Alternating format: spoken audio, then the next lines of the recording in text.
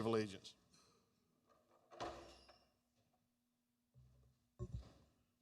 Our truth for the day comes from Hebrews 4, verse 13. There is no creature hidden from his sight, but all things are opened and laid bare to the eyes of him with whom we have to do. Let's pray. Well, Lord God, our Father, you're our creator, sustainer, provider. You provide every good thing and no thing that withheld from you for those who trust you. Lord, we ask that you would be honored in this place today, that your name would be exalted. Lord, your word reminds us that your eyes are on the ways of man, and you see us every step. There is no darkness or deep shadow where the workers of iniquity can hide. We are assembled here to conduct the people's business. You have providentially moved in the hearts of voters to vote for each member here in this assembly today.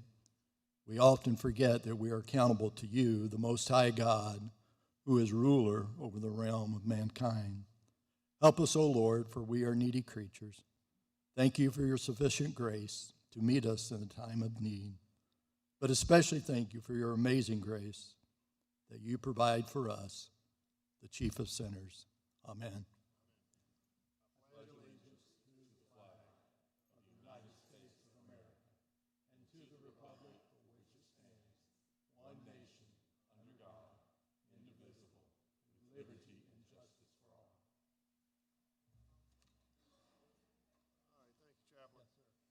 All right, members, we're in the roll call. Please record your presence. We're in the roll call for those who are in the block building, starting at 10:15, so everybody come on over.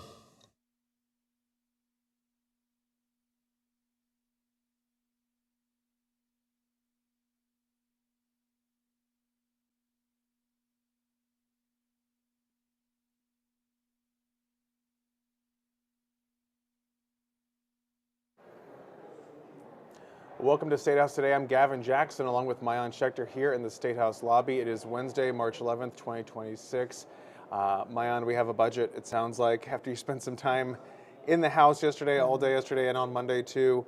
Kind of just kick us off and tell us what happened with that $15.4 billion budget in the House. Yeah, not a lot changed. Really not much changed at all. Okay, well, then never mind. Right, no, not much changed at all with what the House Ways and Means Committee actually passed out on the floor. All the spending stayed exactly the same. There were some provisos, those one-year budget attachments that we did see attached, but nothing consequential that changes the overall budget at all. That budget passed, I believe, in a 101 to 18 vote. So you had a bipartisan, overwhelming group of lawmakers vote to pass that budget on to the Senate. The 18 members were, most of whom were from the hardline conservative House Freedom Caucus, and they were the group who mostly put up amendments to change the budget, in some cases very dramatically, and I'm talking about putting up amendments to eliminate agencies, eliminate their programs, eliminate salaries of some of the directors of agencies, among other kind of more socially conservative issues as well. But that passed. Of course, it was not the only bill that the House passed last night. They also passed their income tax legislation, concurring with the Senate's change to bring the top rate from 6% to 5.21%. It'll now also be up to the Senate to figure out how to find the money for that income tax cut. Right, and so they'll have to deal with that when the budget comes over. But we did see it wasn't an overwhelming vote to concur with the income tax legislation. We saw a lot of conservative Republican legislators and Democrats band together and vote to oppose that concurrence, mainly on the part that a little over 20% will still see their taxes go up. The Freedom Caucus, for example, really wanted to drastically cut it down more so that they wouldn't see any cuts at all. Any increases at all. That did not happen. The House basically said, when you do that, you would have to dramatically cut areas in the budget. But anyway, that bill now goes to the governor. The governor is expected to sign it. And then the House also passed the tax conformity legislation. That was unanimous, and that bill will go to the Senate, although Senate leaders have indicated multiple times now that they are not inclined to pass tax conformity this year. Yeah, another big bill right there too. But when you're talking about the debate, kind of going back just to that tax cut debate, when we heard we remember when they originally amended that over in the Senate, that House bill, and they added that, they expedited the rate cut there. And I remember talking to this House speaker, he's like, yeah, we're going to concur with it, and really kind of put the onus on the Senate, which again is where it's at, because it's $309 million. That wasn't in their budget proposal. No. That's something that the Senate has to come up with, and it's still a little TBD on how that's going to work, and possibly additional future revenues coming in. Again, maybe they're going to make some switches in what is being funded right now, but do we have any inclination on what could happen there? No, I mean, that is still, again, kind of up for the decision of the Senate. There's over $100 million, around $125 million to be exact, that the House actually funded for the income tax legislation. Now, we talked to House Ways and Means Committee Chairman Bruce Bannister last night, who said that there are dollars that could be pulled onto the income tax legislation. But for example, he also mentioned that what it appears is the House is also not really inclined to do the homestead exemption, property tax expansion bill that the Senate passed. And so maybe some of those dollars that the Senate had intended could technically float over to the income tax. But no, I mean, the onus, like you mentioned, will really be on the Senate to figure out, okay, what dollar amounts within these line items are we going to have to cut? And we always see differences between the House and the Senate budget. So we always expect the numbers to kind of be fluid anyway, but it will be interesting to see where they wind up pulling Yeah, from. because I mean, that goes to the governor. He's signing it. Okay, that's $309 million. Like, someone's got to pay for it. Someone's got to pay for it. It's got to be paid for. Yeah, So, exactly. I guess we'll find that money somehow. Yeah. Exciting ways to legislate, my own. But again, Yes. very interesting that was such a close vote, 71 to 49, when we're talking about that income tax bill. And that was something that's been talked about this entire debate too, about equalizing too, because a lot of folks don't pay income taxes in the state right now for whatever reason, and so this really does make everyone pay somewhat of a share. I think up to like 1.99% for some in the lower tax brackets, lower income rates, and then again lowering that top rate from 6% to 5.21%. So somewhat of an affordability issue that they're tackling in an election year. I think that will help. Of course, it will hurt some folks who have to actually start paying for those income taxes, but at the same time, equaling the playing field. Right. The argument from House leadership and even Senate leaders too is that everyone needs to start paying something, but the overall goal of this legislation is if enough revenues continue to come in during every single year, every single fiscal year, that the rate will continue to phase down all the way to zero, to the point where we don't have an income tax. Now, of course, that is going to take years, That's a lot. potentially, I mean, a decade plus, if that even does happen, but that is the overall goal. And as we've talked about before, income tax legislation makes up a very healthy amount of revenue for the state general fund. That's the budget. And so, I think the argument about completely slashing it and slashing it and slashing it quickly, for a lot of House leaders and Senate leaders, it's just not very realistic as they're crafting the budget. And also as we're looking at the surge in growth that we're seeing in all the demands on infrastructure, housing, healthcare, et cetera. Yeah. So again, interesting to see something really big making its way to the governor's desk. We also know the governor signed some other bills recently too, and we're still waiting to see him make some action on some other bills. Right. So we do know that the governor signed 7 out of 8 of the recently ratified pieces of legislation, and it covers topics from child homicide to military chaplains. We also know that the governor signed that joint resolution extending that required alcohol server training to May 1st. It was supposed to be in March. There were a lot of delays dealing with the Department of Revenue. Now it is May 1st. The one bill that he did not sign, which everybody has been talking about, right, is the name, image, likeness revenue sharing bill. That's the bill that would shield those revenue sharing contracts between the colleges and universities and the student athletes. Of course, colleges and universities want that legislation into law. They say that South Carolina is kind of a standalone state on this issue. Also, it puts them at a competitive disadvantage if they don't have it. Of course, a lot of reporters, a lot of members of the public want this information to be public and believe that this money, should be considered public. Now, the governor has talked a lot about his concerns about the NIL program, about the lack of transparency. He has not signed this bill, but technically, he doesn't have to sign it, and it can still become law. So there are a certain amount of days, about 5 days after ratification, excluding the Sunday, that if the governor doesn't sign it, it rolls into becoming law. So by the week's end, if the governor does not put any signature on it, it's law in South Carolina. Yeah, we were talking to him about that last week, and he was just saying how much college sports has become professionalized and how much of a slippery slope it's really turned into when it comes to these revenue sharing contracts and agreements, and the concern about the public dollars mixing with the private, and how that is again, going to be more difficult to track now. We've been talking about with this legislation in place. So we were expecting probably a strongly worded signing statement, but of course you can also just let it kind of lapse into law too. Potentially, yeah. And I mean, again, I think the fact that this NIL stuff is not going away, right? True. Lawmakers, not just in South Carolina, throughout the country, want the NCAA to step in, do something. Maybe even the federal government step in, do something. We have not really seen anything outside of maybe a roundtable discussion about it. But of course, we're seeing other legislation on NIL dealing with even taxes that could absolutely pop up in the State House. So I don't believe that this is the last of the conversation, at least here within the legislature. And that was a lot of the excitement, of course, talking about the NIL bill, but also what we were talking about in the House. But also in the Senate yesterday, they were in, it was Tuesday. Even though the House had been in since Monday, but they started the week off on Tuesday here at the State House and the Senate.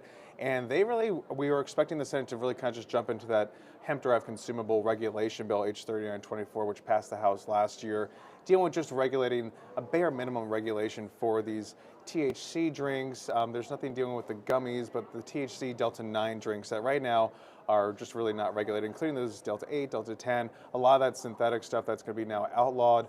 This bill right now also would include regulating these drinks like beer and wine. It has to be at the certain retail shops that have those licenses.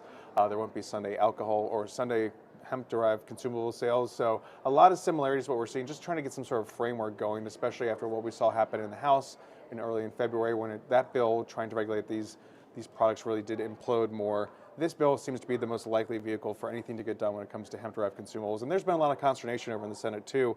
A lot of folks conflating this with marijuana. It's not the same because this THC comes from hemp, which is allowed under the 2018 Farm Bill. Say what you will about that. That's what the federal law is at this point. So there is a lot of back and forth over those. Of course, this doesn't cover CBD, which has been legal and on the books in the state for a while now, especially for folks who suffer from seizures and other medical ailments who rely on CBD. None of those bills touch that. So we're going to see day 2 of that debate kicking off in the Senate. And again, we were also kind of surprised in the Senate because we talked to Senate Majority Leader Shane Massey last week. Hey, what's happening this week? We've seen SCDOT Secretary Justin Powell lingering around these halls recently. Does that mean we're going to see that DOT modernization bill happen? And Massey said, oh, likely after this debate on hemp-derived consumables. Well, don't try and predict the Senate because right before they got to H3924, we saw a little discussion on S831, which is SCDOT modernization bill. Senator Sean Bennett got there and just started talking about the bill, talking about the amendment that they proposed in the Senate Transportation Committee.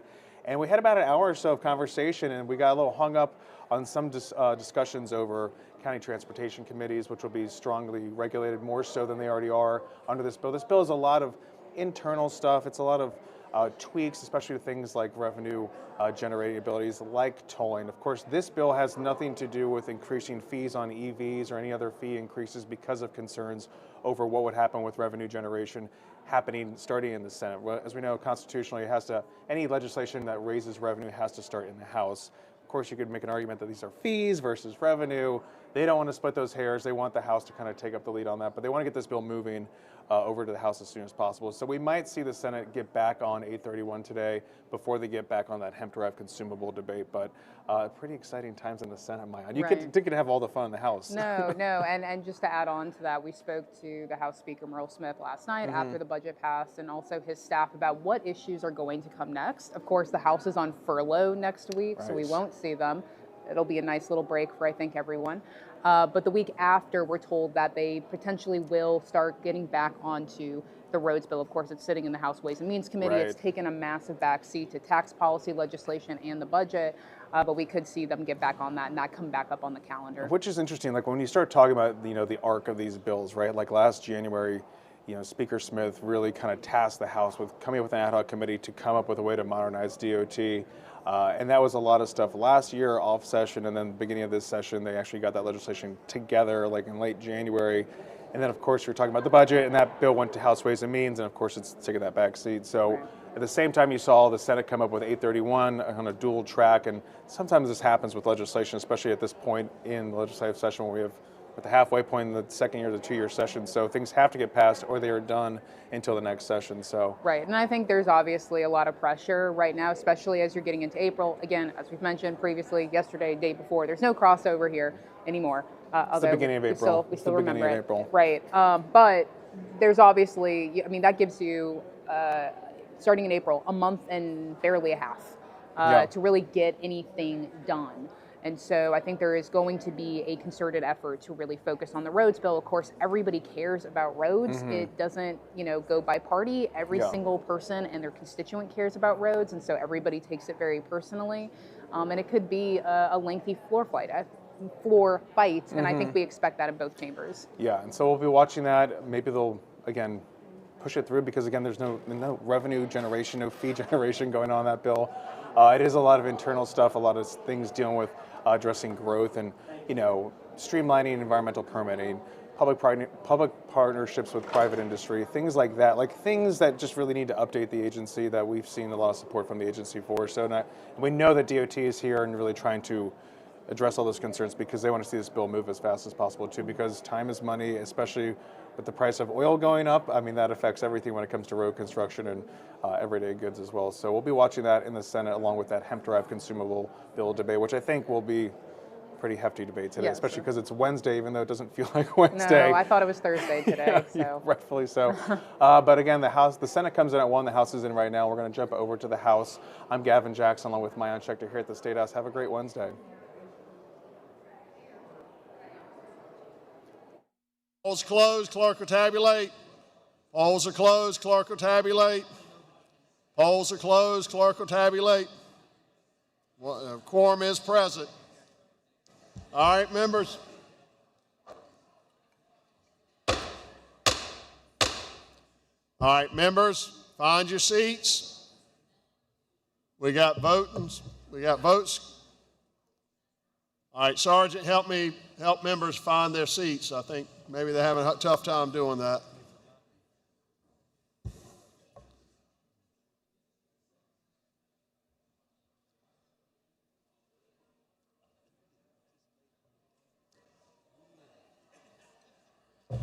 All right, we're under special order. House Bill 5126. Clerk will read.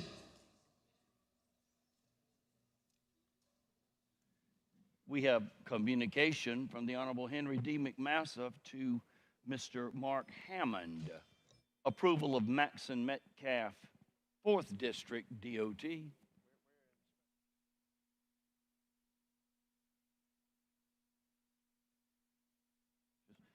(5127), 5127, House Ways and Means. How's that?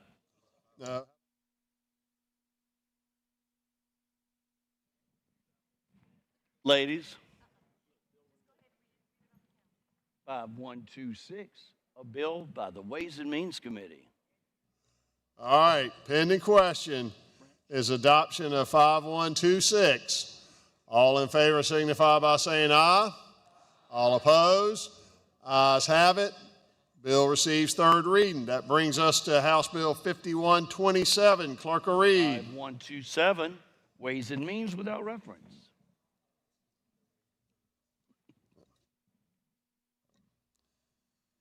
Pending question is House third reading of House Bill 5127. Clerk, all in favor signify by saying aye. All opposed? Ayes have it. Bill receives third reading. Next is House Bill 3368. Mr. Pace is recognized to speak on the bill. Mr. Pace.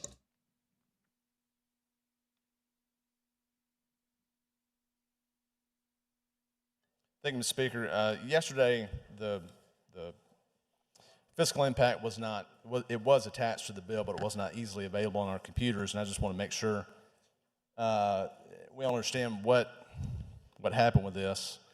By conforming to the One Big Beautiful Bill tax cuts, it would have given us a $534 million tax cut to the state.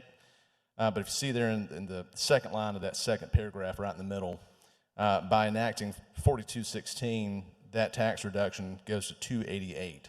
So I just want to make sure the public knows, my voters know, we could have had a $534 million tax cut, but instead, by passing 4216, we basically cut that in half.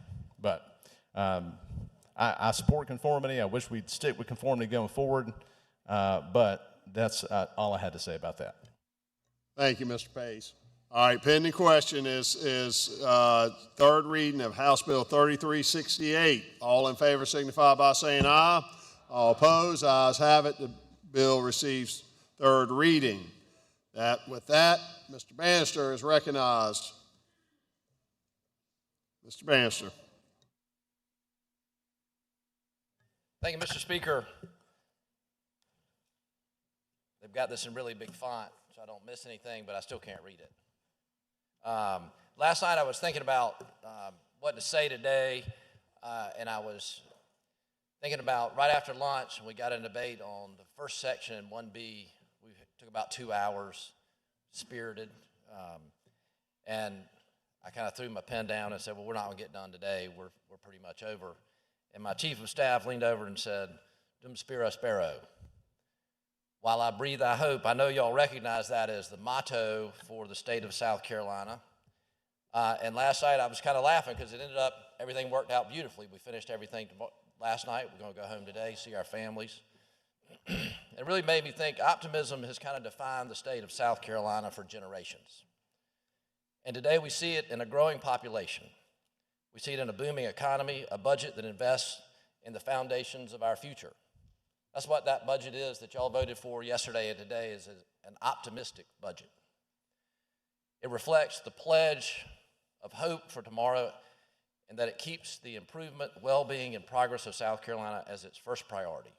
And to those who will disparage this budget and this state, I would simply ask that you review the facts. According to the Tax Foundation, South Carolina is in the top 5 states in terms of the lowest tax burden. This low tax burden is a magnet for attracting people and their business to our state. That's reflected in the fact that we are the #1 state in the country for population growth. We are a national and regional leader in gross domestic product growth and personal income growth. But I get it. It's hard to go out and campaign against the establishment without criticizing the current administration. There would be no need to elect someone new if the voters felt good about the job that was being done. I'd imagine over the next 8 months, we'll hear a lot of negative things about the work of this body and the state as a whole. But let me ask, once you've won your race, once you're in these seats, isn't it time to start doing the work? My oldest daughter, Molly Cates, very musically inclined, which results in me seeing a lot of Broadway musicals, probably more than my share, to be honest. But we were at the Peace Center in Greenville watching Hamilton. And there's a scene when George Washington's talking to Alexander Hamilton, and it stuck out to me. It stuck out maybe because of what we do here. George Washington says, his character says to Alexander Hamilton, winning was easy, young man. Governing's a lot harder. Ladies and gentlemen, once you're here, it's time to quit campaigning. It's time to quit trying to win. It's time to do the difficult work of governing. And responsible governing is exactly what we've done with this budget, in my opinion.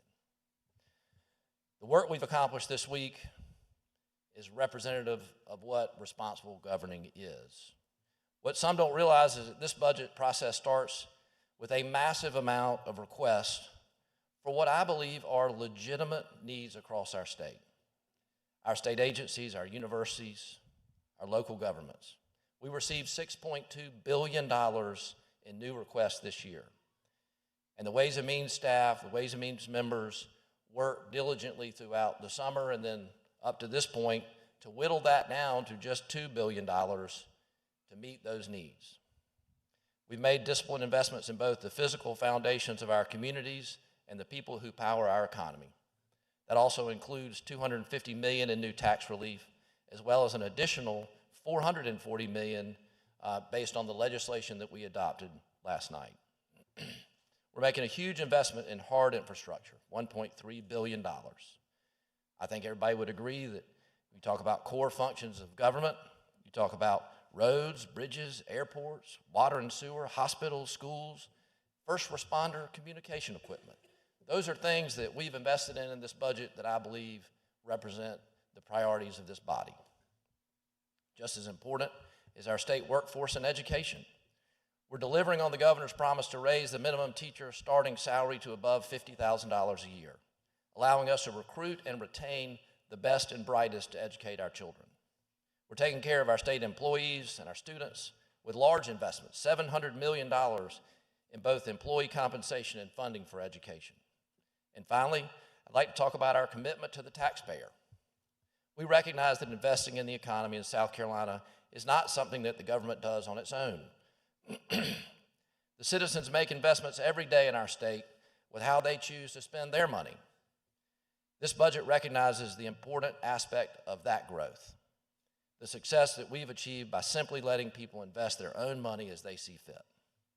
With that in mind, in conjunction with this budget, we've sent to the governor's desk a bill that fundamentally improves our tax structure by allowing you to immediately keep more of your money in your pocket, and over time lowers the income tax burden to zero. Like all of you, I look forward to this week coming to an end and heading back home to be with my family. The governing we do in this building is important. We stand at this well and we make impassioned speeches and we take significant votes and hope that we're making things better for the people who sent us here. That work pales, in my opinion, to the comparison of the importance of our everyday lives back home and the lives of our constituents. Passing a $15 billion budget and a historic income tax reform with all of you yesterday is certainly one of the highlights of my time here. But while we were doing that, my youngest daughter, Caroline, won her soccer game. And she wanted to tell me all about it, and I had to put her off until late in the night before she would get a chance to tell me how well she played and the things that were important to her. I'm sure you all missed something last night as well. And that's the sacrifice we've agreed to make by running for office. It's an honor that has been bestowed upon us by the people we represent. But that honor comes at a price, and we're paying that price every day we come down here. Missing the winning soccer game, missing the dinners, the birthdays, the bedtimes with our kids. If we're going to do that, let's make it count. Let's do the hard work. Let's not just campaign or attempt to win. Ladies and gentlemen, let's govern.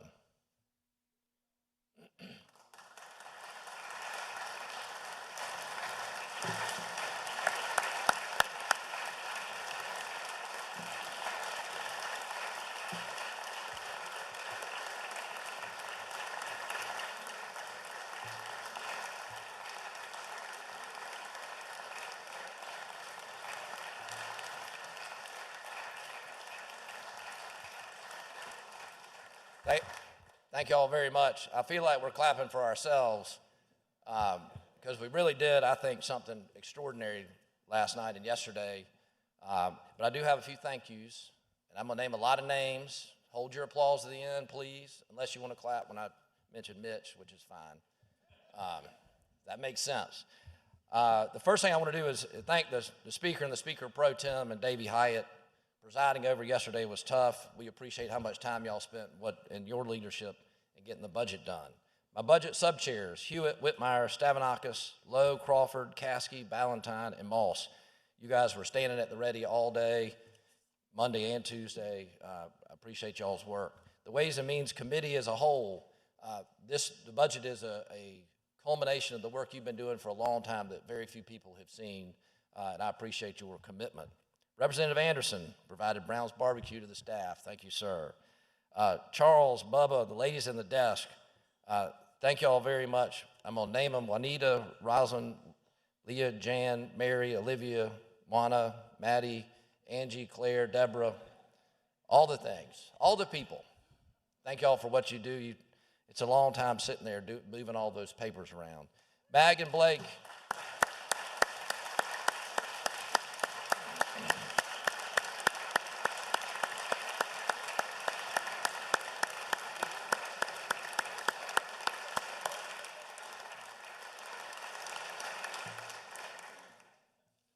Mag and Blake, thank you for coordinating the pages. Don Hoddle, thank you for the Chick-fil-A.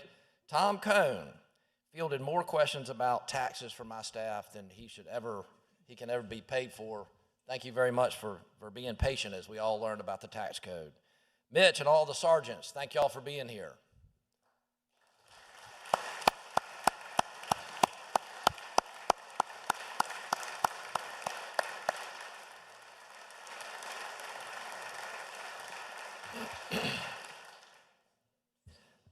I want to thank LSA, Legislative Council, and RFA, particularly Frank, Lisa, and Amanda.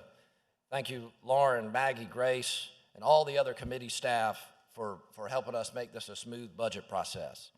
Howard and the staff in the block building, thank y'all for staying late, keeping us open, keeping it clean. The custodial staff, if you went into the bathroom, you understand why they need an ovation.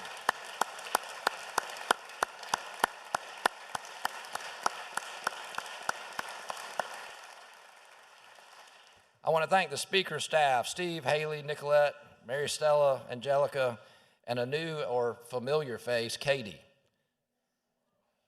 Where's Katie?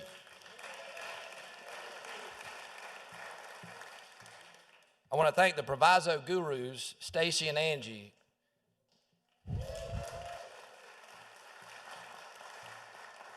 Our pages, Carson and Maura, our intern, Gabby, and our Ways and Means staff, Meredith, Mark, Julia, Stephanie, Terica, Tisha, Jane, Ryan, Mills, Will, and Kim. Thank y'all.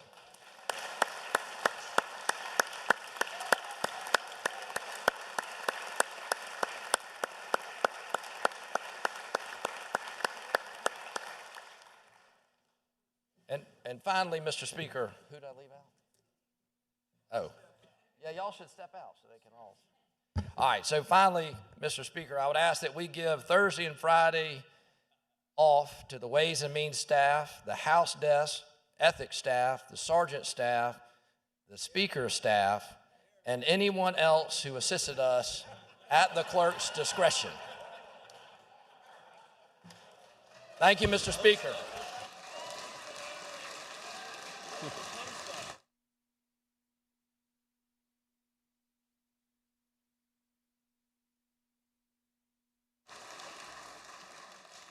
All right, Mr. Bannister, your request to give all the staff off has been denied. The clerk told me that he cannot have people not working this week, so it's all the clerk's fault. So ordered, Mr. Bannister.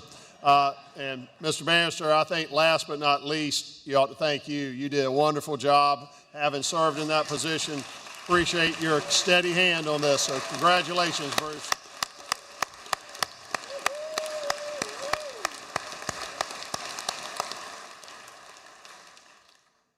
All right, members. I think what we're going to do is read. I think there may be one request for a unanimous consent, Mr. Haddon. So we'll read quickly and then we will adjourn under our special order. So clerk will read. Communication, the Honorable Henry D. McMaster to Mark Hammond, approval of Maxon Metcalf, Jr. Message received. Senate amendments. 3858. Senate amendments. Senate amendments. Regulations. Clemson University. Excuse me.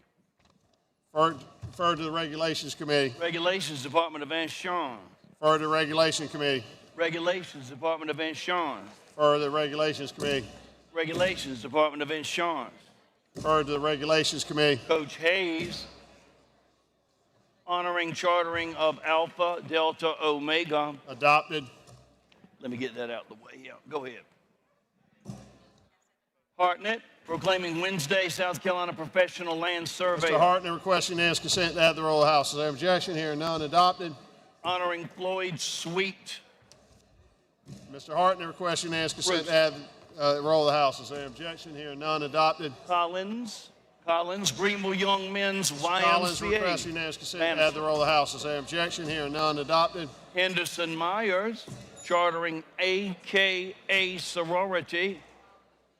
Ms. Henderson Myers, that request unanimous consent to add the roll of the House. Is there objection? Here none. Adopted. Brandon Newton, proclaiming May 26th. Adopted. Wooten, honoring Jacob Smith Principal.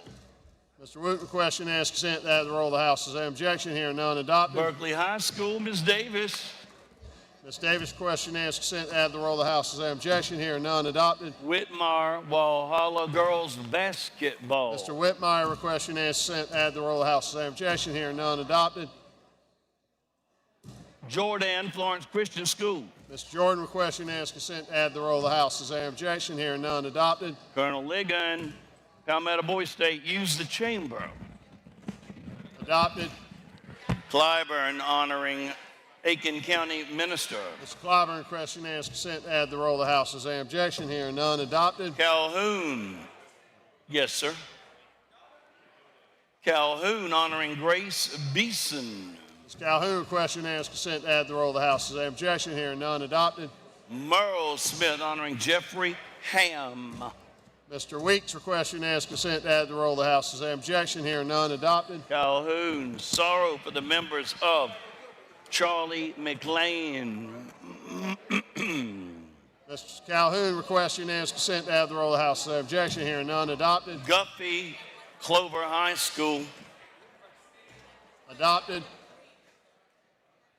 Guffey, Clover High School girls. Adopted. Magnuson, Landrum High School. Mr. Magnuson, requesting and consent, add the roll of the House. Is there objection? Hearing none, adopted. Ruffins, abuse and neglect of children.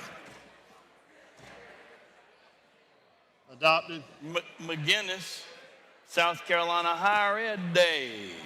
Mr. McGinnis, requesting and consent, add the roll of the House. Is there objection? Hearing none, adopted. Lonnie B. Hosey, naming an intersection.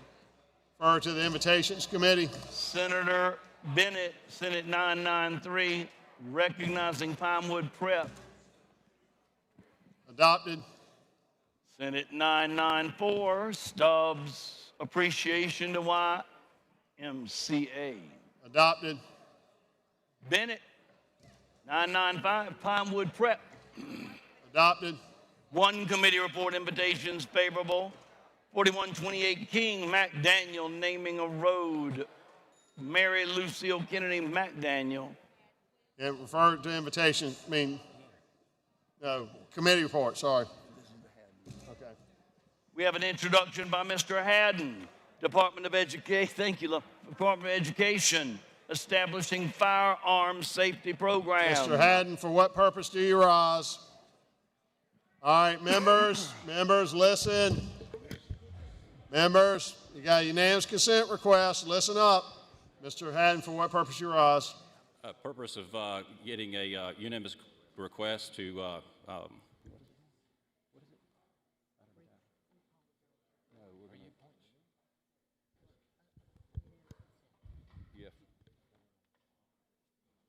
without reference. I'm sorry, Mr. Speaker.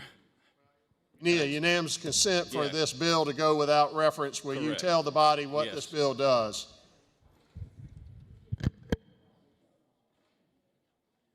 Members, I'm not going to be very slow here, but thank you for about 60 some odd members that signed on to this since yesterday.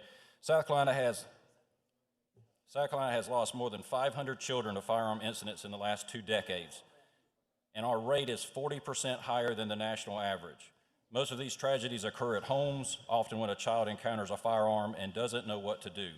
This bill creates a simple, common sense safety education program developed by the Department of Ed and the Department of Natural Resources that teaches students never to touch a firearm, to notify an adult immediately, to live live firearms, no live firearms are used, and the curriculum must be politically neutral. This is about protecting our children and promoting responsible firearms safety. Thank you very much.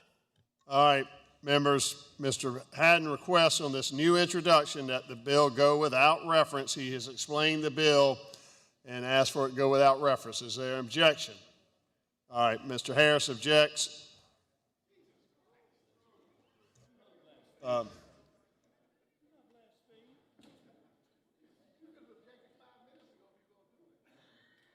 Refer to the Education and Public Works Committee. McCabe, Foster Care. Refer to the Judiciary Committee. Magnuson, partisan primaries. Refer to the Judiciary Committee. Terabile, partisan advisory referendum. Refer to the Judiciary Committee. J.L. Johnson, inmate compensation. Refer to the Ways and Means Committee. Kill Martin Beach, partisan primary voting. Refer to the Judiciary Committee. McCravey, voting in primaries. Refer to the Judiciary Committee. McCabe, qualifications of senators. Refer to the Judiciary Committee. Edgerton, amending sections relating to orders of protection. Refer to the Judiciary Committee. White, Frank, references deleted to certain parts of the Department of Transportation. Refer to the Ways and Means Committee. White, Secretary of the Department of Transportation. Refer to the Ways and Means Committee. J.L. Johnson, South Carolina income tax deductions. Refer to the Ways and Means Committee. Mark Smith, medically recommended intensive supervision Refer to program. the Judiciary Committee. Bustos, ex parte orders issued by Refer to the Judiciary Committee. Wooten Caskey, demolishers of secondary metal Refer to the recycling. LCI Committee. Senate 751, Ott, Sutton, nitrous oxide products. Refer to the Judiciary Committee. Senate 832, Sutton Graham, USC exemptions from prohibitions of certain sports. Refer to the Are y'all Education good? Committee. We good, Nita? All right. All right, members, that's all this. Mr. King. Mr. King, for what purpose do you rise? Thank you, Mr. Speaker. Mr. Speaker, today I rise to ask the House, when we do adjourn, we adjourn in memory of Mrs. Virgie L. Jackson of Rock Hill, South Carolina, a woman of deep faith, quiet strength, and unwavering love for her family and community. Ms. Jackson was a lifelong member of Union Baptist Church, where she was a faithful servant served through the choir, the women's convention, and many ministries that strengthened her church. She dedicated much of her life to nurturing others, including the many students she supported as a special education teacher assistant at Castle Heights Middle School there in Rock Hill. Though she was known as a quiet woman, when she spoke, her words carried wisdom, conviction, and truth. Her life reflects grace, service, and a steadfast commitment to doing what was right. She leaves behind a loving family, including her children, grandchildren, and many relatives and friends who will forever cherish her memory.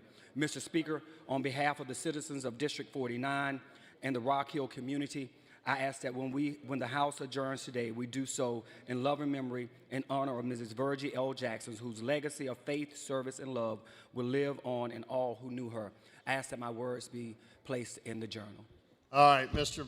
King, if you bring those remarks up to the desk that will be placed in the journal. Mr. King moves when we adjourn today. We adjourn in the memory of Virgie L. Jackson of Rock Hill. So ordered. All right, members, as y'all know, we are not going to be meeting in statewide session next week. We will be furloughing.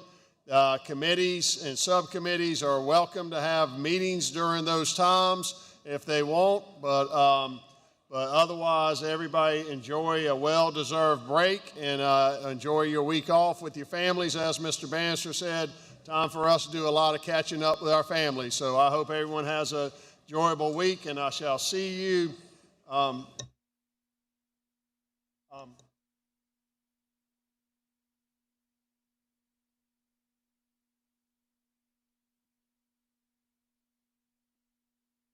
All right, we will meet on Tuesday,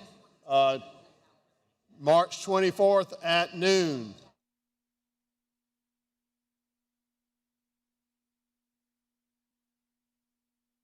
All right, with that being said, Mr. Robert Williams moves that the House do now adjourn to meet on March 24th at noon.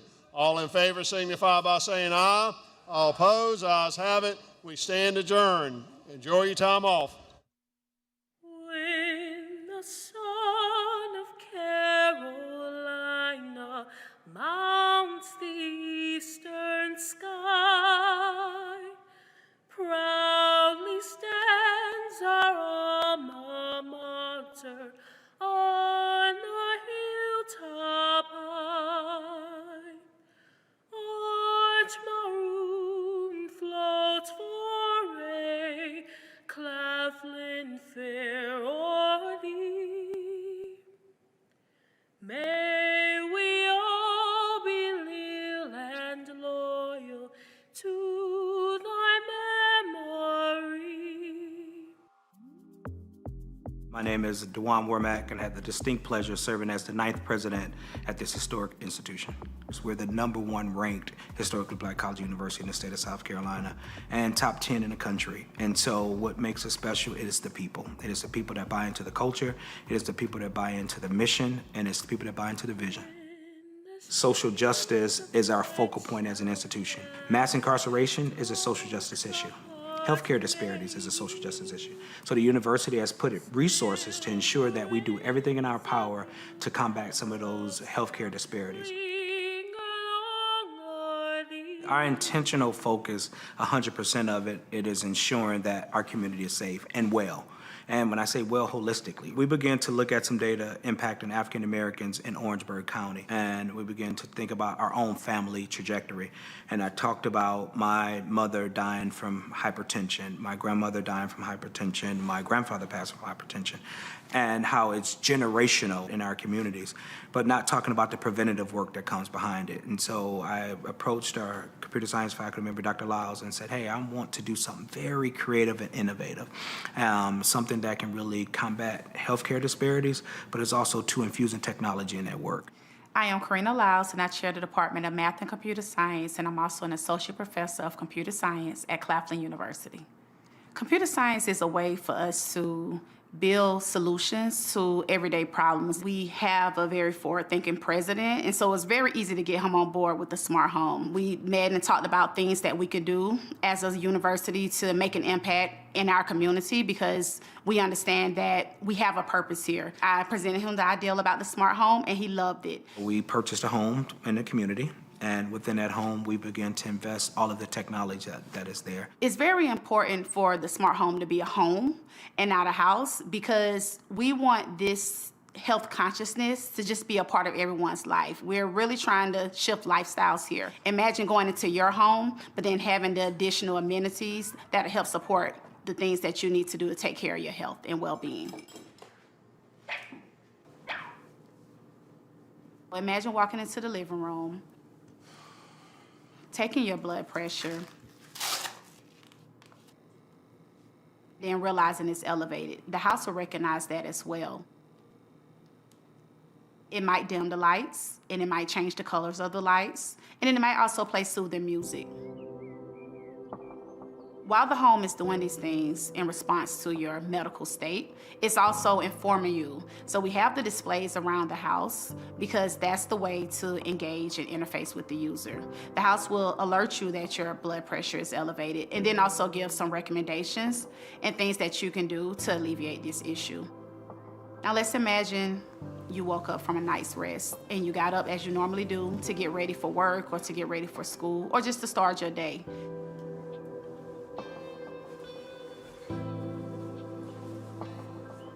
When you go into the bathroom, the smart mirror gives you all of your sleep stats.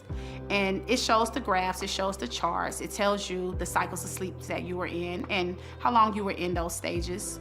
It tells you how much you might have snored. It takes the information from the bed and then it makes sense of it to tell you slept well last night, or if you didn't, here are some things that you might want to do to get through your day. So you might want to think about reordering your to-do list, because something that requires more cognitive load might not be what you want to start out with, because it's just going to make you more drained and more tired. If you go into your bedroom, there's a workout mirror. The workout mirror allows for the cardio workout, but it also allows for meditation and yoga. A big part of the smart home is providing that health education.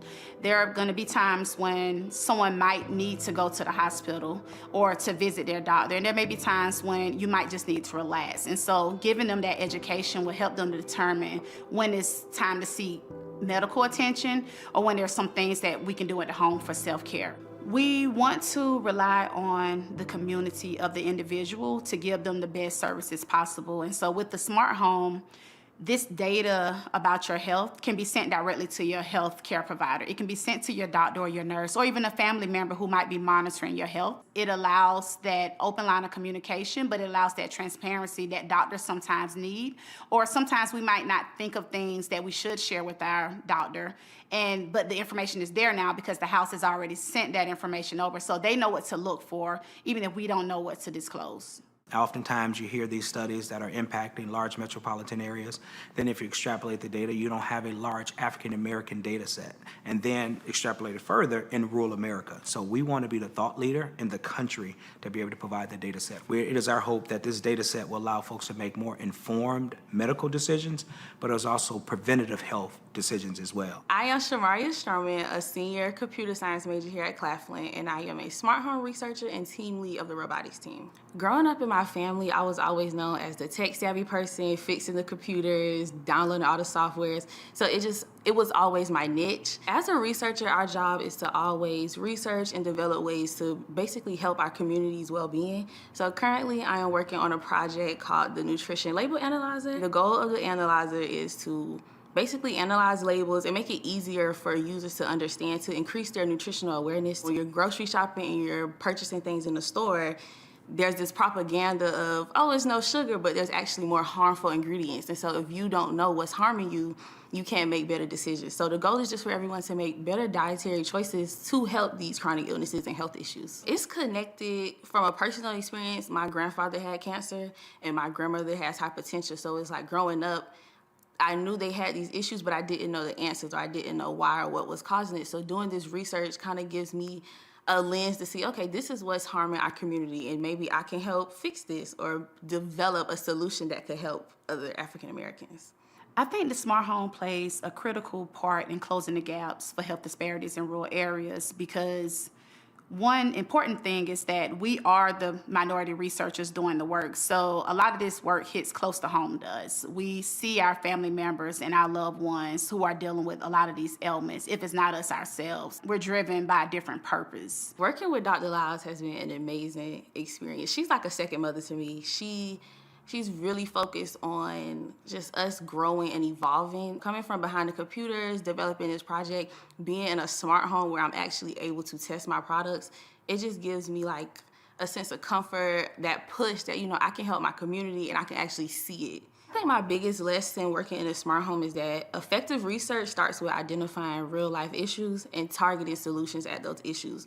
So being in the smart home is unique because I'm actually able to test these products that I'm developing with my community, with my peers, and with my school to actually see if it's working or if it's not working and how I can improve that. There's been a long-standing concern with healthcare in the African American community, even more so in rural communities. And we recognize that, and we're very careful about the programs that we design. This is an interdisciplinary project, so we include majors from the humanities department, so we include psychology majors, because one important factor is understanding the human's connection to the technology that's around them. We naturally have the computer science students writing the programs. We naturally have computer engineering students developing the hardware and the products, but this information is informed by biology students and nursing students. We also have art students who've decorated the home with their artwork, but even more, they're helping us develop the user interfaces. We actually have a cybersecurity program here at Claflin University, and those students are particularly focused on dealing with the security and privacy that could pertain around the data that happens in this home. I think working with other majors is great because it allows different points of views. Working with someone from biology, they could bring in the genetics, like the health issues. So I just think it brings a general view of the world, and we can all collaborate to make better choices, developments in the world. With the home, while we bought a lot of technologies off the shelf, the goal is to have our students develop these technologies and develop different technologies that cater specifically to the minority communities. And with that, we'll be able to scale those products so they would be accessible and available to all. Right now, we are in the early phases of development. Students are building their prototypes and testing them out. Eventually, we will have this space open to the community so that they can actually use the products in their final stages. I see Smart Home impacting the community just as a health resource for the community to serve them and educate them whenever they need. And it's not only just for health-related education, but it just also gives the community the support to see how to handle these health disparities in their home and starting where they're at with their health journeys. Our Smart Home is the first and only Smart Home that is dedicated to combat health disparities for minority communities. We are also the only physical home in the state of South Carolina. We're now able to be a showpiece for other schools and other universities to get ideas and think about things that they might be able to do in their areas.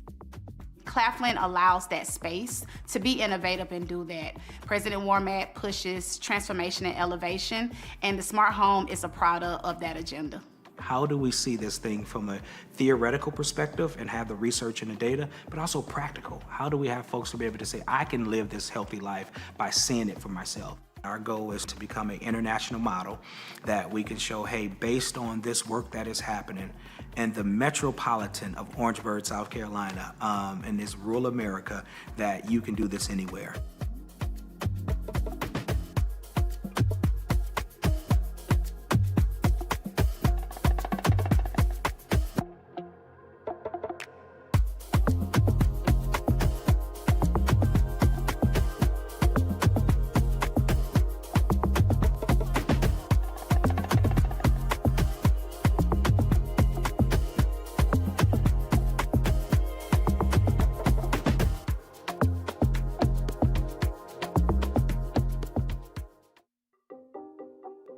My grandmother was diabetic, and I had an uncle who had severe diabetes.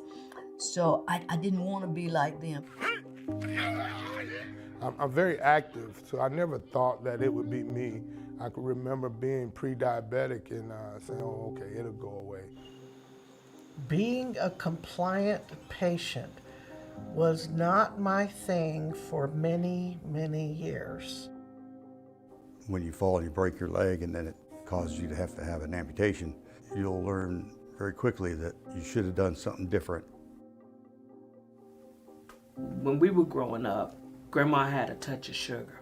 They don't tell you that not only will diabetes kill your kidneys, it can take you from the best top health to the worst.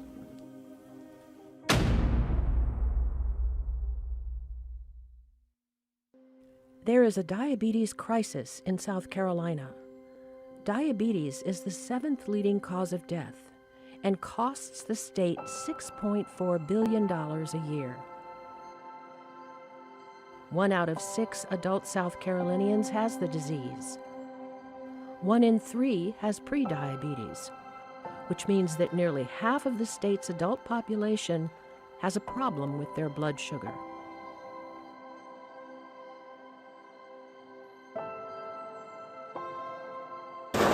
As we eat, food breaks down to sugar. The body's pancreas produces insulin, which is a hormone that takes the sugar from the bloodstream and pulls it into the body's cells to give us energy. But when you have diabetes, you have a problem either with type 1 diabetes not making the insulin, or with type 2 diabetes not making enough insulin. You have more sugar floating around in the blood, and that's what causes the problems that we see from diabetes. Eye disease, kidney disease, damage to the nerves in the legs, damage to the blood vessels throughout the body, causing strokes and heart attacks and amputations. All of those things are to a large extent driven by chronically elevated sugar levels. In the late 90s, my internist and I were arguing with each other because she was saying, Ms. Brown, you're pre-diabetic. And I'm saying, no, I'm not.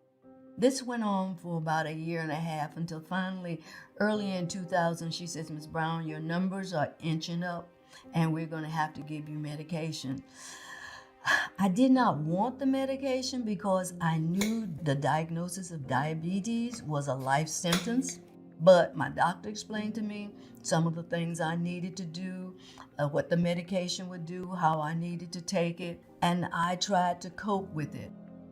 I like to have a little mayo on mine. How about you? You know I love Well, mayonnaise. Black people, African Americans, and Native Americans in this country are more susceptible to developing high blood sugar if other circumstances are not favorable. Attack, that's the word I want, attack. I was at the age of 40, about 10 years ago. I found out I was borderline diabetic. And I ended up getting tested and my sugars were high. I didn't really have insurance, so I didn't go to the doctor as needed. I was very lackadaisical in the beginning. My mother and father were diabetic, and I wasn't really following it or looking into it, but once I found out, it was very disturbing. I then started walking and drinking water, but it didn't help as much as I thought it would because I didn't change my eating habits. Once I did my aunt's eulogy, my uncle's eulogy. I actually spoke over their body, and to see them die with diabetes and COPD, it was scary for me. And I had to make a conscious decision to do better, or I wouldn't be here. One of the main pieces of diabetes education is to help the patient change their behavior, really to change their lifestyle. These are not changes we want only just a week or two or a few months, even a year. This is a lifestyle change for the rest of their life because they're going to have diabetes for the rest of their life. So even if they get their diabetes controlled, they still need to keep in mind all of the lifestyle changes that we speak about. I learned that I was diabetic when I was about 35 years old. It's kind of strange how I found out. My mother had been kind of locked in her room for 3 days, so we took her to the doctor to find out what was wrong. You know, of course, he's asking her questions, things like, you know, are you thirsty a lot? And she'd say yes, and I'd think, yeah, me too. He'd say, do you go to the bathroom a lot? And I'd say, yeah, me too. So pretty much everything he was asking her, I realized that I had the same symptoms. He went ahead and checked me for diabetes, checked my blood sugar at that time. My mother's was 200 and mine was 300. So she was nearly passed out at 200 and I was walking around at 300, but yes, we both had diabetes. Until you're really bad off, you know, your sugar's so high that your vision gets blurred or you have a fruity fragrance in your breath, you may not know you're diabetic. You develop hardening of the arteries. The further you go away from the heart, the smaller the vessels get. And the furthest part from the heart, feet. A lot of things that predispose you to getting an infection, and first thing you know, the only realistic thing to do would be to amputate. I had been watching my blood sugar and monitoring it. It was always a little high, you know, 170 sometimes, maybe get up to 200 every now and again. All right, well, I traveled overseas and put in computer systems, and we were leaving the site and I fell. I thought, wow, I must have sprained my ankle. I went to see the doctor. He said, well, don't see anything on the x-ray. Let's just have you wear a boot and have you stay off of it for a while. 60 days came and I said, look, doc, it still hurts a lot. He said, okay, let's get an MRI. And he called me back in. He said, we found out it's broken. He says, the bone has died. We can't save it. He said, but we're going to try some new things and we'll see what we can do.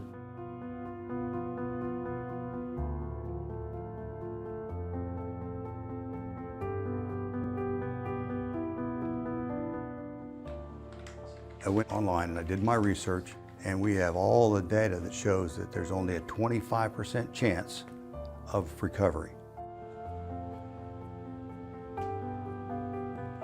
I knew what had to be done. I cried for 2 days. To add insult to injury here, my mother was living with me and she was in the hospital and she died 3 days before I had my amputation. I went into severe depression, severe. Mental health is a real thing. People who have amputations are affected by their mobility, the way that they see themselves, their level of independence, being able to drive, being able to participate in sports activities with their children. It's a really big change. It's like losing, of course, a part of yourself. Probably 70% of my patients are diabetic. We're finding some younger people are having amputations from diabetic complications in their late 30s, 40s.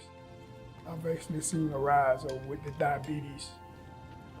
I love actually helping my patients get up and gain their independence again, actually being able to help themselves at that stage. There's gestational diabetes, which is diabetes that develops during a pregnancy but goes away after the pregnancy. The problem is that often women get pregnant and they don't know that they have diabetes when they get pregnant, so then it becomes hard to distinguish gestational diabetes from diabetes that was present before the pregnancy. In 1980, I became pregnant. They said I had gestational diabetes, and the doctor said, watch what you eat, you're fine. It's normal sometimes with pregnant women. I lost the baby.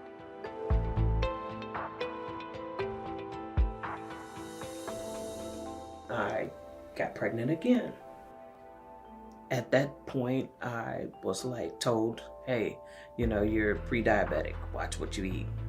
And I'm like, you know what? I'm not going to. I wouldn't listen to him.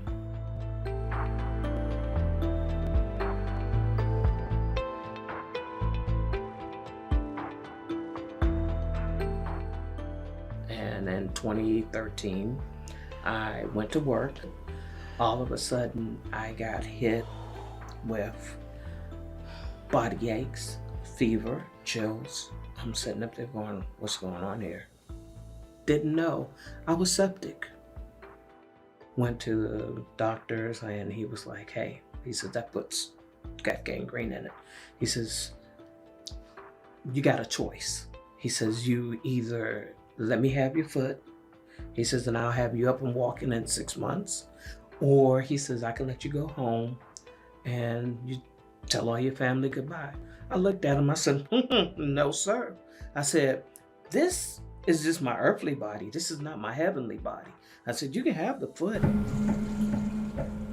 I deal with having to do dialysis now, not knowing that the diabetes would impact the kidneys. Dialysis treatment is a process of cleaning the blood of the toxins because your kidneys aren't working properly, and so there's no way to clear all of that from your system. If you do have diabetes and you end up on dialysis, then that's a permanent condition. So they have to commit their lives to either coming into the center 3 times a week or doing their treatment at home every night. There is a place in South Carolina where risk factors have come together to create a perfect storm of diabetes. 29203 is a large zip code in Columbia, South Carolina's capital city. It consists of a myriad of diverse communities, some large, some small. 29203 has a majority African American population. 30% of the residents of the area live in poverty, and it is deemed a food desert for its shortage of grocery stores. Many of the people here have diabetes, leading to a plethora of dialysis centers and one of the highest rates of diabetic amputation in the country. The fact that 29203 achieved regional, if not national, prominence is that we are, in our state, near the bottom of the nation in the state rankings, and therefore the worst zip codes in South Carolina are likely to be some of the worst in the nation. The social determinants of health are social factors that determine risk for health and health outcomes. So there's racial disparities, there's racial discrimination, there's discrimination according to income, according to where you live. We, in 29203, we really have a pronounced food desert. You know, it's just not easy sometimes to get to the grocery store. And the vegetables are always more expensive than the processed food. Also, mamas are working and daddies are working longer hours. People aren't having time to cook nutritious meal, so you're picking up food and bringing it home. And all of that's processed. That processed food is killing us.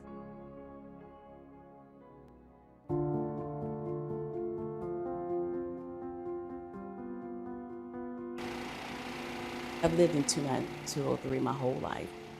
The idea of the mobile food market came up no later than 2017, which allowed us to address food insecurity. But for the federal dollars that we got for COVID, I don't know if we would have been able to implement that program. We've tried different locations because we want it to be successful and sustainable. In every neighborhood, particularly neighborhoods that haven't had a lot of investment, additional resources is what we need.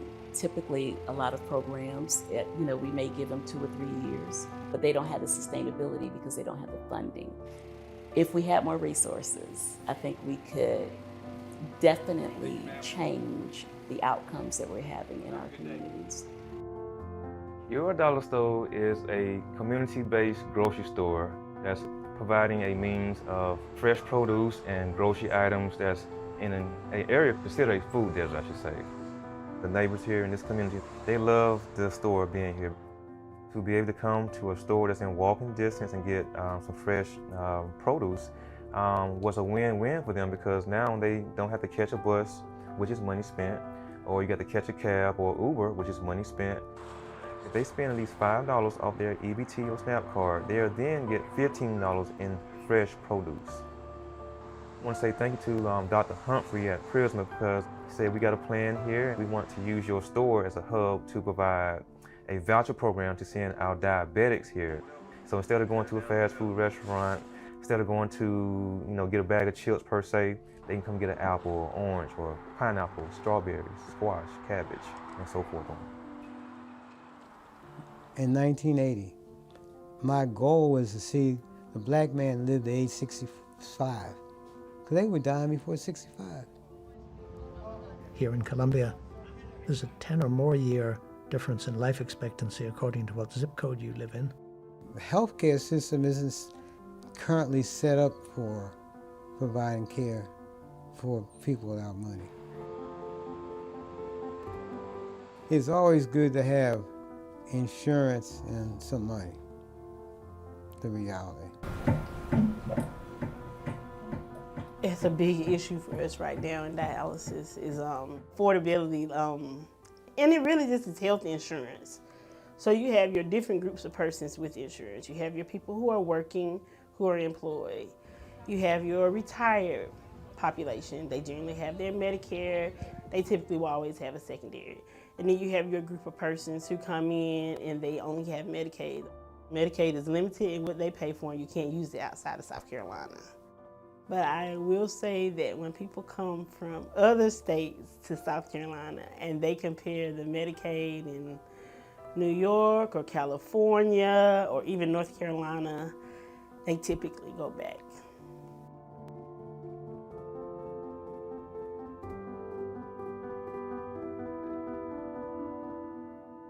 Accepting Medicaid expansion is, to me, a no-brainer.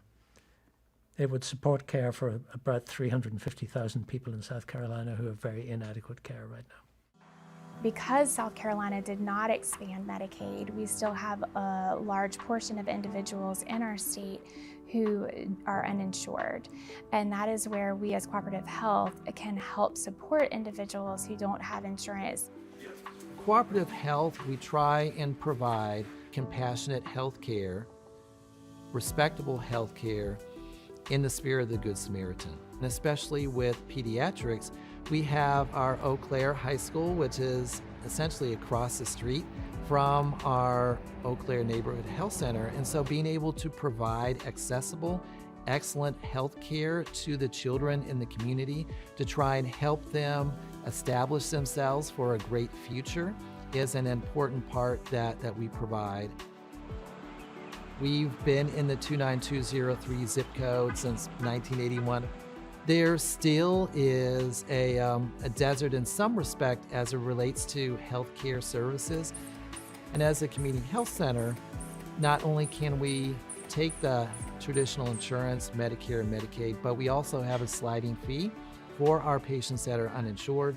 So it has been our hope that we can be able to help our patients wherever they are to maximize their health status. Diabetes is really challenging. We have maybe about 25,000 adult patients that we take care of, and about 5,000 have a diagnosis of diabetes. Starting in January 2023, we onboarded our virtual diabetes program, and it has been a smashing success. Hello, pharmacy? Our goal was to be able to bring everything together, that our clinician is in sync with our pharmacy, our clinicians in sync with our behavioral medicine support, is in sync with our diabetes education, and they're a team that's able to work together as a unit. Today we're just going to talk a little bit about sugar in our drinks and how much sugar is in some of the drinks that you might be consuming, because I love my job as a diabetes educator. It's very patient-centered and trying to help them figure out how does this apply to their life, and really just seeing the patients do the work. You might have somebody who's drinking 6 sodas a day and they're not willing to give up that habit. It's going to be a little adjustment then. Also helping them to make these changes in small steps so that it's more easily done, and then they can kind of see the impact of it, realize how much better they're going to feel if they start cutting these sodas out, their blood sugar start to improve, and I think then a lot of times it kind of falls in place from there. Hey! Welcome, good to see you. Miss Knight, she always left me in charge of my body. And so I always felt like we were kind of hooked together in my pursuit of wellness. These people were like, they were like my team. They were like my friends. They really showed that they cared about how I was doing. So I had a kind of support that I had never had before. And that made a big difference in me being able to finally, after 35 years, get my blood sugar under control. I talk to the youngsters all the time about their lifestyle because they want to eat the Twinkies, they want to drink the sodas, and with playing football, you can't do all that because you get cramps, you get tired quicker. So I speak about it every day to them. Some of them know I have diabetes and some of them don't, but I do wear my patch, my insulin pen, so sometimes they ask. And sometimes I volunteer and let them know, you don't want to get one of these. So, you know what's going to be important, your first step, right? People under the age of 20, within the next 40 years, their rates of diabetes are expected to go up by 700%. So, and that's not just in 29203, that's just a national statistic. Diabetes is preventable, but you have to catch it either in the pre-diabetes stage or before the person, gets diagnosed. New agents, they're called GLP-1 agonists, have the capacity to address some of the fundamental drivers of type 2 diabetes and obesity. There's all kinds of problems with expense issues, coverage issues, but those will change with time, and I think these are a revolution. Diabetes-free SC began 4 years ago. Blue Cross executive walks into my office, says, we want to deploy our foundation monies, not all of them, but a significant amount. And I became involved with it and became the medical director because I thought it was such an extraordinary, surprising, visionary thing. So in our work, we're really trying to knit people together. We're trying to break down silos. Patients need coordinated, intercommunicative, team-based care. We have the potential to be a leader in the nation to show how things can be done, to win the fight against diabetes in South Carolina. I wanted to do something where I could get around and do things. I thought about a golf cart, but I thought, you know, I was a farmer when I was young. I think I want to do some more farming again. So I bought a tractor, and that has been one of the best things I've ever done. It's just, that almost defines who I am now. I'm just a little guy on the tractor, and my wife says, oh God, here he comes to that tractor again. He's probably gonna dig another hole and fill it back in. Well, at least it's something I can do, you know? So I'm happy. Your blood sugar is beautiful. When your blood sugar is up, it can change your mental state. And one of the things that I have wrestled with for many years is depression. And I have found, since my blood sugar is on key now, on level, that I'm not as depressed as I had been before, which is a miracle for me because I've spent so much of my life in that state. Would you like a little ice in it? Very little. Justine is my sister-in-law. We plan meals together, we do family dinners, we consider ourselves the matriarchs of the family now, and we're trying to set the example for the younger ones to follow. The family members have a propensity for gaining weight. The family members have a propensity for being diabetic. We do eat a lot of meals together, so we try to make them as healthy and as satisfying as possible, realizing that our health is important. Cheers to you. And cheers to you. That's good. It's a big subject because no one really cares. I don't think they care or really see what it can do.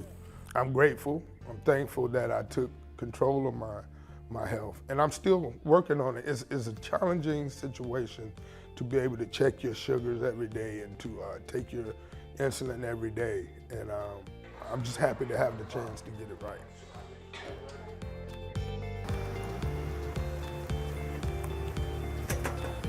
There we go. I had to learn how to communicate. Yeah. I had to learn to communicate with others so that they could communicate with me. I've been looking for something to do and some place to go. I don't forget that I'm diabetic. I don't forget that I wear a prosthesis. I don't forget that I am on dialysis. No woe is me. Yay, it's me. I learned how to live again. And it may be minus a few things, but I'm living. Bingo.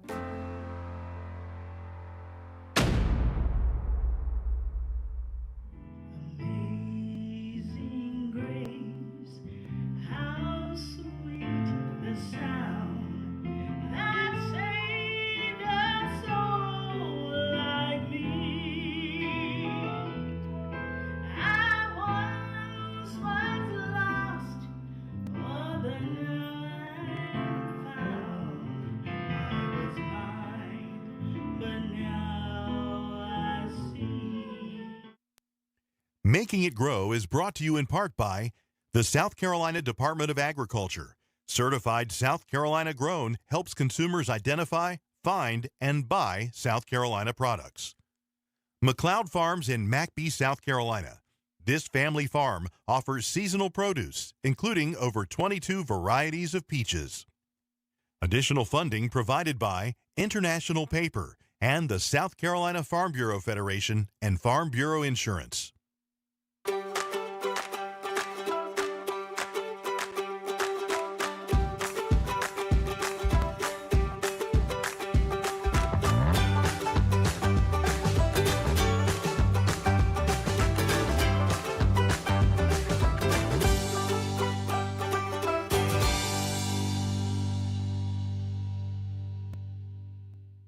Good evening and welcome to Making It Grow. We're so glad that you can join us tonight. I'm Amanda McNulty and I'm a Clemson Extension agent. Our show is a joint production between SCETV and Clemson. And tonight we are really a bunch of tigers as we, everyone here is associated with Clemson, I would like to start off by introducing you to a new member of the horticulture team, Stephanie Turner. And Stephanie, you're based in Greenwood, and although you are new to the hort team, I don't think you're new to horticulture or Greenwood. So please tell us a little bit about what you've been doing during the years before you came to be a part of our group. Hi, Amanda. Yeah, sure. I moved to Greenwood actually to be part of the Park Seed Company, and I worked there for many years in their research and development and planning and planting the trial gardens, and then moved into brand management for Park Seed. And from there, I worked for the city of Greenwood, managing their uptown market, farmers market, and working with the farmers in the area. And so I'm really glad to be with Extension today. Well, we welcome you, and we know that you enjoyed your work. It was always such a joy to go to Park Seed on the open house days and see the beautiful gardens. And then we have been to Greenwood and seen the wonderful work there. And I hope that the farmers market has continued, Stephanie, to be a large part of the community, because so many people seem to want access to fresh fruits and vegetables. And a farmers market is a pretty safe way to get outside to go shopping, isn't it? Yes, it's been a great asset for the community, and it's really grown over the past few years with farms and people interested in their products. Okay. Well, you can give us updates on the wonderful things that are happening in Greenwood, because I'm sure lots of the organizations, they will be calling on you for your expertise, and we're glad that you'll share some of that information with us today. Christopher Burtz is a relatively new member of the horticulture team, I guess. Christopher, how long have you been stationed down there in Charleston working with us? This April, it'll be about 2 years. Okay. And you have a hat with a lot of tags on it, I believe.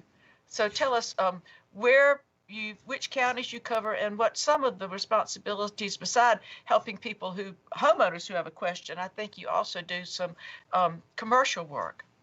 That is correct. So I cover Berkeley, Dorchester, and Charleston counties. And so I not only cover the homeowners, but I also help to cover landscapers and nurseries as well as being the Master Gardener Coordinator here. So yes, I do have a few different hats on, but thankfully I have a lot of great people around here. Well, and you've got, I know from the past, y'all have a really active Master Gardener groups down there, and they are always doing wonderful programs. I'm sure they're itching to get back out, and we look forward to the time when we can come and enjoy some of the wonderful presentations that they have. Thanks for being with us. Thank you. Teresa Lott is, of course, a major part of the Making It Grow team. Every week she is so faithful about answering questions on Facebook, and I think Dr. John is going to give her an honorary botany degree. She's become quite good at plant ID. My hat's off to you, Teresa, and answering questions. Of course, Teresa also is the Master Gardener Coordinator for the state, which means that she's had to keep people calm. They're worrying about not getting their hours, aren't they, Teresa? So you've done a lot of hand patting, but we know that there'll be plenty of opportunities when, once again, we can have a semblance of normal life. But Teresa, you usually start us off with a wonderful overview of what other people in the state are doing. Have you got some garden pictures for us today? I do, Amanda, and it is such a fun time each week to look and see what others are doing, and I think very uplifting, especially during these times of COVID precautions when our lives have been dramatically altered. So let's take a look. First up, we have a photo from Lyman with frost on a pansy, submitted by Sharon Marrow. From Charleston, Leslie Blanchard shared a patch of violets. A yellow-flowered Phalaenopsis orchid was shared by Sandra Hare McClendon.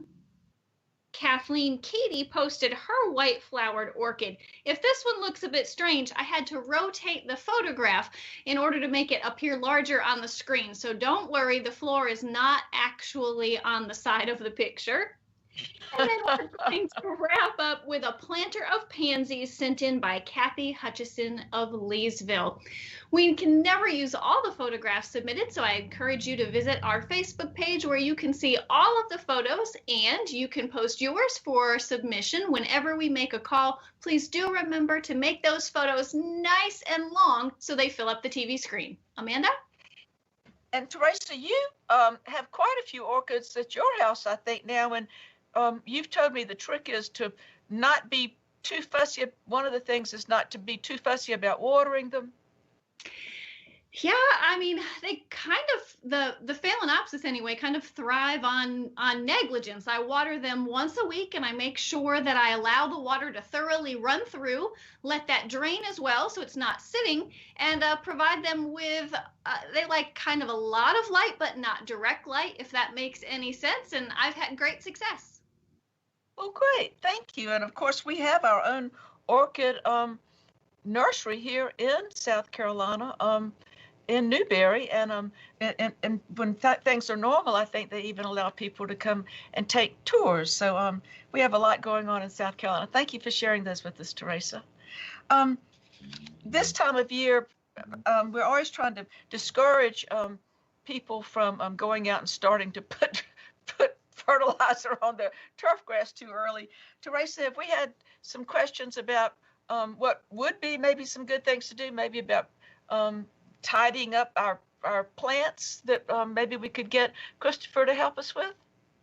I think we have a good question. We had a viewer to express some confusion about pruning, and I can understand why. And the viewer said, I still don't understand the difference between thinning cuts and heading cuts and the overall goal of pruning. Do we have some advice? Aha! And I guess a lot of that depends on, some of it's personal preference, but also the habit of the plant. Some plants, I guess, come up from the bottom, and then some are more structured like smaller trees.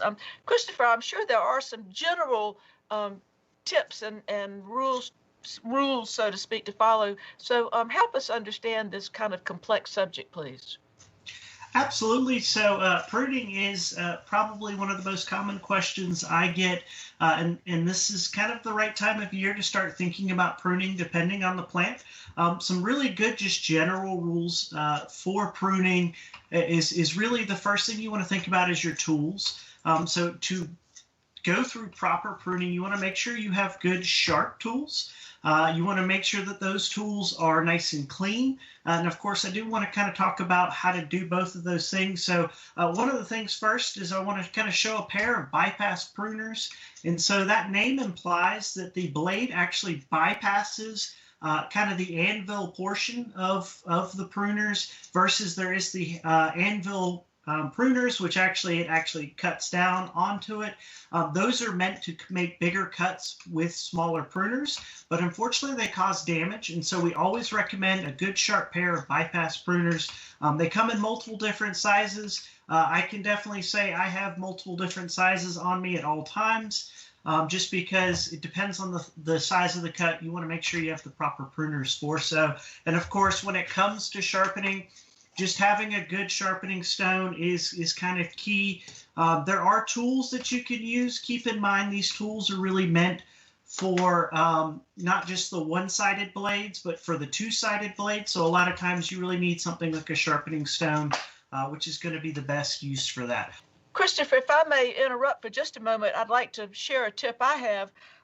I used to do private gardening where I'd have to spend hour after hour after hour working on boxwoods, and my hand would get sore. And I found that the Felco brand, and I'm not saying that this is, there are not others, but there's one that's ergonomically designed with a swiveling handle, and that has been a great help to me. And also, we ought to realize that people have different size hands, and so I found it very valuable to go ahead and get a smaller pair designed for my smaller hand. And then I have a friend who's left-handed, and for Christmas I gave him a pair of pruners, bypass pruners designed for people with left hands. And I don't think the time that he got a go-kart for Christmas, he was nearly as excited when he was a little kid as he was when he was a grown-up, and he finally got a pair of pruners for a left-handed person. So they really can, I think it's worth, to me, don't you think, the investment of getting one that really suits you if you are going to do a fair amount of pruning? I just wanted to throw that in. Thank you for letting me share that. Absolutely, and I do absolutely agree. You really want to make sure that you spend some time picking out the right pruners. That's something that I've gone through 5, 6, 7 pairs to really pick out the ones that feel the best for my hands. And so I do encourage, especially if you're constantly in the garden, having a good pair of pruners with you at all times and making sure those pruners feel good, because again, you tend to make quite a lot of cuts. And not just making sure that they feel good, but also I wanted to mention, you really want to make sure that they're clean. One of the things that's very important when it comes to pruning is you have to remember that you are cutting into a plant. And there's always a chance for disease. There's always a chance for an infection to get into it. And so the best thing to do, especially with plants that are disease prone, is to keep a bottle of something like isopropyl alcohol.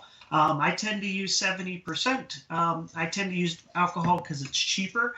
And also it's much safer to use than something like bleach. I don't tend to damage any of my clothes with the alcohol, but you want to rinse it off, let it sit for about 10-15 seconds, and then rinse it off with water. And essentially you've cleaned those pruners. You want to kind of picture that very similarly to what a doctor would do with his scalpel or any tools that he would use in a surgery room. And so, thank you. All right. But yes, so pruning, that's kind of the basics with tools. There's kind of a lot of different pruning tools, but one of the things I wanted to mention, you mentioned boxwoods. And so I know Teresa mentioned that the heading cuts versus thinning cuts. So when it comes to most of our shrubs, especially the ones that tend to have that shrub form that grow from the bottom up, we tend to do the heading cuts where we take hedge trimmers and we just go straight across the top. We kind of make a box, and that's what boxwoods are really named for. And so a lot of times that can be a little bit detrimental. And so when you're doing thinning cuts, and this kind of gives you an example, this is one that I actually took and actually thinned. And so it doesn't look like I really pruned much, but what I did was I allowed more air, more circulation to get through the entire plant. And of course, when I go through it, I'm picking the branches that are crossing. I'm picking branches that are really crowding each other out. And what I do is I go down to the next branch, to the next node, and I'll cut there.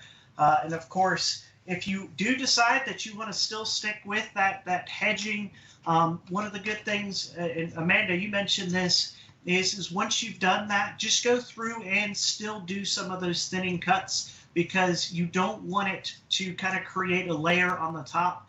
If you hedge too much, you'll actually find that all the growth inside the plant starts to disappear because there's no sunlight and there's no air circulation.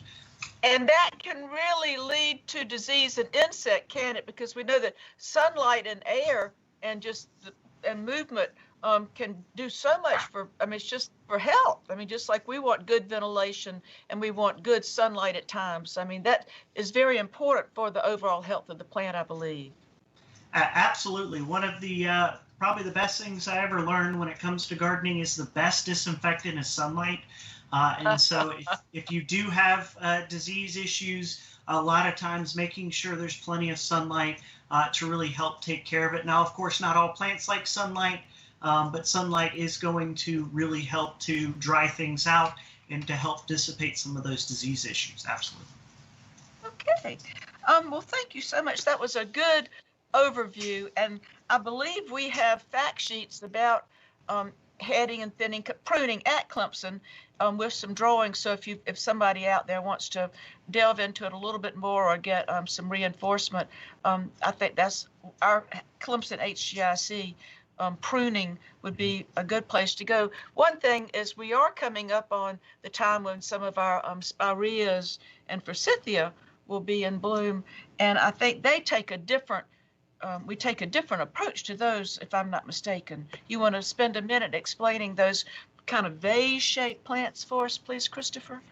Absolutely, and I probably should mention, if you have spring blooming plants, you don't want to prune them until after they're done blooming. Things like spirea, azaleas especially, that's one we run into here in Charleston, is people pruning azaleas in February and not getting any blooms in March and April. And so the spring flowering shrubs and trees, you really want to make sure you're pruning after they're done blooming. And anything that's going to bloom in the summer or fall, you can do that really right now. When it comes to the vase-shaped plants, as you mentioned, the best thing to do is, again, you still don't want to do that too much of that hedging. You want to really focus more on those thinning cuts because that way it gives it more of that airy look. Absolutely.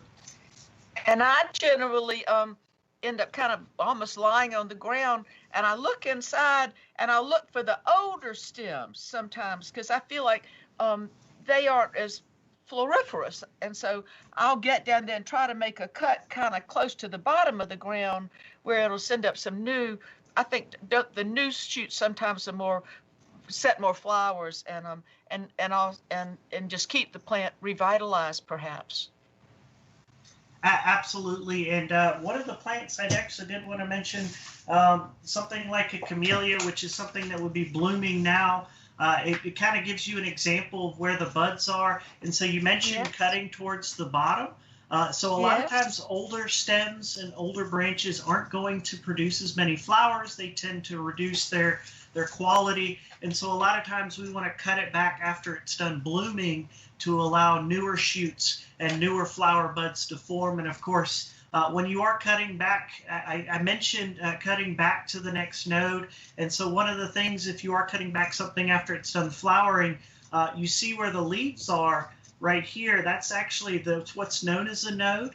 And so you want to cut above that because that's where the latent buds or the dormant buds are going to be. And so those are going to break once that cut is made. Those are going to break, and you're going to start to get new growth coming out in different areas. Okay. And if there is a visible bud, you know, not a flower bud, but what's going to be a leaf bud, you don't want to cut just like right on top of it because that might desiccate it. Don't you want to give just a little bit of room so that callus can form and not desiccate that bud, Christopher? Absolutely, and as you saw with the camellia, if it is an alternate where the leaf is only on one side, you do want to angle it away from that bud coming out, so that way you're not cutting into it.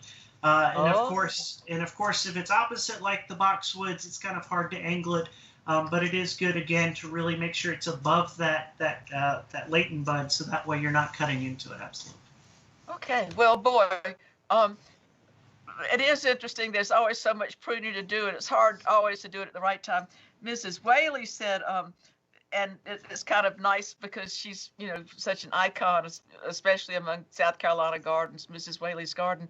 And she said, the best time to prune is when you find yourself in the garden with some pruners and you see something that needs attention. So we don't have to be quite too rigid about it. Sometimes we can just say, you know, while I'm here, I think I'll just do this. Well, Christopher, we're glad that you've got such a wealth of knowledge to share with us, and I'm sure glad you could join us today. We'll be back with you in a few minutes, but let's see if Teresa's got another question that she thinks pertinent that Stephanie might be able to help us with. I do, but I need to interject that I have lots of things that require some pruning, so I invite Christopher to come to my yard and do a demonstration there anytime. We do have a related question I think will be good for Stephanie. Hydrangeas are popular in South Carolina, but a hydrangea, they're not all the same. We have different species, and someone asked about the hydrangea paniculata. Could those flowers be left alone, or do they need to be removed right away? So I have one of those hydrangea paniculata. Actually, I have several in my yard. I have the limelight hydrangea. And actually, I cut some of those blooms to bring in. And you'll see on the paniculata, they have these showy bracts that dry really stiff and papery, and they're very long lasting. So see, this is from this just this past fall. But you can leave these on the plant all winter long for interest. And they're really quite lovely. They make a nice sound in the breeze. And you will still have success in the next season with blooming. You can go in the end of the winter, right at the beginning before spring, and cut those back. I actually cut my hydrangea paniculata back to about 6 inches from the soil. I cut them back very hard so that they will come back in that season, and they'll grow to be at around 5 feet in one season. So it's a very vigorous growing, and it'll bloom on that new wood. So paniculata is one of those hydrangea species that you can leave those old blooms on and for winter interest all season. Stephanie, if there are a lot of older cultivars, and then there's some new ones. The Limelight series, I think, is quite lovely and attractive. I believe that one's under a patent, though, probably still. Is that correct as far as you know? Yes, so Limelight is still in a patent. It's coming on its 20 years since introduction. So once that patent expires, that plant would be one that you could propagate from cuttings. Paniculata, you can do a softwood cutting from the new growth, and you can reproduce your plants with cuttings. But you need to wait on the Limelight because right now that one is still patented, and you need to check any plant that you want to propagate at home. You need to check to make sure that it's not patented. But the older varieties, sure, you could reproduce yourself at home. Now, we know the mopeds, the kind of traditional ones we think of, will fry if they get too much sunshine. Are the paniculatas as picky about location, or are they a little bit more adaptable? What's been your experience? So the paniculatas are more adaptable. Limelight in particular can take full sun, and it can also take partial shade. And so actually in my yard, I have several plants and I have them in both conditions. And so that's a very good versatile trait for this one. You don't have to have that afternoon shade that the mophead types need, that break from the sun and the heat. So it's a little bit more tolerant of that sun and heat condition. Okay, so you could enjoy those beautiful blossoms in a lot of different locations in your yard, couldn't you? Yeah, you sure can. And I do want to say, if you're going to cut them and bring them in like I did, you want to wait till those bracts fill out at the tip. You can see that they're completely unfurled and matured at the top. If you cut them too soon, those bracts are not fully developed and they're too soft and they will wilt on you. Really need to be dried, I guess, is what you're saying. Yeah, they need to be almost dried on the plant before you cut them and bring them in. Okay, all right. Well, I just think that's a hydrangea that we don't think about often enough, and it's just so easy. And it doesn't have to you don't have to worry about it. I don't believe it takes quite as much water either, if I'm not mistaken. I have not had any problems with having to give it supplemental water. They do like evenly moist, like a lot of plants, but sure. They don't need a lot. They're not water hogs for sure. And I love a low maintenance plant. If I just have to prune it once a year, that's great. Well, at a time when a lot of people are at home juggling children and work and everything else, it's nice to think there's something that's not going to be calling them from the garden and just requiring lots of work to still look pretty. Thanks for sharing and telling us to not overlook these next time we're out shopping. I appreciate it. Yes, great. Okay. We had a lovely conversation with Walter Edgar about a topic, and while we were on the phone, he said, you ought to come out here where my dear wife and I are living now, and because we just are so proud of the landscaping. And he and his wife Neela have moved to Still Hopes, which is a retirement home under the auspices of the South Carolina Episcopal Church that's right outside of Columbia. And we went out there. Chris Spearin has taken over as the grounds crew leader and landscaper, and he has done a beautiful job taking what could and had been an attractive but institutional styled landscape and turning it into a marvel of delight and beauty for all the residents.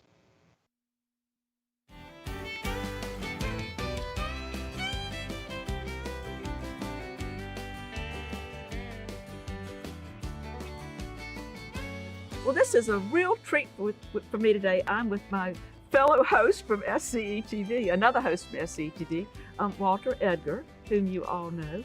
And we are at Still Hopes. And I'm going to let Walter tell you the real name and the history of Still Hopes. All right, Amanda, great to be with you. This is officially the Episcopal home at Still Hopes.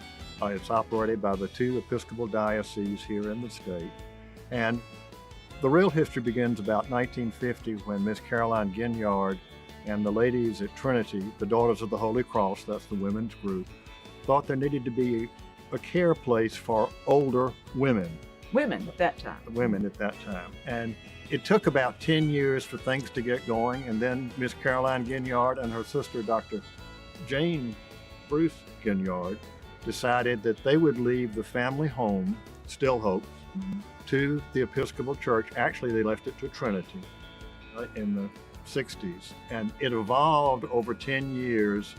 They decided they'd do more than just the home. They needed to add, a facility, a kitchen, and what have you.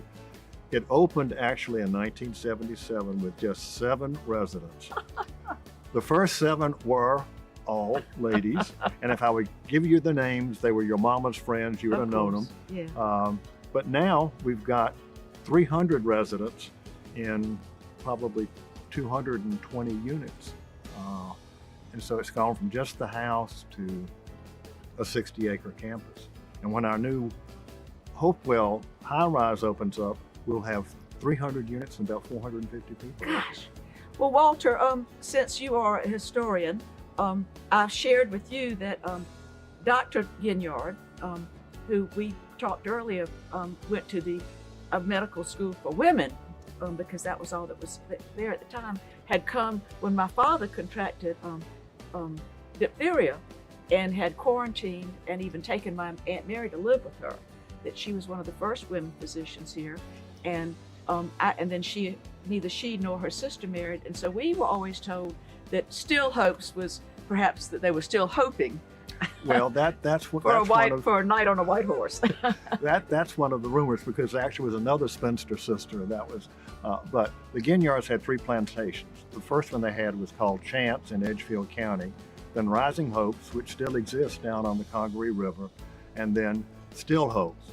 And the family will tell you that people were still hoping to be able to make something out of agriculture in difficult times. And of course, this is a brick building, and we associate that with the Ginyard family. Yes, of course, they had Ginyard Brickworks right down there on the banks of the Congaree. And since I do some gardening out here, I can tell you with the sand and the clay, I know why they had better luck with the brickyard than they did with trying to grow cotton. Well, Walter, you now are a resident here with your second wife. You unfortunately lost your first wife.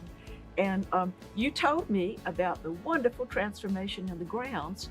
And so I'm going to speak with Chris Spearin, who has caused this beautiful transformation. And I want to thank you so much for telling me what a marvelous job he's done in arranging for us to come and visit today.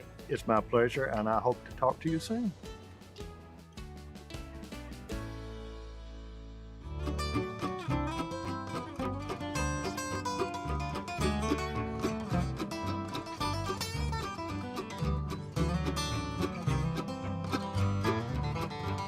After Walter Edgar's description of Chris Spearin's horticulture skills, you can see why we've come to learn from him today. Chris, tell us what your position here is at Still Hopes and how you learned to be such a creative gardener. Well, my title here is landscape supervisor, and myself and my crew, we do all of the landscaping and garden maintenance here on the campus. So everything and anything associated with gardening is what we do here, from turf grass management to laying out the vegetable gardens, all the flower beds, choosing plants, planting, and the maintenance and all that is what we do on a day-to-day basis. And my history with gardening here in South Carolina goes back several decades, almost to the point where I've been doing professional gardening in public settings for about 20 years. Walter said that until you came, that there was very well maintained and attractive landscaping, but it was relying on just kind of a few standard plant That's right. A lot of the landscaping here was kind of monochromatic. It was the same selections of, let's say, azaleas or loropetalums or Japanese hollies. And anyone that is serious about gardening in South Carolina knows we can do so much more than that. So, for instance, I've been utilizing a lot more varieties of camellias, hydrangeas, other woody plants, palms, so many different kinds of evergreens, and then mixing in and incorporating all sorts of perennials with different colors and textures, not only in the flowers but in the foliage too, to create something that is aesthetically pleasing year-round, and really the same kind of maintenance time associated with this landscape to something that's monochromatic. And I think since the residents here mostly had been gardeners, they certainly appreciate having things that are more like what they would enjoy doing themselves and coming out and appreciating. And let's start actually with, as you drive in, does not look like the women on the Altar Guild at Trinity designed your entrance. That's right. If that's fair to say. Yeah, there's some bold colors and patterns out there. Let's talk about what's in there. One of my favorite plants is a plant called Farfugium japonicum. And for the agriculture and horticulture, sometimes called tractor seat plant. That's right. That's right. And it basically, it kind of almost looks like an evergreen hosta. It has big, round, glossy leaves, and then it also has these wonderful yellow daisy-like flowers in the fall and winter time. And then I combine that with different textures, like there's a carex out there, a yellow evergreen carex or a sedge called Everilla, and that combination of bright yellow with the glossy bold leaves is quite striking. And then, you know, you can see even around us the use of vegetables in our flower beds too. You know, a lot of the different kinds of lettuce and kale that we grow, it's not only edible, but they're beautiful plants. And so I like to utilize, the winter vegetables and herbs with my pansies and violas and snapdragons and everything else, and just give the landscape a little bit more diversity in color and texture. Well, and yard art, which is related to actual plants, is a specialty of yours. You love to make castings of elephant ears. Yep. Leaves. One person described me of having the gift of God, like gaudiness. But yeah, so behind me here are some leaf castings that myself and my staff did.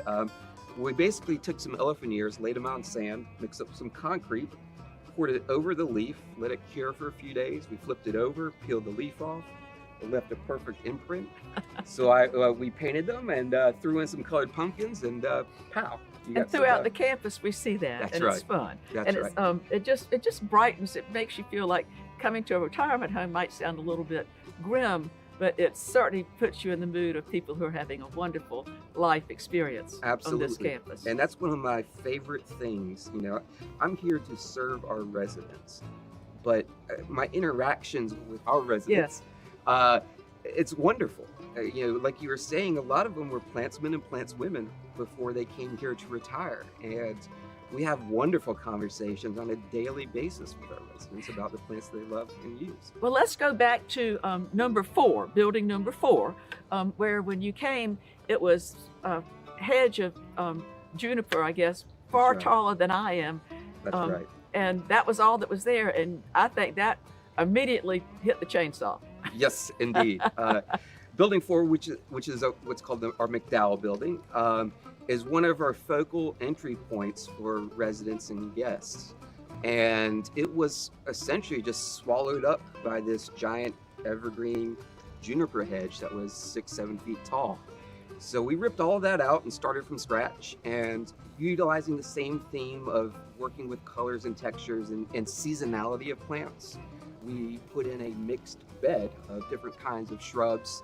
And let's talk about the fact that right now you've got 3 woody perennials. You've got the I've got the gold euonymus. Yes. I've got a purple loropetalum. Yes. And then I've got a grayish blue rosemary. Yes. And your vision is that eventually you'll have that kind of be a hedge down the road. Absolutely. So that whole area was planted just this past summer. But my idea for the back of one of those beds is to have that evergreen hedge that will be different colors and textures. So over time, I'm going to allow the plants to get around 3 to 4 feet tall and start to hedge them into a solid hedge. And I think it'll be really nice. And you and I have talked about the fact that you're not going to shear, you're going to punch holes, because shearing, if you don't go in and then punch some holes to allow for air movement and sunshine, you end up with unhappy plants. Oh, yeah. And I've got a lot of experience. One of my mentors, her name is Tommy Moody. She's a wonderful gardener, and she actually taught me that technique when I was in my 20s. She had all sorts of boxwoods throughout her garden, and she was very, very meticulous about how to prune those and when to prune those. And so she showed me that technique of, like you were saying, punching holes in little areas that you can kind of hide a little bit with strategic pruning to allow light and airflow into the interior of the shrubs and the hedges. Well, you've got some other wonderful things that won't last through the winter, but that fuchsia, good heavens. The salvia. Salvia, that's right. The cultivar name on that one is called Rockin' Fuchsia. It's a tall, about a 3.5 to 4 foot tall salvia, and that thing is a blooming machine. It was blooming when we planted it back in April, and so here we are in November, and it has no signs of slowing down. It's a great plant. The hummingbirds love it. Yeah. And then you've got some fall color. You've got some pansies, and you've got purple elephant ears. That's right. I mean, it is just a wonderful riot of colors, but it blends very successfully with different textures and colors. Right. And I can't wait to see how it evolves over time. But as we walk up towards the door, you've got two marvelous containers that are sitting on, I guess I'd call them river rocks, or Yes, ma'am. Mexican beach stone is one of the is the stone.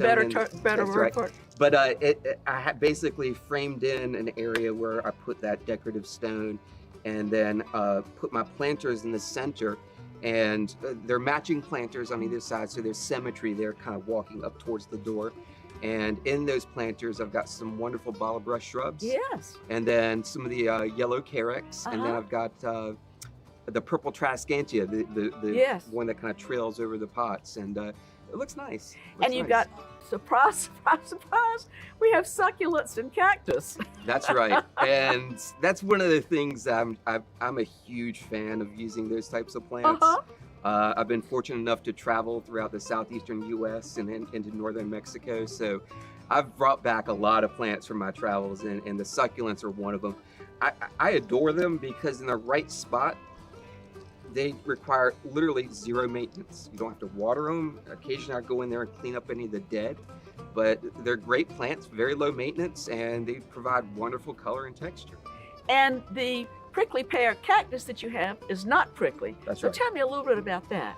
That one is called Old Mexico. It's kind of like a pass-along plant from the desert Southwest, and it is virtually spineless. And I found some of it growing in an abandoned parking lot, and took some of it and threw it in my luggage and brought it home. So and it didn't ruin your clothes because it didn't have the No, man, prickles. that's right. Yeah. That's right. So I've spread that plant out in a couple of different places around the campus. It's easy to root. I just pluck off one of the pads and let it kind of callus over, and then stick it in the ground, and three months later it's rooted. And tell me what you've done sometimes when the pads get real big. I'll carve smiley faces in them. Or I tried to do a peace sign one time, but that didn't work. And then I also carved an H and an I for high. Oh. So, little things like that. And I think one of the residents had the sculpture leaves and That's asked right. you if you could incorporate them, and of course you did. Oh yeah. Oh yeah. So I love working with my residents here with all sorts of creative ideas. Well, where we're sitting right in front of the mansion, there had been a very, very large oak that had declined, and y'all removed that and replaced it with, I believe, A ginkgo tree. ginkgo. That's right. That's right. It's a male, so it won't produce any of the fruit. But we only have 2 other ginkgo trees on the campus, and right up here in the mansion is a great place for one. They have some of the best fall color, albeit short-lived. But even the bark, the structure of the tree is quite lovely. And we were able to source one that's a good 14 to 15 feet tall. It's already got some size on it, and I look forward to watching it grow slowly. And then around the edge, I just can't believe the variety of plant material you've got. It's just wonderful. You can't stop using elephant ears, but That's right. and That's that's right. fun. But then you've got pineapple guava for some color. You've got some Sassifras. That's right. Tell me some of the other plants that are your favorites that you've managed to install and blend together so harmoniously. One of my favorite plants, it's a perennial. It's called muley grass, or sweet Yes. grass is another common name. It's a fall bloomer. A native?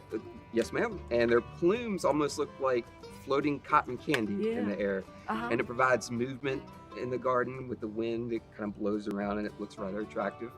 And I love the textures. I love the bold and the fine textures of, like you were saying, the Chamaecyparis, the gold mop cypress, mixed with, the pineapple guava that's a bluish gray, mixed with some purple cordyline, yellow ligustrums. I've got a Goshiki false holly, which is a tea olive relative.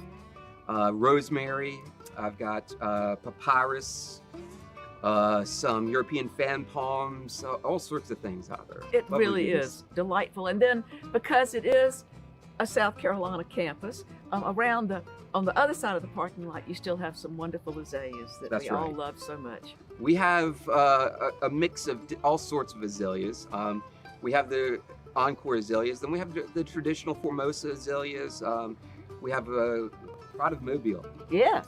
We just Which, planted of that course, one. Walter Edgar would want you to That's have right. since that's his home city. That's Yes. right. So we have a good mix of the traditional and non-traditional here. You have said that you have noticed that with the warmer weather we're having year after year, that the pruning is more demanding than it has been, and you've got fig vine in places and things that have to be sheared at times and pruned.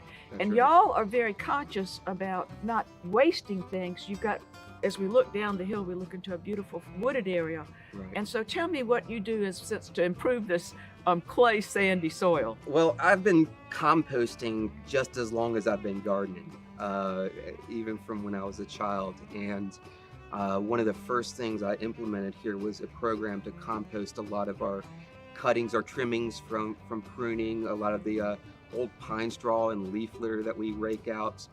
And very quickly, we were able to make some pretty large mounds that we have to turn with a big Bobcat skid steer. And I started that composting about 2.5 years ago. So now we're at a point where we have usable compost to renovate large areas. We can bring in several cubic yards of fresh compost when we do a new planting. So this is all house made. It reduces, reuses, and recycles. I know. And I enjoy it. It makes the plants healthy. Healthy plants and healthy gardens are definitely built from the roots up. So it's made a dramatic impact on the health of our collections. Talking about the health of things, y'all, in the past, as everybody in the South has, you've used crepe myrtles extensively, and you have now had the unfortunate outbreak on your campus of the crepe myrtle bark scale. And so that means that you are going to have to treat those every year. Yes, ma'am. We actually found one tree that was recently brought in and planted, and it had the crepe myrtle. Probably came in from the nursery. Right. And we took that tree out and we destroyed it. But it's just a matter of time before it spreads around the campus. So we're being preemptive, and we're treating all of the crepe myrtles with a systemic insecticide. It's called Safari, and it'll take it up through the roots, and it will prohibit the crepe myrtle bark scale from taking hold of the crepe myrtles around the campus. And you said that you are cautiously figuring out the proper time to apply it so it'll have the least effect on any pollinators that come later. But That's also right. you've decided not to plant anymore, that you're going to start using chase trees, I believe. Yes, ma'am. Chase trees or vitex. Yes. That would be a good alternative, in my opinion. But Wonderful pollinator plant. That's right. But in my opinion, we should hold off on planting any more crepe myrtles until we have a full understanding of the pest pressure associated with this new insect. And we've got plenty of crepe myrtles in the meantime. We have nearly 100, so we've got plenty here. And you do continuity, even though you do like to change things around and plant kale and all kinds of stuff and That's parsley. right. But there is continuity. You have beautiful magnolias, you have beautiful camellias and sasanquas, things that you would expect to see throughout the South. Absolutely. And they're used very effectively here. And I love all those plants. You know, I love the history behind them. I love the variety in color, the different blooming cycles from the sasanquas to the japonicas. I love the fragrance of like August beauty gardenias. And tea olive, of course, you've got tea olive everywhere we turn around. That's Yeah. right. Yeah. Tea olive is probably my favorite shrub. A gentleman by the name of Ted Stevens, he owns a nursery Certainly. in North Augusta. Yes. He's been able to introduce all these newer varieties of tea olives, some with variegated foliage.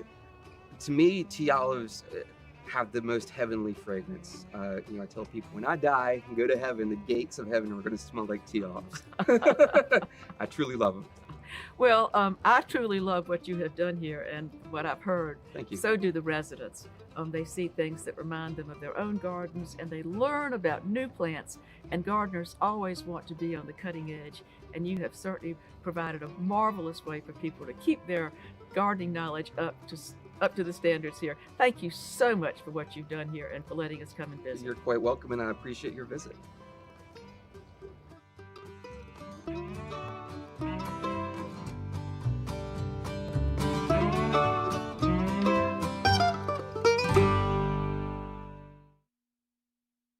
I want to thank Walter Edgar for telling us about the beauty at Still Hopes and Chris Spearin for spending an afternoon sharing his wonderfully creative ideas. I just love the smiley faces on the prickly pear the non-prickly prickly pear cactuses and the other fun things that he's done out there. My sister and her husband went out one Sunday and parked.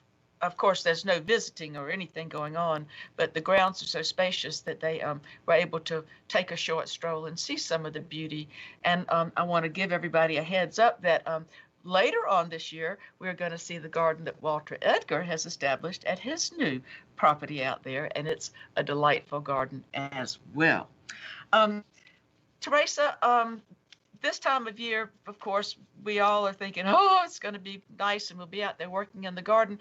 But planning your garden can be a lot more important than actually going out there and digging in the soil. Sometimes if you got, there's some questions that might be important before you actually start the groundwork. Yes, Amanda, we had someone to write us that indicated she had been kind of dabbling in gardening here and there, but never really serious, and would like to get a little bit more serious about it now, having some more time to spend to dedicate to gardening. Has a small lawn as well as some landscape beds and a little bit of a vegetable garden, and would like, says, you know, I hate to admit it, but I have never conducted a soil sample. Can you tell me what I need to do to get off on the right foot? Why is soil sampling so important? Absolutely. So one of the things we always say in extension is, no matter what question it is have you taken a soil sample? And if not, please do. Soil samples are extremely important. Soil, of course, is kind of the basis for all our plants to grow in. And so we really want to know what's in there and what's going on. And of course, soil samples tell us a lot of different things. The first, of course, and probably the most important, is the pH. And that pH is really going to affect how plants take up nutrients. Certain plants prefer certain pHs. And of course, it tells us the macro and micronutrients, all of which are extremely important in plant growth. So the soil sample is going to tell you what you can fertilize with and what you should avoid fertilizing with, not to add too much. What I can remember that it seemed to me there was one of the macronutrients that was just always coming back kind of off the charts, and it has a lot to do with what Teresa had originally started with was water quality. So could you talk a little bit about how we're coming back with these huge phosphorus numbers and why it seems to persist so much, whereas some of the nitrogen and other things seem to dissipate more quickly? Yes, so phosphorus is one of those macronutrients that all plants require, but unfortunately it tends to stick around in the soil. And so a lot of times when we're adding our complete fertilizers, our 10-10-10s, We're just constantly adding phosphorus when plants aren't needing as much of it as some of the other things. Of course, nitrogen dissipates very quickly, and potassium is one of those very necessary ones, but gets used up quite a lot. And phosphorus tends to stick around in the soil. And then there will be some cation exchange capacity, which sounds way too hard to understand, but that kind of gives us an idea possibly of the amount of organic matter, which can make a big difference in our soil, I believe. Yes, and the CEC, which is one that comes with every standard test, we don't tend to have very high numbers here in South Carolina, but what that number just means is that how well is your soil going to hold on to those nutrients once you add it. And so you want that number to be at least in the double digits, if not higher. But generally, most of the soil samples I get back in Charleston tend to be single digit, 6, 7, which is really not ideal. We want to start to see that go a little bit higher. Organic matter is one of the best ways to increase that number. It does take quite a lot of time, but adding organic matter is pretty much the go-to no matter what your soil test tells you. Is there a place at Clemson HGIC where we can get instructions on how to properly take the soil sample? And are we bringing them to the office, or do we check with each individual office to find out what to do? So yes, there are a number of fact sheets, not only about how to take a soil test, but also how to interpret that soil test once you get it back. Unfortunately, right now, a lot of the county offices are closed, so we are recommending check with your local extension office and check with them and figure out what's the best way that they're receiving samples. We are trying to get a little bit creative on how we're being able to transfer those samples to the lab. Okay, and then when you get your results, you can call your local extension office or call HGIC, and they will help you with interpretation, because sometimes you feel like you need a little guidance. Yes, and I do encourage, if you ever have questions about your soil samples, contact your local horticulture agent or HGIC. We're always happy to help. Okay, so we always say don't guess soil test, and I guess we should also say don't guess about your soil test results. Thank you, Christopher. Thank you. Teresa, it's even when it's chilly, once I go outside and start working hard in the garden, I'm ready for something refreshing when I come inside, and I believe that iced tea is the state beverage, the hospitality beverage or something like that. Do people like to grow mint, or are they worried about it having it take over their garden? Is you think we could get some help from Stephanie? Well, I don't think it has to be either or. People might want to grow it, but look for tips on how to contain it. We had exactly that question. Someone wanted to know, how can I incorporate it in my yard, but keep it from taking over? Stephanie, why is mint sometimes considered kind of a thug in the garden? What is it about the way that it grows, and what recommendations do you have? Well, mint can be very aggressive in the garden, even though it's very enjoyable to grow and enjoy. It's actually spread through these underground structures called rhizomes. I have a little piece here to show you. And so those rhizomes creep under the soil away from the plant, wherever you've placed it, and they can grow away as far as 3 to 4 feet away from the location where you started with that plant. And so mint does have a reputation of being a bully in the garden and taking over. But you can remedy that with some barriers in your garden. If you can put an edge around the mint, if you can put that about 6 to 8 inches deep, keep those rhizomes from creeping away on you, you can contain that planting area for your mint. I got some flashing and cut it and I put it pretty deep down, so you can't just put it like an inch or two. You have to really go after it and make a good deep place to insert that containing material. Is that what you're telling us? Yes, because those rhizomes, they tend to go pretty shallow, but they can go deep. When they hit something that's interrupting their growth, they can climb under things and around.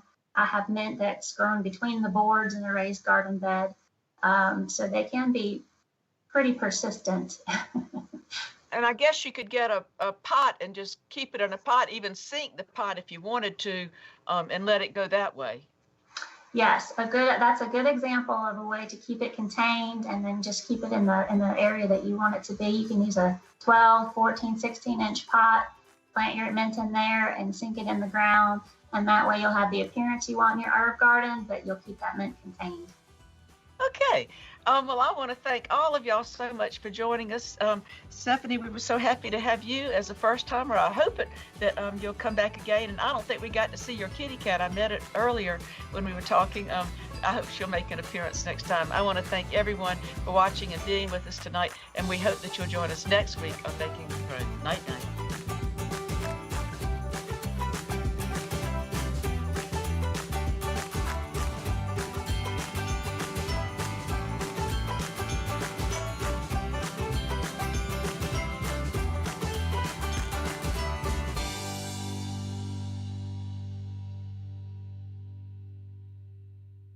Making It Grow is brought to you in part by the South Carolina Department of Agriculture. Certified South Carolina Grown helps consumers identify, find, and buy South Carolina products. McLeod Farms in McBee, South Carolina. This family farm offers seasonal produce, including over 22 varieties of peaches. Additional funding provided by International Paper and the South Carolina Farm Bureau Federation and Farm Bureau Insurance.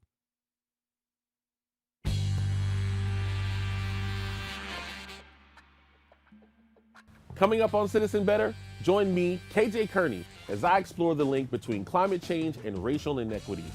We're also going to examine the power and pitfalls of social media activism in driving real change. Now this is Citizen Better.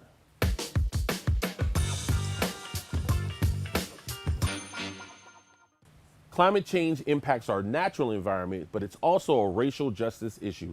Communities of color in the U.S. and globally are impacted first and worse by flooding, heat, and pollution. That's why environmental justice advocates from these communities in South Carolina are working towards solutions, from monitoring the water in their neighborhoods to lobbying their local legislators.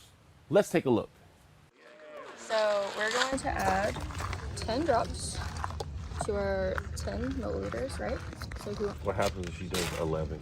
I mean, it probably wouldn't be the biggest deal, but Climate change is not a future problem. It's here now. And as global temperatures rise, the glaciers are melting and the sea level is rising too. You can see the effects all over South Carolina right now. Coastal cities like Charleston have seen the sea level rise about ½ an inch per year since 2010. And heavier rain has led to flooding all across South Carolina.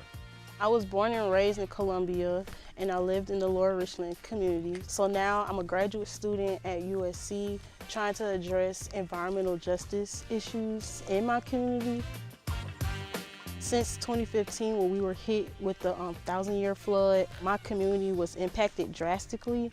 Mold, property damage, road closures, and even now we have more recurring rain events and flooding, as you can see along the Congaree. We don't have all the answers, and we know that the flood is going to keep on happening. It's just figuring out the best way to mitigate and respond. And those floodwaters bring with them even more problems, from property damage to pollution, because many of the same fossil fuel facilities that are responsible for warming our climate are also polluting our environment. Climate change and environmental destruction are part of our present, but just how much they affect our future is still in our power, because the answers of what you can do about it could be closer than you think. South Carolina is home to 28 of the country's 1,300 plus Superfund sites, land contaminated with toxic waste that can infiltrate our water systems, especially during floods. And sometimes waste gets dumped directly into the rivers. As recently as 2010, South Carolina's DHEC determined that a former manufactured gas plant had been discharging coal waste, which was found in the Congaree River sediment. The $20 million cleanup efforts were only completed in 2023. In the meantime, everywhere the Congaree floodwaters went, coal tar pollution followed it. So I'm out here in Congaree National Park with Beata DeWitt. She's close to the problem and she's close to the solution, because she's teaching the next generation of Lower Richland residents how to monitor the quality of their water. So how do you find these groups of people that you're leading, and do other states have similar programs? So we started with the high school students, and so these students are in a biology course, environmental health course, so they kind of already have the passion or the awareness of our ecosystem. And so we hope that not only just engaging with them, but also showing them, like, you know, you can do this in your own backyard. That will spark people to want to come out and do more, and probably tell their friends that, hey, this is something interesting, but we're also doing something impactful for our environment. Things like rising sea levels and temperatures, heavy rains, toxic waste sites, and pollution in riverways may seem like separate issues from environmental degradation, but they're deeply intertwined. And like many other civic issues we face, they impact vulnerable populations first. I work a lot in the energy space, and one thing that we found is that when it comes to energy, and when it's where they place these fossil fuel facilities and coal plants and gas plants, it's almost exclusively in communities of color, so Black and brown communities. And we found that these communities suffer the brunt of whatever is being done, and we call them often frontline communities, fence line communities, but they are suffering unequally the burden of energy generation everywhere throughout the U.S. In 1982, environmental advocates discovered a disturbing pattern when a toxic waste dump was slated for placement in a Black neighborhood in Warren County, North Carolina. The Warren County project was just one instance of a nationwide trend of placing waste sites, power plants, and other pollution generators in non-white, low-income neighborhoods, leaving communities of color to bear the health consequences. Residents in Warren County marched and protested the dump for over 6 weeks, concerned that it would leach toxic chemicals into their drinking water. The dump was still built, but they brought national attention to the issue of environmental justice. Congress requested a report on the locations of toxic waste sites in the U.S., which was released the following year. The U.S. Government Accountability Office found that most of the population living close to surveyed hazardous landfill sites were Black. Other organizations, including the United Church of Christ Commission for Racial Justice, launched their own investigations. The group found that communities next to at least one hazardous site were on average 24% people of color, where communities without a waste site were only 12% non-white. Dr. Benjamin Chavis Jr., who worked on this report, coined the term environmental racism to describe this concerning pattern that environmental justice advocates like Beata and Paul are still trying to unravel today. One of the real world consequences of climate change is local flooding. And here in the Midlands, it's been a little bit insane. We can have flood events in 5 Points area if it rains more than an inch at any given time. And not only does it have an impact, like with a car that might be floating, it also impacts communities downriver as well.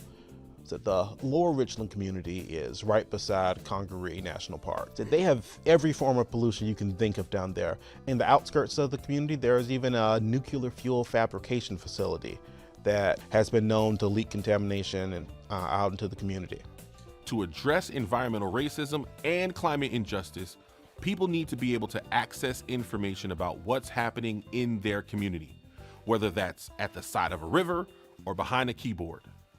You'd be surprised what's happening in your neck of the woods, what's happening in your backyard. If you were to go on to the EPA or their state equivalents websites and look for Superfund sites or brownfields, you'd find they're all around you. So by looking up and trying to find what's going on around you, you can know a little bit more about the risks that are at play and hopefully take action to stop them. But then, importantly, environmental justice advocates share that information with the people around them so they can work together towards a solution. Climate change is an all-hands-on-deck issue that starts with observing the world around us and speaking up when we notice that something isn't right. Black and brown communities are often most affected by these changes, but that also means environmental justice communities can be on the front lines of making change. As Paul Black says, the people closest to the problem are also closest to the solution. That begs me to ask the question, What solutions can you create in your community?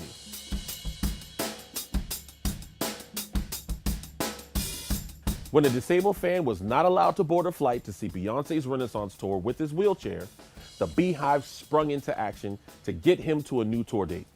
Sometimes logging on to social media can be a first step towards being a better citizen.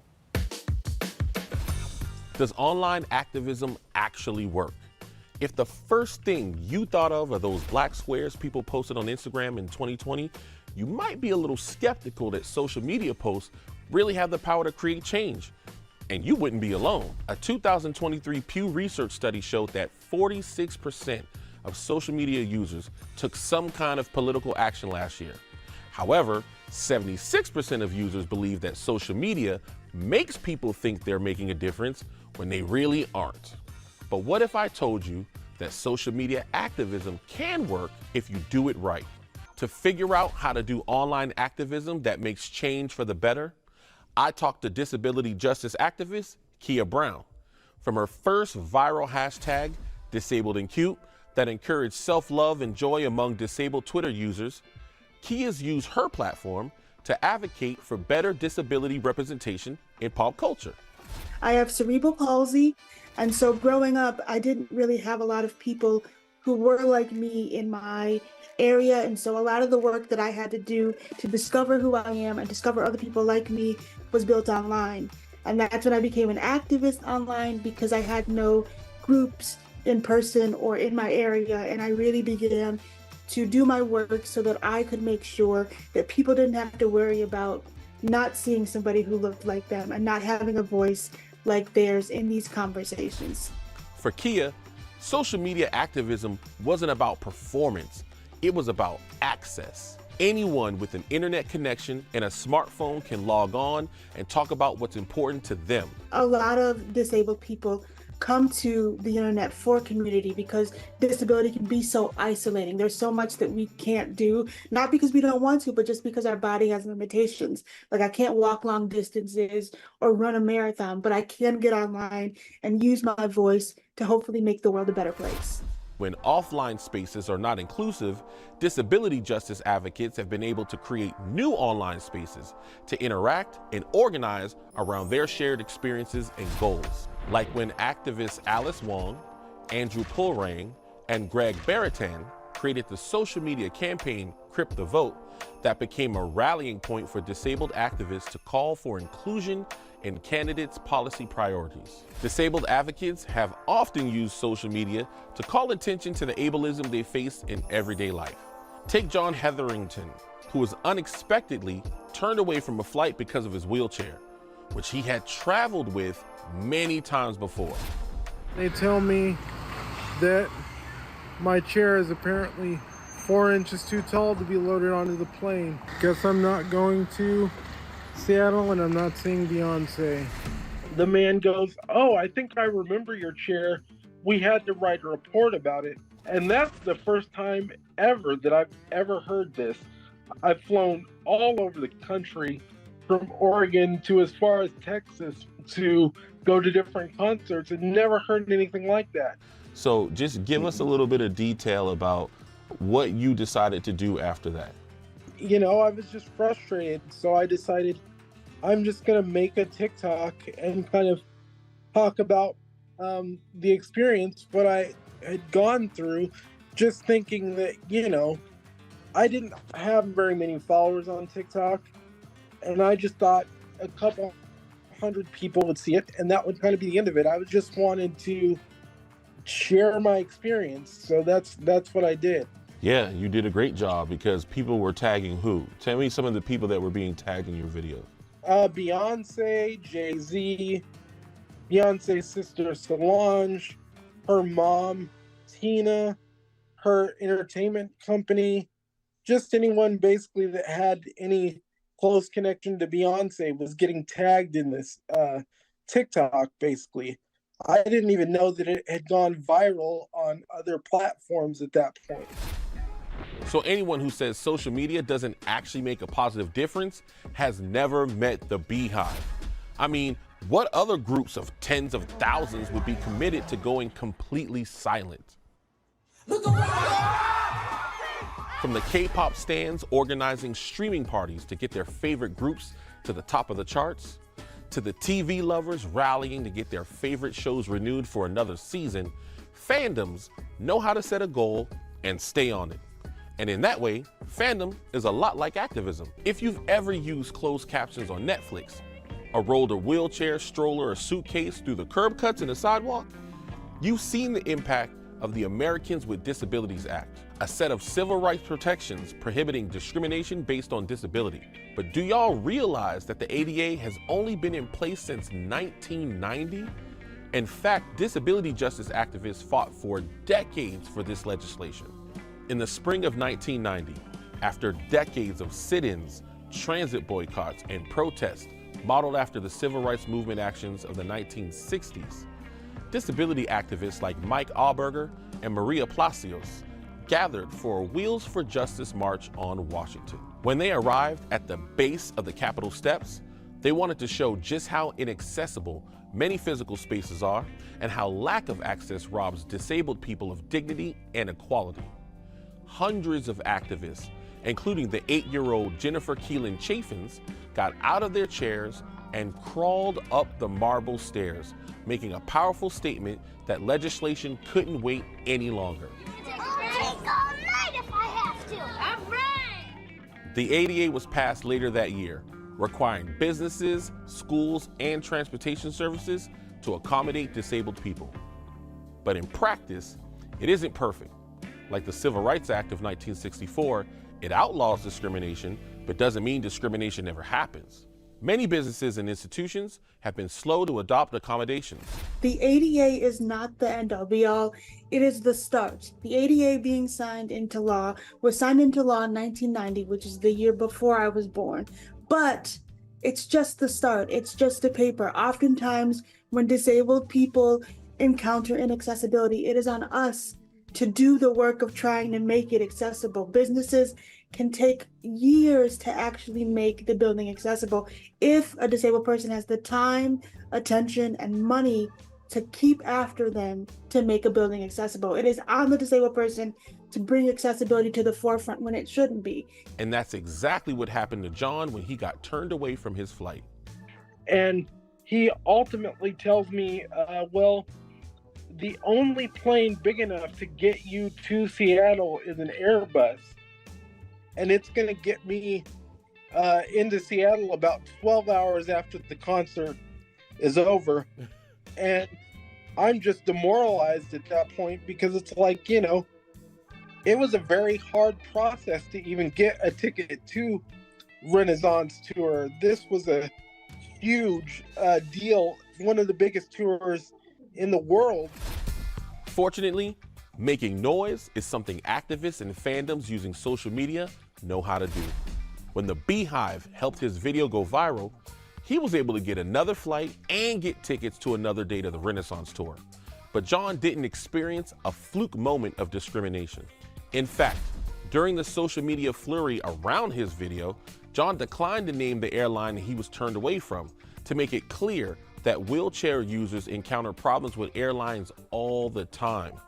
In 2022, more than 11,000 wheelchairs were damaged by flight crews, more than 1 out of every 100 wheelchairs they handled. He wanted me to know that his experience was not an individual issue, and that online activists should keep putting pressure on airlines to ensure better treatment of all wheelchair users.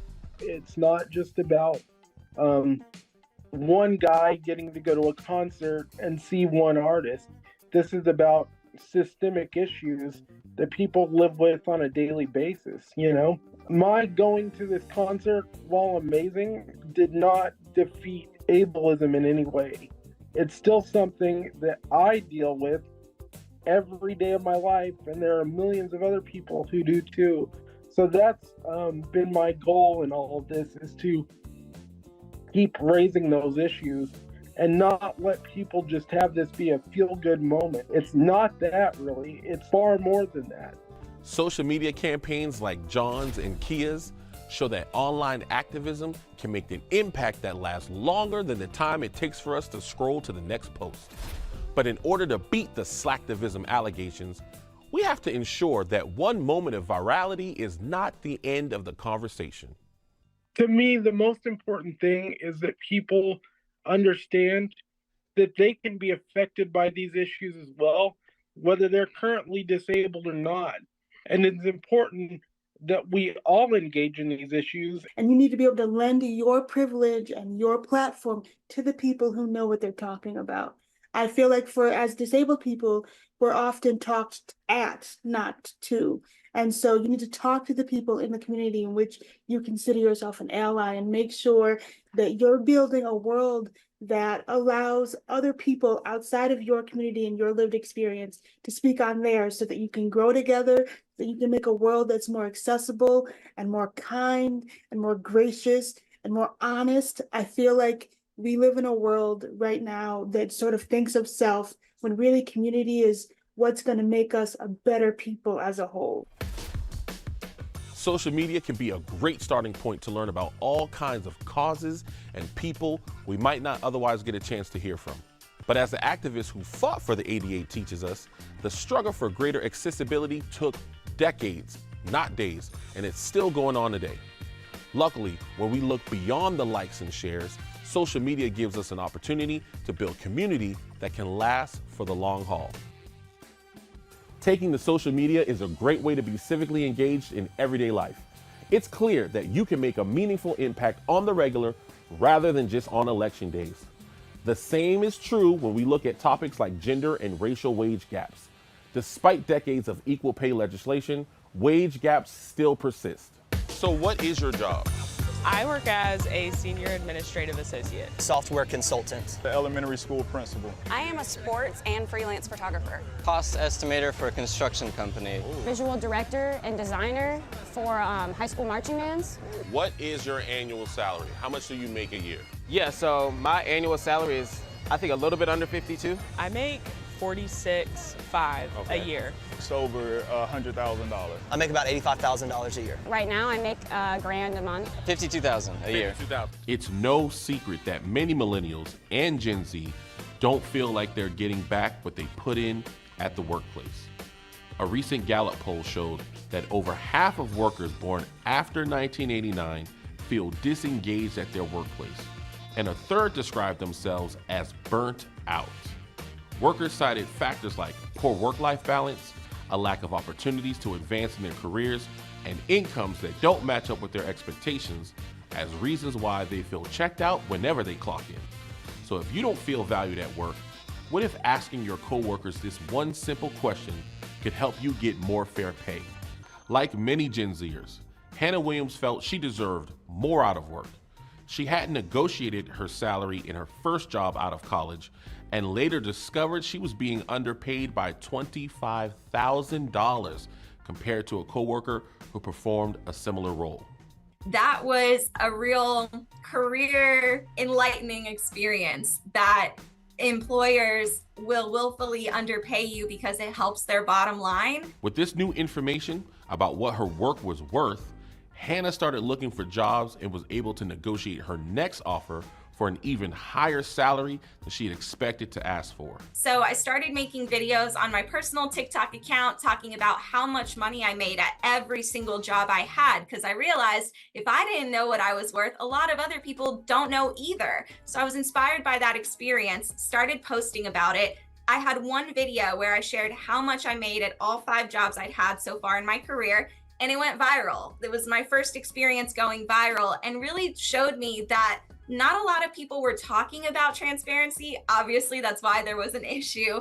And people were craving that information, not because they were nosy, but because they also had no idea what these roles were paying. That was my idea for Salary Transparency. I just figured if I go on the street and I ask strangers what they do and how much they make, I'll make one video, and hopefully a couple people will see it and feel inspired to advocate for themselves or realize that they're underpaid. When she grew an audience of more than 1.4 million followers, asking people about their salaries, Hannah realized that the problem of pay inequity was much bigger than just her. Activists and legislators have been trying to fix these systems for decades, but just because the law requires equal pay for equal work, it doesn't mean that it actually happens. The U.S. Department of Labor found that in 2021, the average white woman with a full-time job made only 80 cents for every dollar men made. For many women of color, that gap is even wider, with black women making 69 and Hispanic women making 57 cents on the dollar compared to the average man. Part of this gap exists because women are overrepresented in fields with lower pay, like childcare, education, and service work, and underrepresented in higher paying industries like tech and engineering. Still, wage gaps can exist when men and women are performing this same exact work. In 1997, a manager at Goodyear Tire Plant in Alabama named Lily Ledbetter found an anonymous note with the salaries of 3 men who held the same position. Even though some of them had less education and experience than her, they were all being paid significantly more. In 2009, President Obama signed the Lilly Ledbetter Fair Pay Act, making it easier for employees to sue for pay discrimination, even if, like Lilly, it takes them years of work to discover they've been underpaid.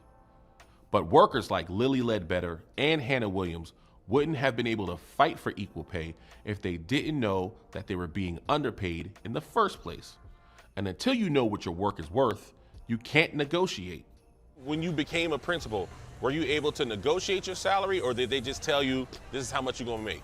Well, when I first signed for my first contract, it wasn't any negotiation there. You know, I was just pleased for the opportunity and grateful for it. So I didn't even push the button to try to negotiate. I do think there would have been an opportunity there. So when I started my job, I did get to negotiate based on the experience that I had and the education that I was coming in with. So. Now, do you and your coworkers talk about salary at work? We do. You do? Yeah. Okay, Yeah. okay. How do those conversations go? It's a very transparent conversation about what we make, being mindful of the market and making sure that we are looking out for each other. While pay equity is already the law, pay transparency is a tool workers can use to find out where our systems show bias. A study that analyzed 2 decades of academic salaries found that even when controlling for institution, discipline, tenure status, and achievements like grants and publications, there were still pay disparities. Most corporations do not have a system in place that helps them determine how much to pay workers. A lot of times it's based on how do you vibe with the recruiter? Do they like you? Will they offer you more because they like you? That leaves the system and those decisions incredibly open to bias. And that's what causes inequity. And that's why we see these racial pay gaps, these gender pay gaps. Pay transparency can expose patterns of bias so that employers can work on fixing them. In that same study of academic pay, researchers found that as salary data became more available in the field, the gender wage gap in academia started to shrink, with women making only 3.25% less than men by 2017. This happened both because employers who made salaries transparent felt pressure to bump up salaries of workers who were underpaid, and because workers who found out they were underpaid were more likely to leave their jobs and seek out better pay elsewhere. I realized that there was a real clear solution to all of this, and it was to normalize pay transparency. And that if we all have a good understanding of what different roles can make, not only can we find better careers that are a good fit for our lifestyles and what we'd like to achieve in our lives, it's also a good way to help close pay gaps for everyone. So if pay transparency is the key to keeping workers engaged and making equal pay a reality, what are equal pay advocates doing to make more transparency possible? For one, most private sector workers in the US already have the legal right to talk about pay with their coworkers. But talking about money at work can feel taboo or just plain scary. So what can you personally do to make it easier to start the conversation? The first thing I would recommend is for them to take their research to their manager, just like I did, because there are corporations out there that are good actors. And if you give them the opportunity to solve inequity, hopefully they'll respond kindly and help you out. Ultimately, it is way more expensive to hire a new employee than to pay your current one fairly. And I think a lot of corporations are starting to realize that. So my first piece of advice would be take your market research, make sure you do good market research from good sources. There are multiple databases out there. Also, you can have direct conversations with people. That is the best way to get that contextual information to help you determine how underpaid you are. Take that market research to your manager and ask for a fair raise based on your research. And 8 states have already passed laws requiring employers to be transparent about pay even before you get hired, either by including a salary range in the job posting or providing it during the interview process. Like most social change, achieving pay transparency is going to take a lot of uncomfortable conversations all the way from the break room to the halls of Congress. Throughout this episode, we've been handed a playbook of actions that can help all of us become part of a cycle of reciprocity where individuals, businesses, and community organizations all feed back into one another. I'm KJ Kearney. Until next time, let's citizen better.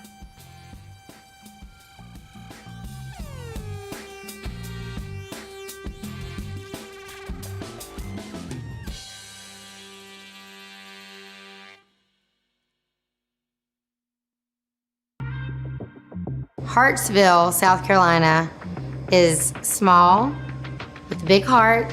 Hartsville might surprise you.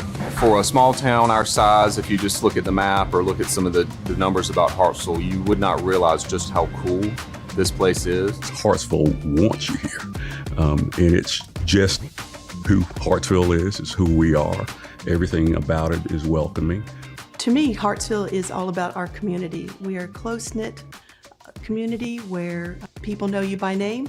You can't go anywhere without knowing somebody. You could ride right through the town and not blink and not know that you missed out on something great.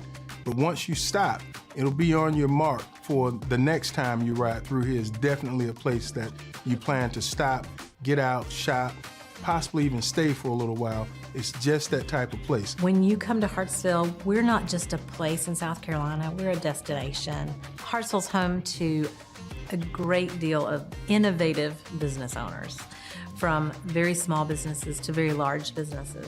When you are here, you feel like you've lived here or you've been a part of the community for a very, very long time. I have grown up here. I did go to school. I went to college at Charleston, but when I came back, it allowed me to just enter the world of Hartsville as an adult rather than a kid. And it still made me feel like I was at home. So this is my town and I love it, and it's got the biggest heart ever. My husband and I own Vintage, and I basically do all the marketing and all the booking for the live music.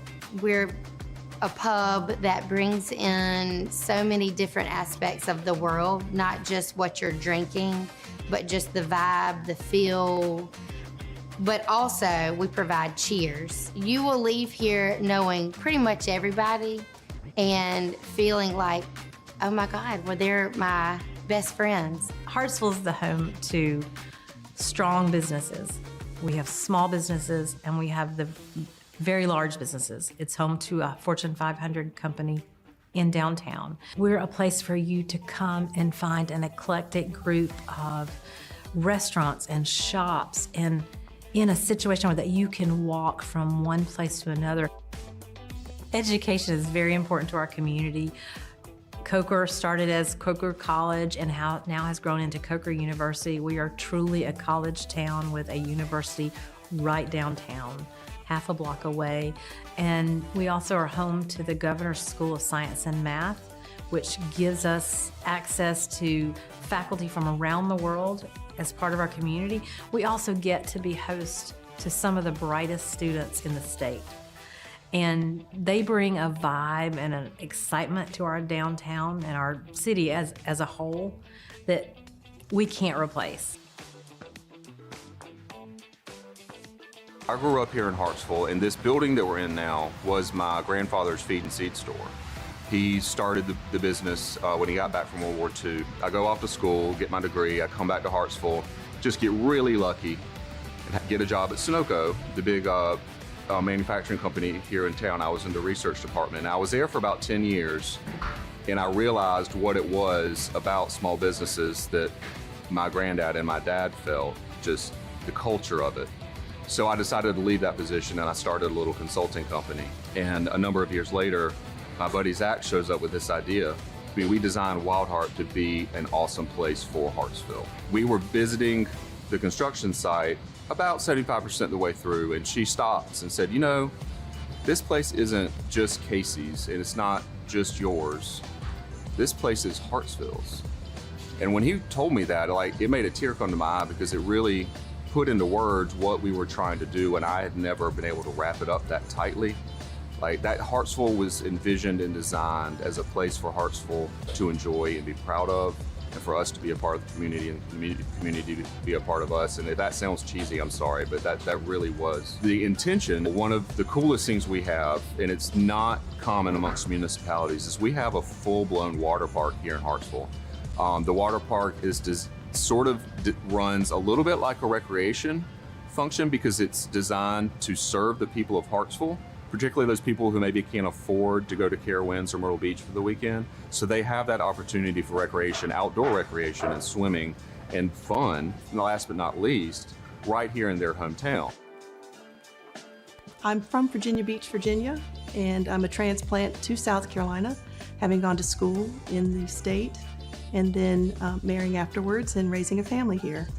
So I've been in Hartsville for about 20 years now.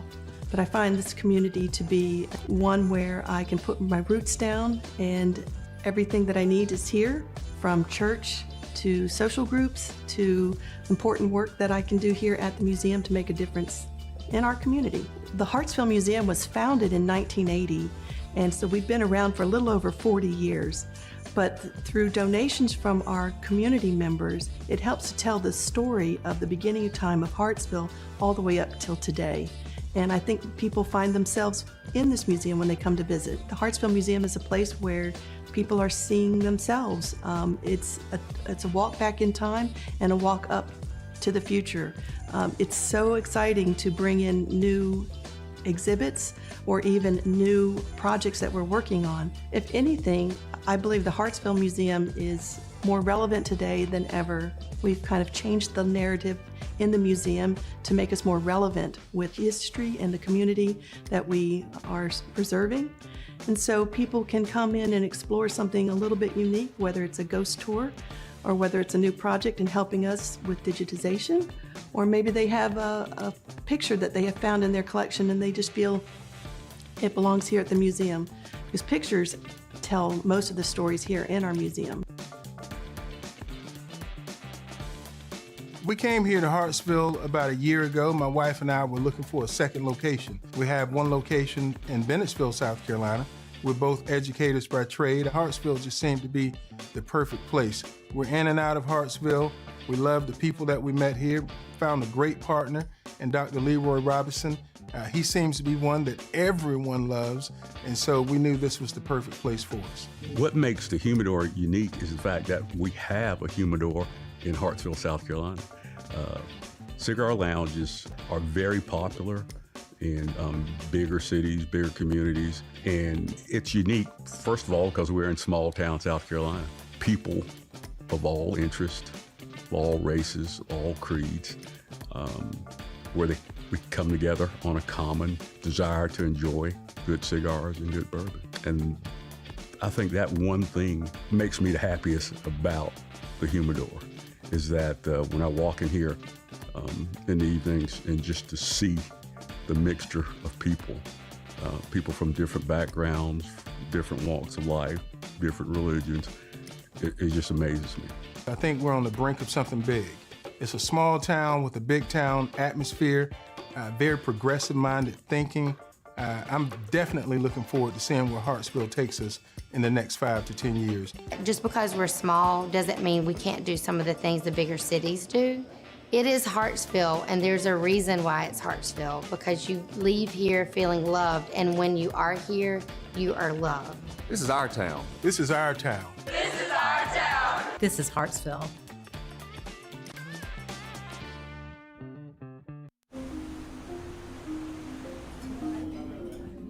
I'm originally from Zimbabwe, came to Landa, which is a small university. I believe your body is your temple.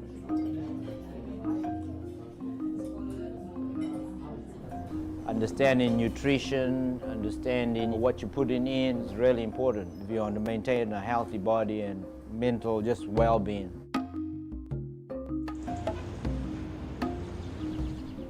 Food is for the soul. I mean, just nutrition, and it just makes you feel good, especially if it's really good. When you eat that food, it really warms the soul. It's comforting. It's all tradition. Whether you go back to the Bible, food always brought people together, whether you broke bread, and it's a communion.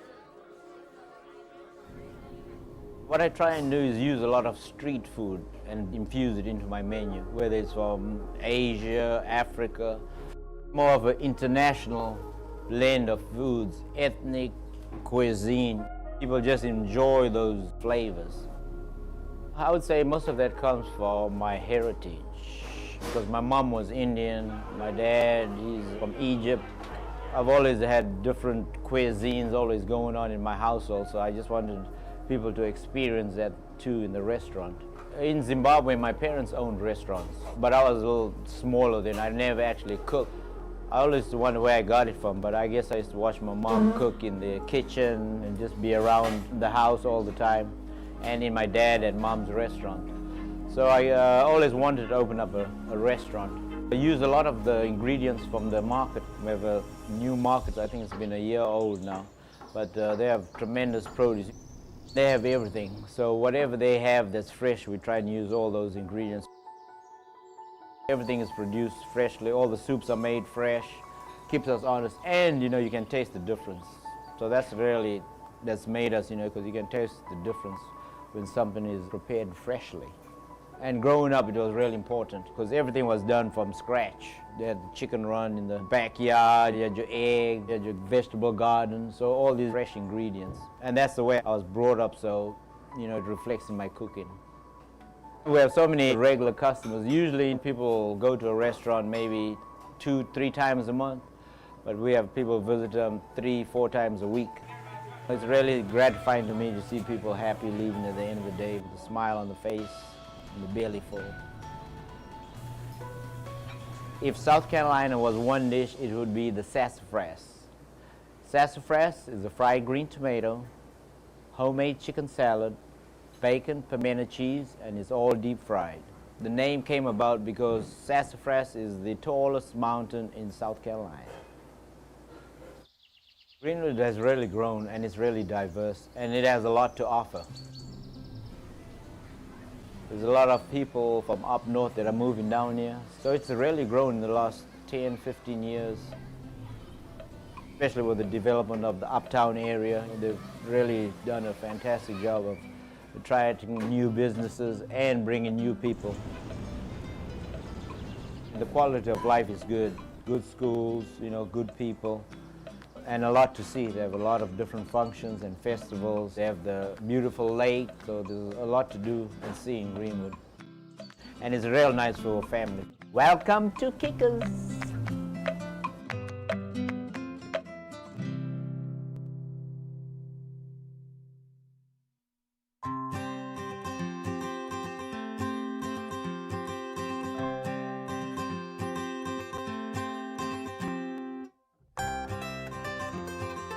I grew up working in this shop right here, always a tinker and fiddling with this and that when I was growing up. So always asking my dad how things work and taking them apart and tinkering with stuff.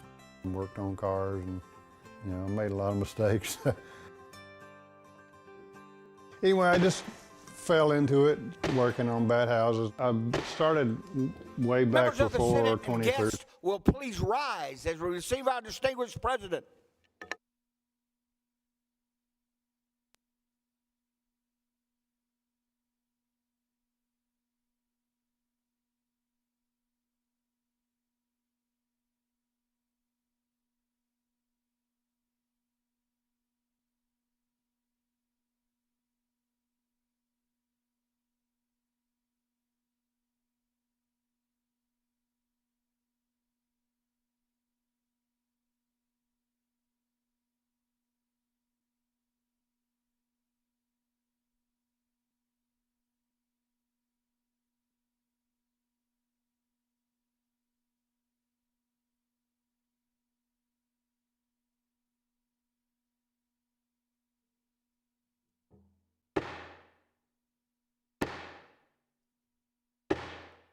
Senate will please come to order. Members and guests will remain standing while we're led in our devotion by our chaplain, followed by the Pledge of Allegiance. Chaplain.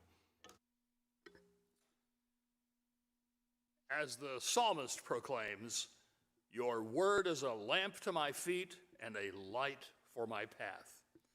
From the 119th Psalm, verse 105. Let us pray. Most blessed and loving God, such a challenging and unsettling age do we find ourselves living through. The issues, the decisions which our leaders must make come loaded with consequences that are potentially explosive at virtually every level. And so with the full yearning of our hearts, O Lord, we call upon you here in these pressure-packed days to lead these senators to freely turn to you as you guide them in the ways they are to proceed, granting to them the means to readily make decisions that indeed will lead to best result conclusions for all of our citizens. And may the women and men serving you here in the Senate be known as leaders who always follow your light, ever turning to you as they seek guidance. In your loving name we pray, dear Lord. Amen. I pledge allegiance to the flag of the United States of America and to the republic for which it stands, one nation, under God, indivisible, with liberty and justice for all. Please be seated. Senator from Cherokee, what purpose do you rise, sir? Call of the Senate has been requested and is granted. The clerk will ring the bell.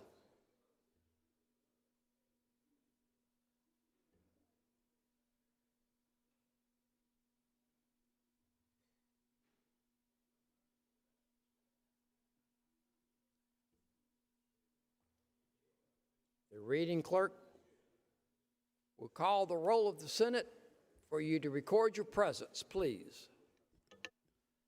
Mr. Adams is present. Mr. Alexander, present. Mr. Allen, absent. Mr. Bennett is present. Mr. Blackman is present. Mr. Bright, absent. Mr. Campson, absent. Mr. Cash is present. Mr. Chaplin, absent. Mr. Clymer, absent. Mr. Corbin. Mr. Corbin is present. Mr. Cromer, absent. Mr. Davis, absent. Mrs. Devine is present. Mr. Elliott, absent. Mr. Fernandez is present. Mr. Gambrell, present. Mr. Garrett is present. Mr. Goldfinch, absent. Mr. Graham, absent. Mr. Grooms, absent. Mr. Hembry is present. Mr. Hutto is present. Mr. Jackson is present. Mr. Johnson is present. Mr. Kennedy, absent. Mr. Kimbrell, absent. Mr. Lieber is present. Mr. Martin has leave. Mr. Massey,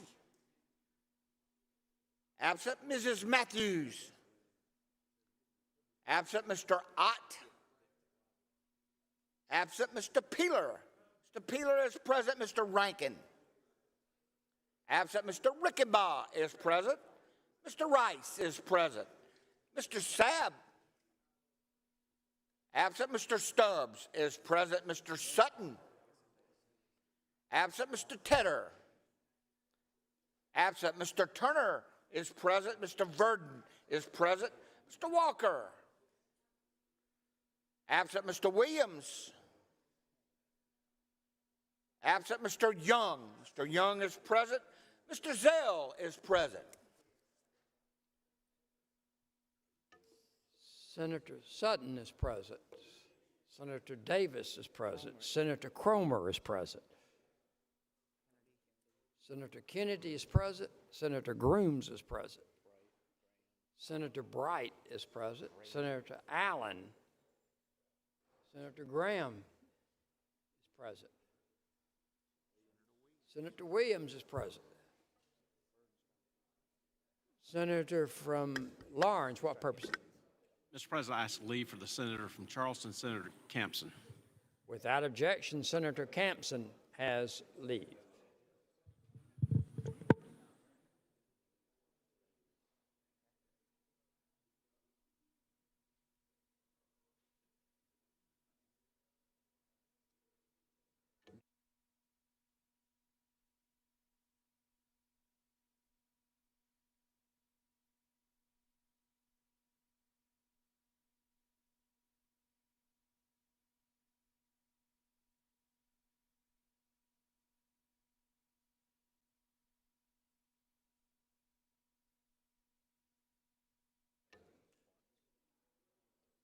Senator from Florence, what purpose do you rise, sir?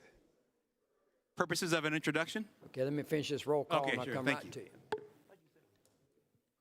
Have all members responded to the roll to record your presence? All members recorded your presence. Final call. The polls are closed. The clerk will tabulate.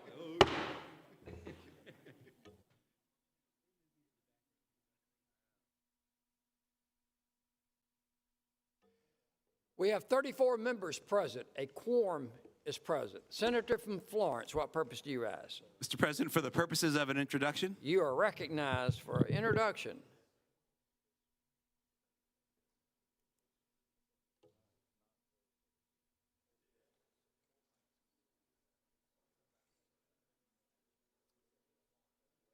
Senator from Florence, joined by the senator from Dorchester. Thank you, Mr. President.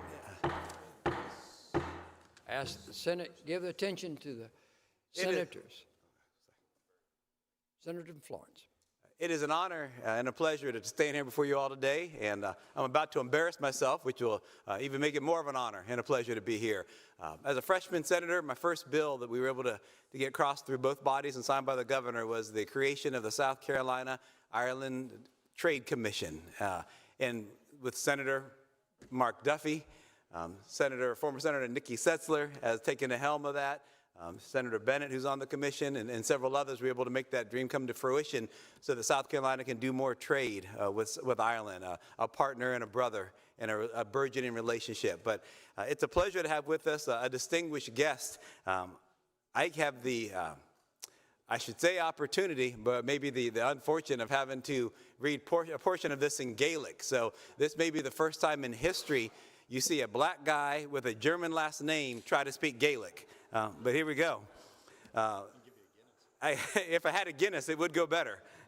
And a Jameson's before that. So I've got the biography of Deputy Cormac Devlin, TD, Chair of the Wariach Committee on the Implementation of the Good Friday Agreement. Cormac was elected to Dáil Éireann in 2020 to represent Donloair. In December of 2020, he was appointed by Endowsiacht as Fianna Fáil spokesman on Dublin, and in January 2023, he was appointed Fianna Fáil Chief Whip and Deputy Government Whip. He previously served on Donlow Rathdown County Council, where he was elected to represent Donloair until 2019. He served as Catho Iarlacht of Donlow Rathdown County Council in 2016 to 2017. Now I'm going to turn it over to my distinguished colleague, Senator from Dorchester, to finish this. Great. Oh, I thought we were done with this. Senator from Dorchester. Thank you, Mr. President. Cormac is the chairperson for the Warichis All-Party Committee in Diabetes, and he is a member of the Public Accounts Committee, the Climate Action Committee, and the Public Petitions Committee, representing the county with a long-time maritime tradition, coastal community. Cormac is passionate about protecting the environment, particularly the Dublin Bay biosphere, supporting the development of public transport, and increasing the supply of housing and promoting enterprise culture. And members, as you can see, a lot of those same issues that he deals with every day are the issues that we deal with every day. And that partnership, I think, is a wonderful partnership. Having a bit of, I don't have any German in me that I'm aware of, but having a good bit of Ireland coursing through my blood. So we're happy to be here, happy to spend a few minutes earlier with you today about your trip and talking about the ways that South Carolina and Ireland can strengthen that relationship. We appreciate you being here, taking time out of your day. We know it's not a, although it probably takes you about as much time to get here as some of our members through traffic in our communities. But thank you so much for being here with us today. Welcome to the Senate. We're honored to have you visiting with us today. Welcome, please, just welcome.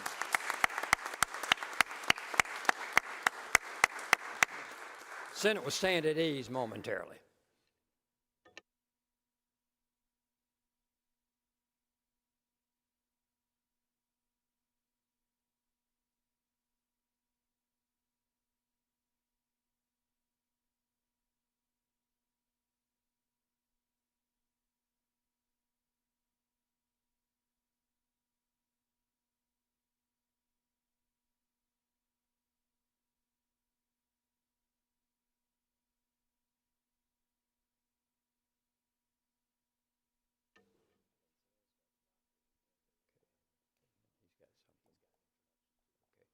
Senator from Sumter, what purpose do you ask, sir?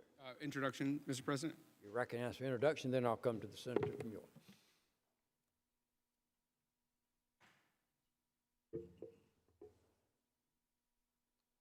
Senator from Sumter is recognized for introduction.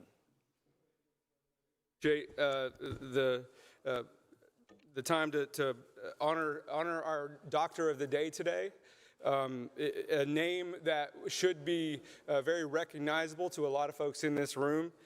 So I won't bury the lead. Dr. Bobby Ridgway, who spent quite a bit of time on the other side of this building serving South Carolina. And so, Dr. Ridgway, I'm going to get a little bit of his bio because this man has no off switch, it appears. His heart is that of a servant's heart, and he is absolutely proving that to me every time I engage with him, and so we appreciate him being here. But first, we'll start with Dr. Ridgway. He's from Manning, South Carolina, the great county of Clarendon. He earned his MD from the University of South Carolina in 1988. He's been practicing OBGYN in Clarendon County for a very, very long time. That says a lot to his character, as we know that rural health is really being challenged right now, particularly in the specialty health care. And so we appreciate you being there, sir, serving our mothers and our children. He served as the medical director of the Clarendon County Fire Department, and he volunteered as a firefighter. He's also on the South Carolina Firefighters Association, along as a member of the PD firefighters. And there's more. He served in the United States Army at I don't know if this is the right unit or not, but he served in the Army Reserves at an Army hospital.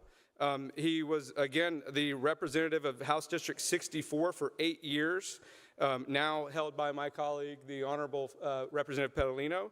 And he's married to the wonderful Deborah Ridgway, that, as we know, none of us could serve in the capacities that we do without our families and our spouses supporting that. So I just ask all the senators to help me introduce Dr. Bobby Ridgway back to the better side of the building and to the Senate of the South Carolina. So welcome, sir. Welcome to the Senate. Thank you for your service. Always good to see you, Doc. Thank you. Appreciate you. Thank you, Mr. President. Thank you, senators. Senator from York, Senator Johnson, what purpose do you ask? To make an introduction. You're recognized for introduction. I'd encourage any member of the York delegation to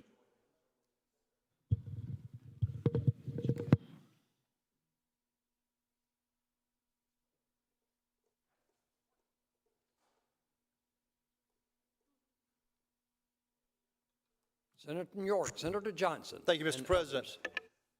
Members of the Senate, today we have with us the Fort Mill School District Teacher Forum. If y'all would please stand. The Teacher Forum is comprised of Teachers of the Year in the Fort Mill School District. Fort Mill's schools provide an engaging, rigorous education that empowers all students to achieve their greatest success.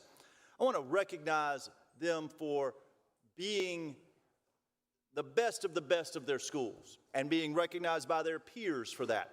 I had an opportunity this morning to spend some time with them. We discussed numerous things, and one of the things we talked about was disruptive students in schools. Students who take away the ability of the other 20-odd students in the classroom from learning, and how that has to change. And ladies and gentlemen, I intend to file some legislation in the next few weeks to try to attempt to do just that. I'd ask everyone to please join me in welcoming the Fort Mill District Teacher Forum to the Capitol. Thank you all for coming. Welcome to the Senate. We're honored to have you visiting with us today. And thank you for your service back in your district. Thank you, senators from York County. Senator from Lawrence, what purpose do you rise, sir? Mr. President, I rise for the purpose of an introduction. You're recognized, sir, for the purposes of introduction.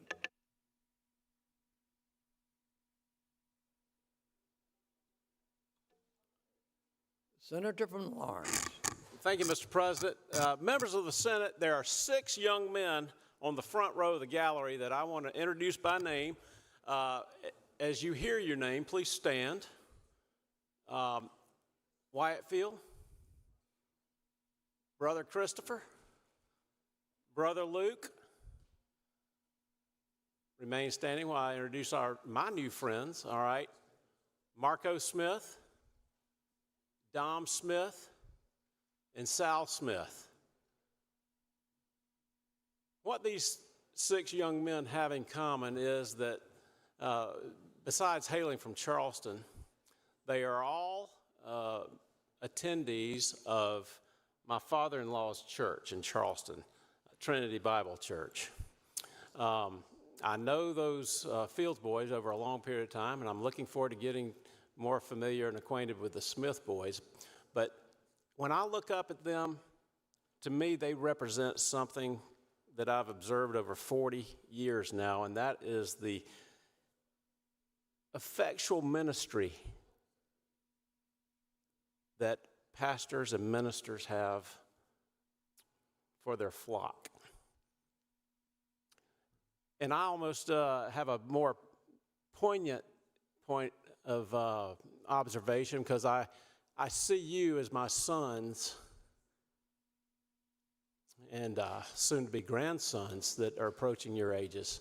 And I know what my father-in-law, your pastor, means to you, because I've seen what his grandsons, and now his great-grandsons mean to him. So in a sense, I'm jealous, and also looking forward to what my grandsons will enjoy that you enjoy today.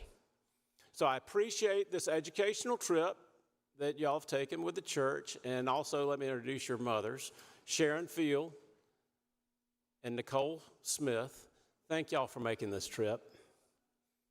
And let me introduce your pastor and your pastor's wife, Reverend Barry Owens and Jerry Owens. Now, thank you so much for bringing these 6 young men and their mothers and taking a tour of the State House. And I was a college-aged person before I ever set foot inside the State House, so I'm jealous of you there as well. But bless y'all for making this trip and preparing yourself to be good citizens of South Carolina, good citizens of the world, good citizens of God's kingdom. I'm looking forward to, I think this is a 3rd annual trip that you've been able to make, so I'm looking forward already to next year. But bless you. Thank you for coming, Mr. President. I would really love to welcome these young people and chaperones from Trinity Bible Church in Charleston. Welcome to the Senate. We're honored to have you visiting with us. Enjoy your time today. Thank you so much. Thank you, Senator from Lawrence. Are there any petitions, memorials, presentments of grand jury, or such like papers? The reading clerk will please read. Message from the House, Mr. President, members of the Senate. The House respectfully informs your honorable body that it concurs in the amendments proposed by the Senate, H 4216. This is a bill amending the code relating to income tax rates for individual estates and trusts so as to reduce the income tax rate to a flat 3.99% and set for standards for additional reductions, and is ordered the bill enrolled for ratification. Received as information. We have no further communications. Therefore, we are on the introduction of new bills and resolutions. I'd ask the reading clerk to please read. Introduction of a bill by Senator Elliott. It amends the code relating to the establishment of salaries of Supreme Court justices and Court of Appeals, Circuit Court, and Family Court judges so as to provide a revised salary schedule for judges.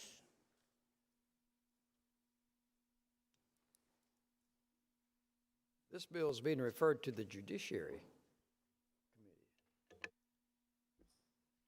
Introduction of a bill by Senator Verdon.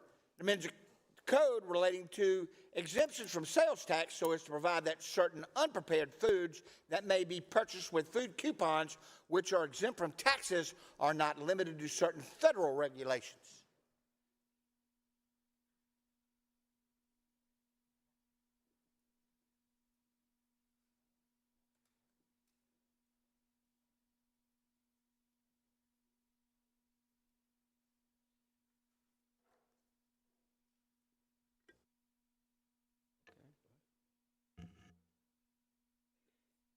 This bill by the Senator from Lawrence that's been read will go to Finance Committee.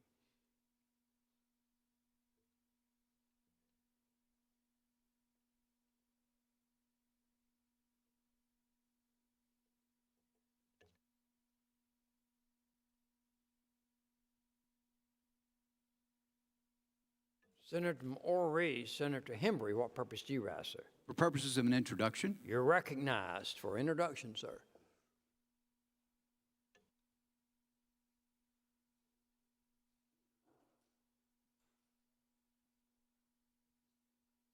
Senator from Oree, Senator Hembree.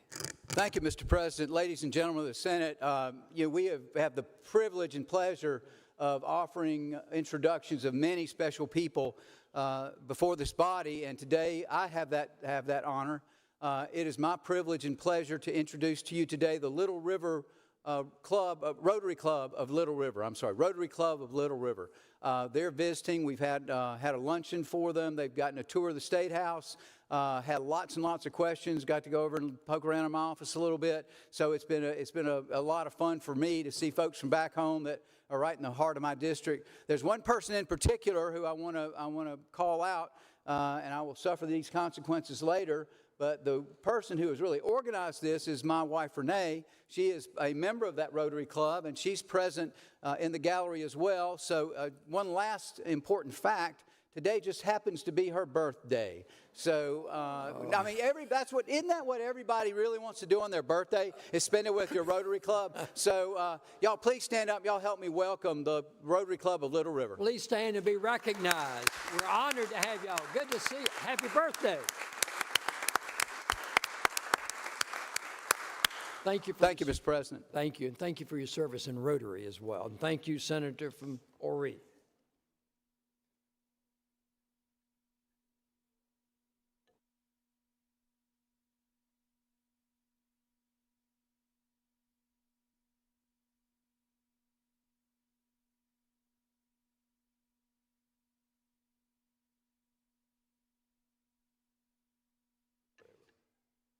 Reading clerk will continue to read.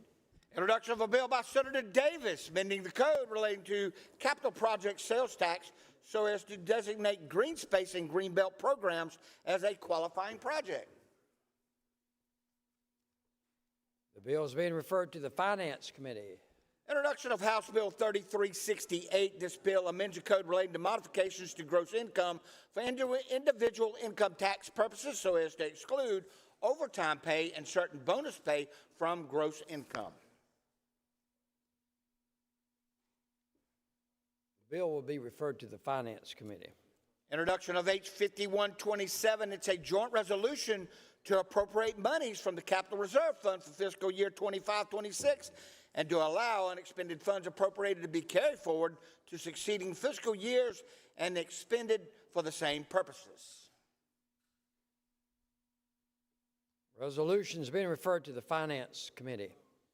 Introduction of H 5126. This is a bill to make appropriations to provide revenues to meet the ordinary expenses of state government for the fiscal year beginning July 1st, 2026, to regulate the expenditure of such funds and further provide for the operation of state government. This bill will be also referred to the Finance Committee. Introduction of H 5350. It's a concurrent resolution to declare that abuse and neglect of children is a significant problem, and to declare Wednesday, April 1st, 2026 as Children's Advocacy Center Day in South Carolina. The resolution be referred to the Family and Veteran Services Committee. Introduction of H 5351. It is a concurrent resolution to recognize April 16, 2026 as South Carolina Higher Education Day. The resolution will be referred to the Education Committee. The Judiciary Committee has reported favorable on S-504, a bill by Senators Blackman and others. It amends a code relating to the distribution of controlled substances within proximity of schools so as to include child care facilities and day programs and provide related provisions. Placed on the calendar. Judiciary Committee reports favorable with amendments on S-808, bill by Senator Rankin and others, amending the code relating to illegal acts during state of emergency so as to include that harassing or threatening a worker restoring critical services is a misdemeanor, and that assaulting or endangering a worker restoring or destroying or tampering with an electric utility system is a felony. Bill will be placed on the calendar. Judiciary Committee reports favorable with amendments on S-823, a bill by Senators Rickenbaugh, Hutto, and Devine, and others. It amends the code by adding a section so as to require family courts to consider the appropriateness of non-contact orders or supervised contact orders when terminating parental rights or finalizing adoptions. This bill is placed on the calendar. Senator from Richland, Senator Walker, what purpose do you rise, sir? Unanimous consent request, Mr. State your President, request. to be added as a co-sponsor. Is there objection to the unanimous consent request that the senator from Richland, Senator Walker, be added as a co-sponsor to the bill? Hearing no objection, so ordered. Reading clerk would please continue to read. Judiciary Committee reports favorable with amendments on S-829, bill by Senator Alexander. It amends the code relating to definitions so as to provide appropriate definitions, amending further sections relating to applications filed with the Secretary of State so as to revise application requirements, amending further sections relating to appointment of commissioners. The bill will be placed on the calendar.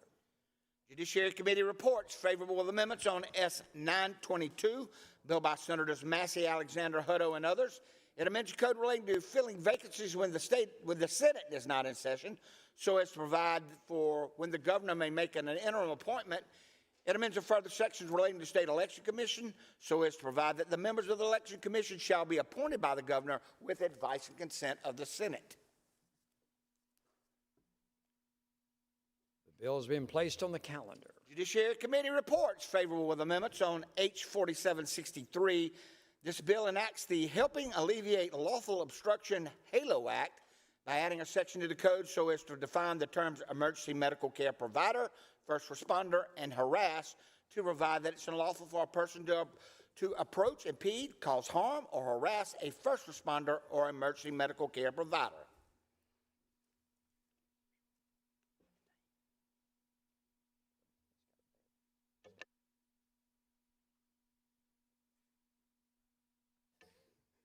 Placed on the calendar. Fish, Game, and Forestry Committee reports favorable on S-961. This is a bill by Senator Campson. It amends a code relating to catch limits for certain saltwater game fish so as to revise the catch limit for red drum.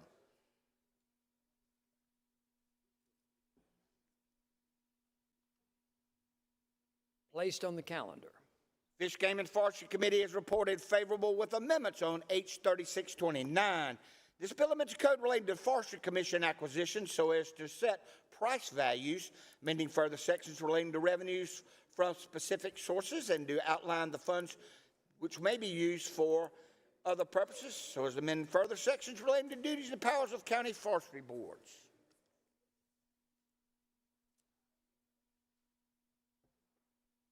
The bill will be placed on the calendar.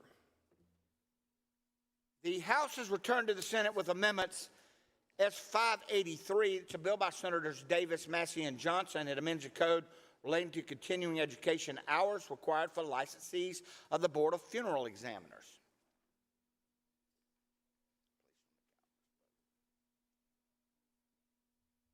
The bill will be placed on the calendar.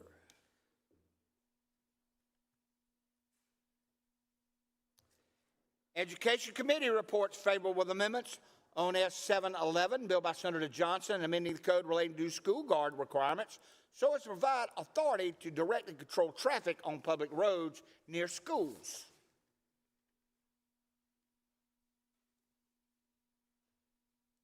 The bill will be placed on the calendar. Education Committee reports favorable with amendments on H-3831. This bill enacts the Smart Heart Act by adding a section to the code to provide definitions and provide for the development and implementation of cardiac emergency response plans in each public school.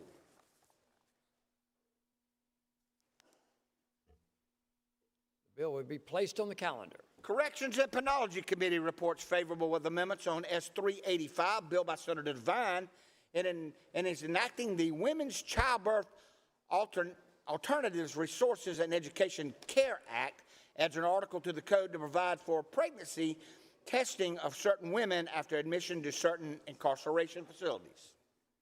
The bill is placed on the calendar.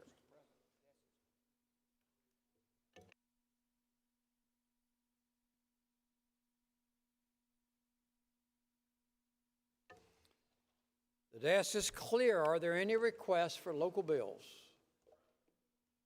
Senator from Macon, what purpose do you rise? I have a unanimous consent request. State your request, sir. House Bill 5107 is a concurrent resolution that recognizes the city of Conway in Horry County. It's in the Family and Veteran Services Committee. I am asking that it be recalled and placed on the calendar. Is there objection to the unanimous consent request to have H 5107 discharged from Family and Veteran Services Committee resolution be placed on the calendar? Is there objection? Hearing none, so ordered. Resolution will be discharged and placed on the calendar. Are there requests for local bills? Final call.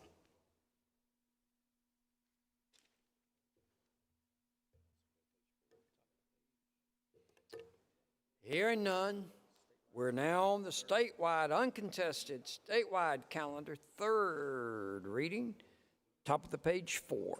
S-183 by the Senator from Berkeley, Senator Adams, and many others. We have an amendment on third.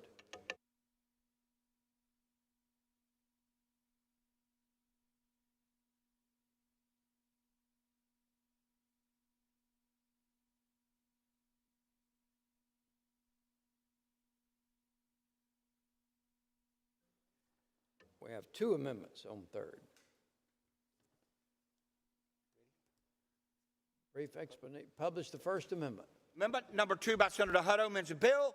It deletes section 1 from the bill and amends the bill further in section 2 by striking the first undesignated paragraph. Senator from Orangeburg, what purpose do you ask, sir? Well, I was going to try and take these up, but I'd worked this out with the senator from Berkeley, and he's not in here right now. So I don't want to do it without him in here, so I will move Senator Adams, so I move to carry it over. Motion is to carry over S-183. All those in favor, say aye. Opposed, no. Ayes have it. That bill is carried over.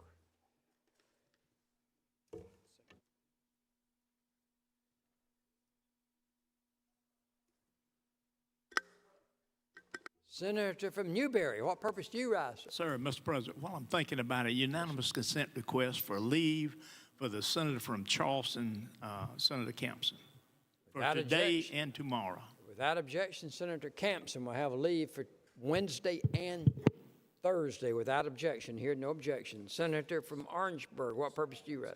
Senator from Berkeley walked in, so I would move to go back to 183 at the top of page 4. Is there objection or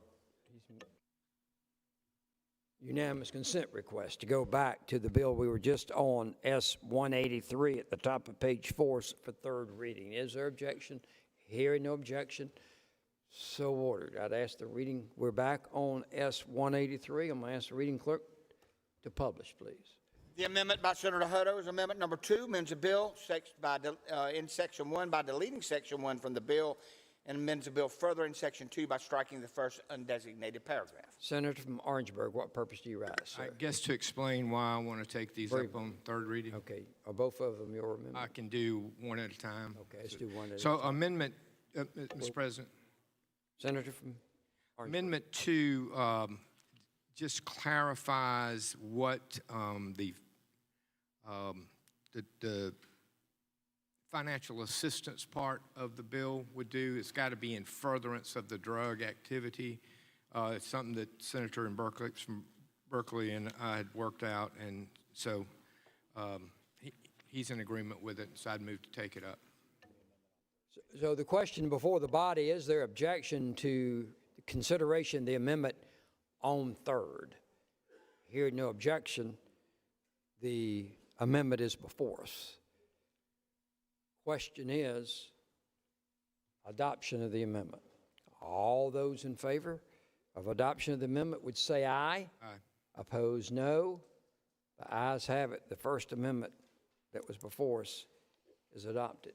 We have a further amendment. Reading clerk will publish the next amendment.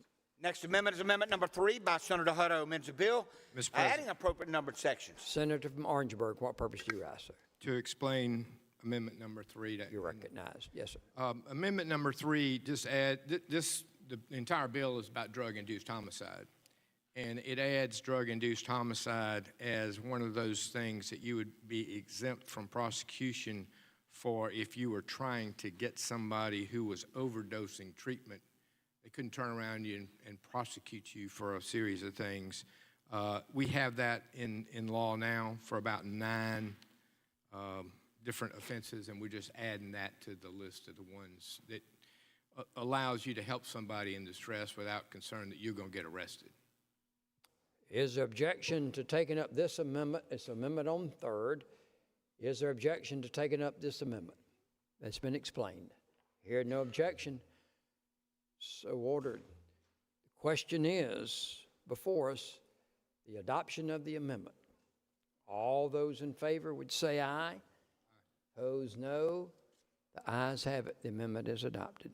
Senator from Orangeburg. I would suggest to you that those were substantive amendments, and we need a roll call. Yes, sir. I'm going to rule that under the description is substantive, so we will be a real roll call on third as amended. No further amendment. We have no further amendments, so the question is third reading of S-183 that's at the top of page 4. For third reading, a roll call is ordered. The clerk will please ring the bell.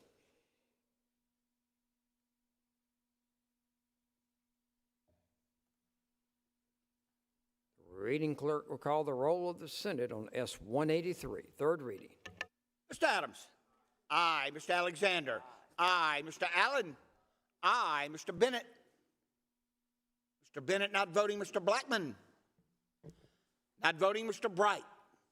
Aye. Mr. Campson has leave. Mr. Cash. Aye. Mr. Chaplin. Aye. Mr. Clymer. Not voting. Mr. Corbin. Aye. Mr. Cromer. Aye. Mr. Davis. Aye. Mrs. Devine. Aye. Mr. Elliott. Aye. Mr. Fernandez. Aye. Mr. Gambrell. Aye. Mr. Garrett. Aye. Mr. Goldfinch. Not voting, Mr. Graham. Votes aye. Mr. Grooms. Aye. Mr. Hembree. Aye. Mr. Hutto. Aye. Mr. Jackson. Aye. Mr. Johnson. Aye. Mr. Kennedy. Aye. Mr. Kimbrell. Aye. Mr. Lieber. Aye. Mr. Martin has leave. Mr. Massey votes aye. Mrs. Matthews. Not voting, Mr. Ott. Aye. Mr. Peeler. Aye. Mr. Rankin. Aye. Mr. Rickenbaugh. Aye. Mr. Rice. Aye. Mr. Sabb has leave. Mr. Stubbs. Mr. Stubbs votes aye. Mr. Sutton. Aye. Mr. Tedder. Aye. Mr. Turner. Aye. Mr. Verdon. Aye. Mr. Walker votes aye. Mr. Williams. Mr. Williams votes aye. Mr. Young. Aye. Mr. Zell. Aye. Senator Bennett votes aye. Senator from Berkeley, Senator Grooms. What purpose do you rise, sir? Chief. Yes, sir. Senator Goldfinch. Senator Goldfinch, unanimous consent request for leave for Senator from Georgetown, Senator Goldfinch. Without objection, Senator Goldfinch has leave. Senator Clymer votes aye. Further members wishing to record, Senator Blackman votes aye. Further members wishing to record your vote.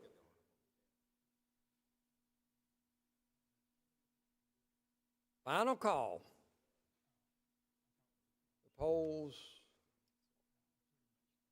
Senator from Richland, Senator Devine, what purpose do you rise? Unanimous consent request. State your request. Leave for the Senator from Colleton, Senator Matthews. Without objection, Senator Matthews, Senator from Colleton has leave.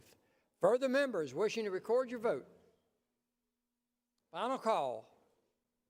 The polls are closed. The clerk will tabulate.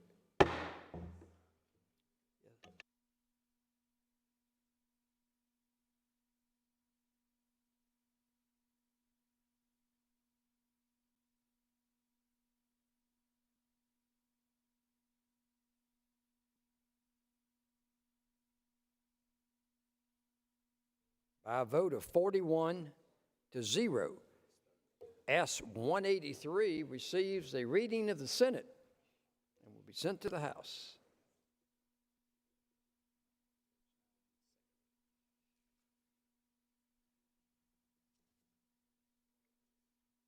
Please go to page 9 on the calendar. We're now in the category of second reading, uncontested, statewide.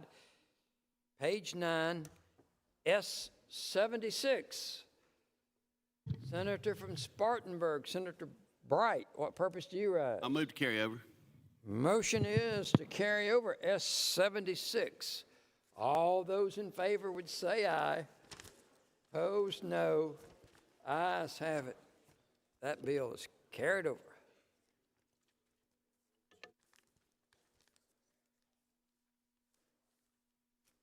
We go all the way over to page 16 on our calendar. Page 16, still in second reading, middle of the page, H3974. Reading clerk will please read. Oh, I'm sorry. Senator from Spartanburg, Senator Bright, what purpose do you rise? I'll move to carry over. There is a motion by the Senator from Spartanburg, Senator Bright, to carry over the bill. All those in favor would say aye.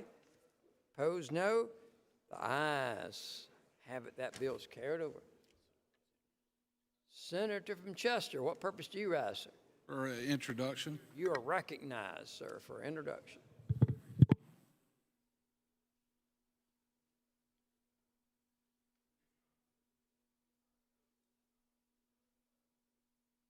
Get you just a little bit of order. Just ask the Senate, please be in order. Senator from Chester is recognized for introduction. All right. Thank you, Mr. President. Today, I have the honor of introducing the South Carolina Farm Bureau Farmers of the Week. And so a little bit, this is about communications boot camp class. And so today we're welcoming the 4th class of South Carolina's Farm Bureau Communications Boot Camp. And so this program is an intense 3-day training opportunity for female members of Farm Bureau to enhance the skills they need to effectively communicate about agriculture and the Farm Bureau organization to consumers, the media, and elected officials. This group is an exceptional representation of the agricultural advocacy in South Carolina, and we are proud to call them our South Carolina Farm Bureau Farmers of the Week. And so, tell you a little something. When I first got into politics, I knew it was important to do the right thing. But if I didn't communicate that I was doing the right thing, I probably wouldn't be here real long. So marketing is definitely something that y'all are learning and will serve you well in the future. So with us today, we have from Richland County, Hannah Arndt. From Marion County, we have Tansy Belkin. From Lexington County, we have Andrea Butler and Brooke Blankenship. From Sumter County, we have Katie Collins. And from Horry County, we have Charlotte Maxwell. From York County, hear that, Senator? York County, Griffin Poulter. And also from Edgefield County, Elizabeth Wintrow. So if the Senate would, at the appropriate time and with the President's permission, we can bless you, by the way. If we could give a warm welcome to these young ladies that are joining us. Welcome to the Senate. Hope you enjoy your time visiting with us. We're delighted to have you here. Thank you for your service. Thank you, Senator from Chester.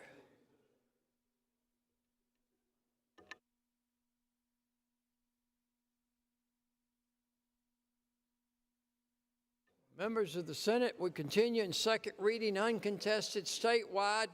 We go to page 19 toward the top of the page, S 962 by the Agricultural and Natural Resources Committee. Reading clerk will please read. This is a joint resolution to approve regulations of Clemson University relating to honeybees. Senator from York, Senator Clymer, what purpose do you rise, sir? Thank you, Mr. President, to make a motion with regard to this bill. State your motion, sir. Thank you, Mr. President. I move to recommit this bill to the Agriculture Committee. Motion is that S 962 be recommitted to the Agricultural and Natural Resources Committee. All those in favor of the motion would say aye. Opposed, no. The ayes have it. It's referred back to the committee.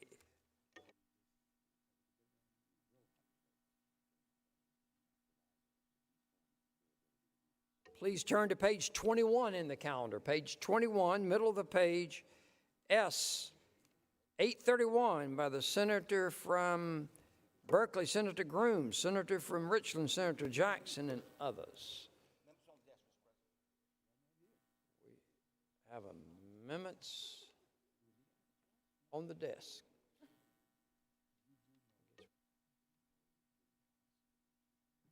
Reading clerk.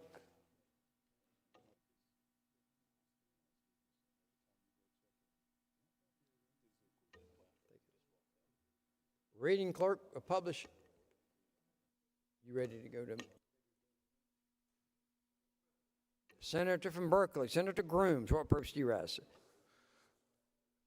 We're on amendments now? Publish the First Amendment. Okay. Thank you, sir. Reading clerk will publish the First Amendment.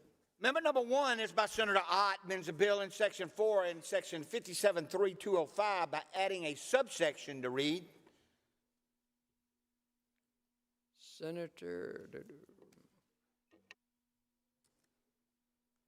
Senator from Berkeley, Senator Grooms, what purpose do you rise, sir? Explain the amendment. You're recognized to explain the amendment.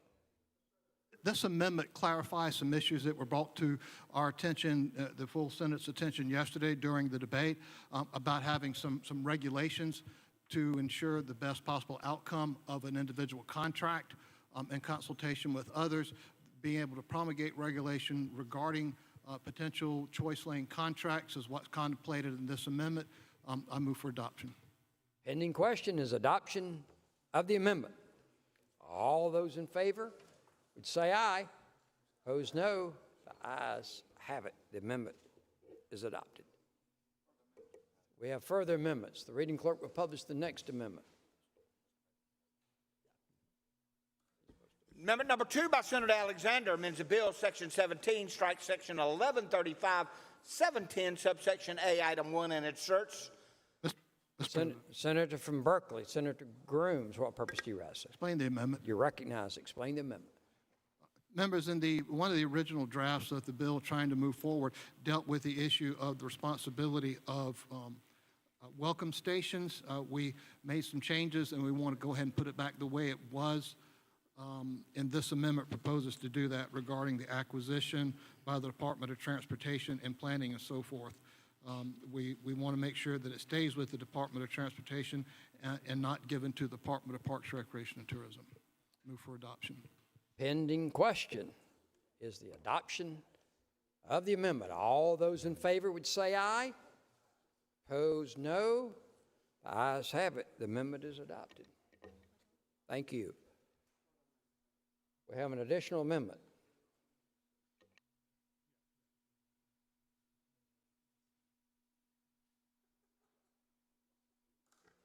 Amendment number 3 by Senator Hutto amends a bill in section 18. It strikes section 12, 28, 2740, subsections N, M, N, and Q. Senator from Orangeburg, what purpose do you rise, sir? Explain the amendment. You're recognized on your amendment. You might recall yesterday we talked about the appointment of the CTC committees in the county, and I think the main objection was to the county council itself serving as the CTC. So this amendment takes that out, but it does allow the legislative delegation to give the appointment authority to county council. There are two hybrids that are out there. That hybrid is not the one that's been causing the problems. So what this amendment would do would allow legislative delegations to give the appointment authority to county council to appoint the committee, which could be retracted by the delegation at any time. But it would not allow county council to actually serve on the transportation committee. Talked to the transportation secretary, and I think everybody's okay with that. Pending question is the adoption. Senator from Dorchester, what purpose do you rise? The Senator would yield for a question or two. Senator, yield for a question. Senator yields for a question. Thank you, Mr. President. And Senator, I'm not opposed to what you're trying to do here. I'm just trying to make sure that we got the language right.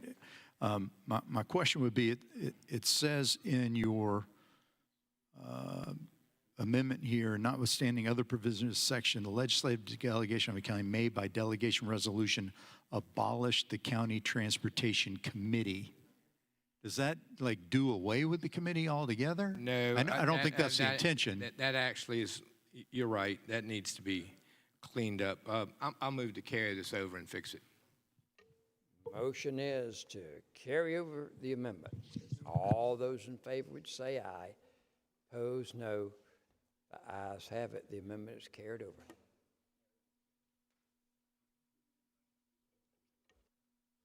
We have additional amendments. The reading clerk will publish the next appropriate amendment. Amendment number 4 by Senators Clymer and Bennett amends the bill, adds a new section.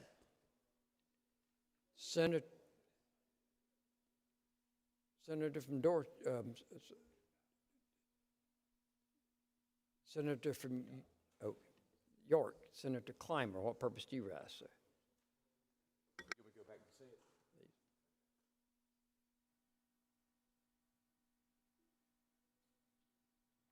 it? What purpose do you rise? Thank you, Mr. President. I rise to explain the amendment. You're recognized on your amendment. Thank you, sir.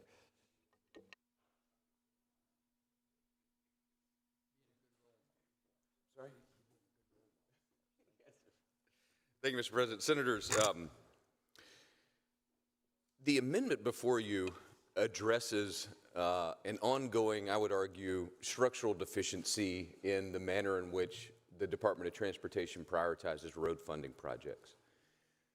And I'll take the experience of my constituents in York County as an example to explain the logic of this amendment, and I'm certainly grateful to the Senator from Dorchester who has a similar experience in his community for co-sponsoring this amendment. The people of York County, by way of a penny sales tax, have spent more than $4 billion of our money on state transportation network, okay? Anytime, we call it pennies for progress.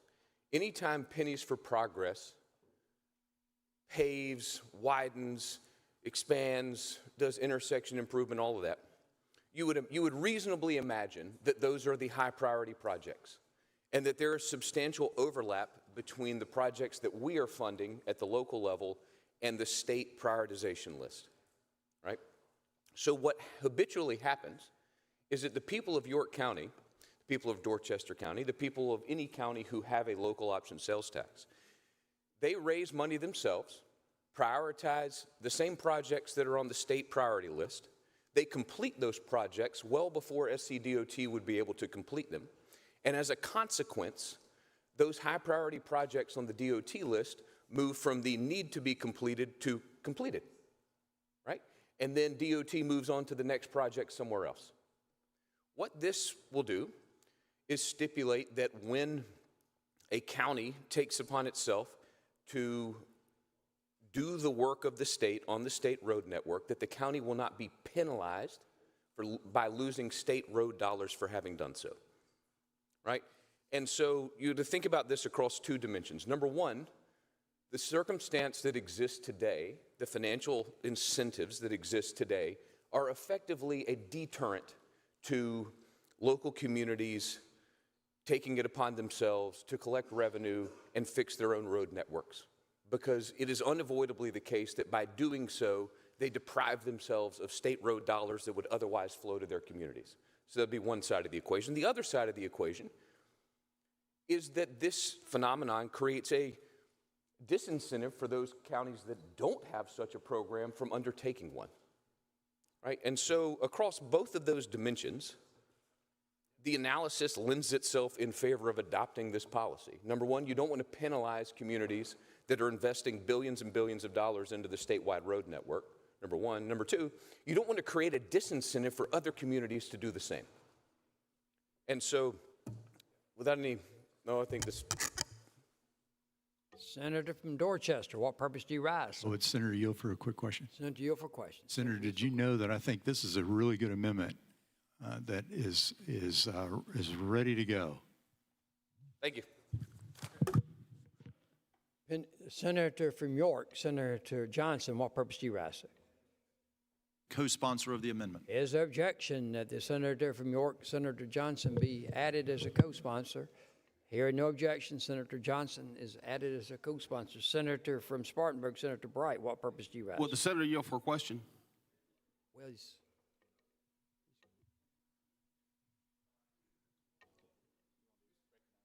Senator from York, Senator Clymer, what purpose do you rise? Has to be, I guess I asked unanimous consent to be recognized a second time on this amendment. Recognized. Why it comes to the, you got a question as well. President. Questions from the senator from Richland. I just had a unanimous consent request. State your request, Senator from Richland, Senator. That the senator from York be elected to Congress and sworn in immediately and start the celebration. Okay. Senator is so informed. And I'm grateful for the senator from Richland's sincerity in that motion. Senator from Spartanburg, Senator Bright, what purpose do you rise? Senator, I'm looking over your amendment, and I have a question. You know, counties have money they use for roads currently outside of the 1% that they could use for state roads. Are they allowed to use those funds for state roads if they're responsible with their budgeting? Yeah. Maybe they don't fund these special. Sure. So would you have a problem with the counties that actually fund this through their budget receiving that? No, not at all. I think there should not be in state law a disincentive for local communities to do work to improve the transportation network where they live. But the way I read this amendment, you're only going to hold harmless the ones that raise taxes. Is that's the way I read it? Maybe I'm reading it wrong. Let me go back to the fine print, and if it's the case that this needs to be refined to accommodate that, I'm more than happy to do so. That'd be great, because I don't want the counties that don't raise taxes to be punished. Yeah, you're right.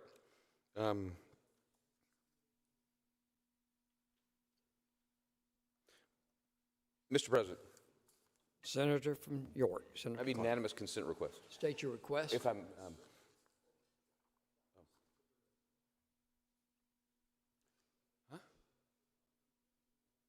Withdraw and resubmit. Senate stand at ease momentarily.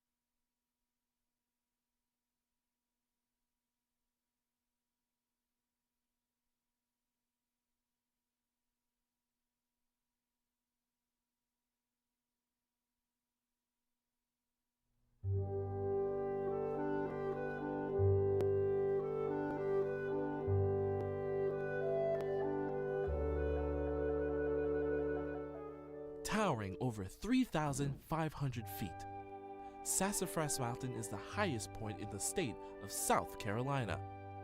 That makes this area the perfect place to view from the sky.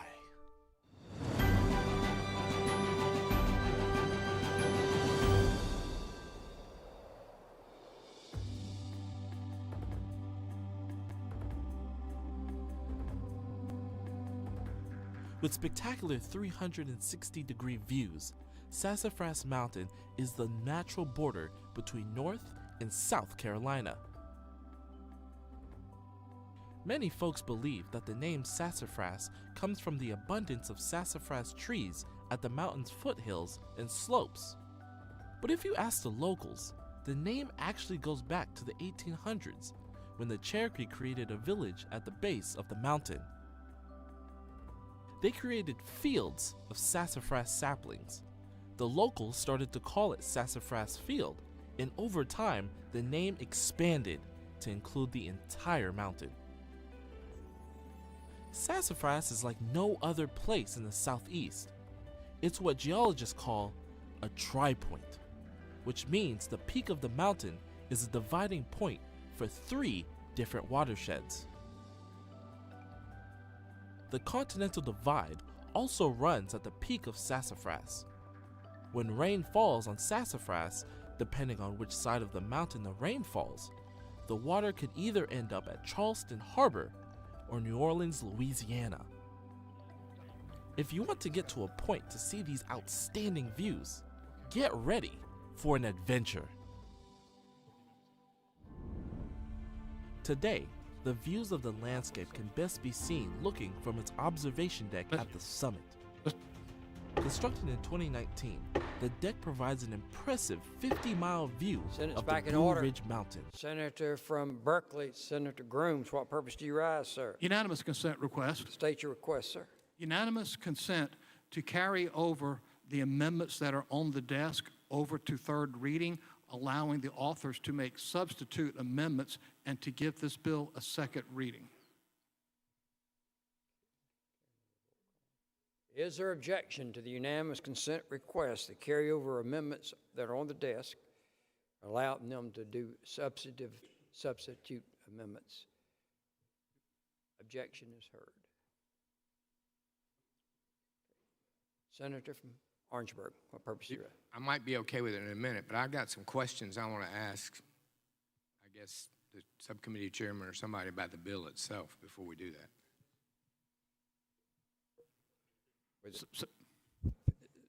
Senator from... Senator yields. Well, we got amendment number 4, and the senator from Mr. President, I'd like to be recognized to speak to the amendment.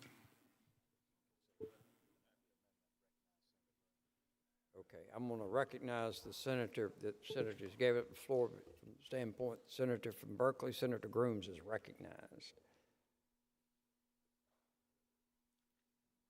Senator from Orangeburg, what purpose do you rise, sir? Chief Senator, will yield for question. Senator, yield for question. Senator, yield for question.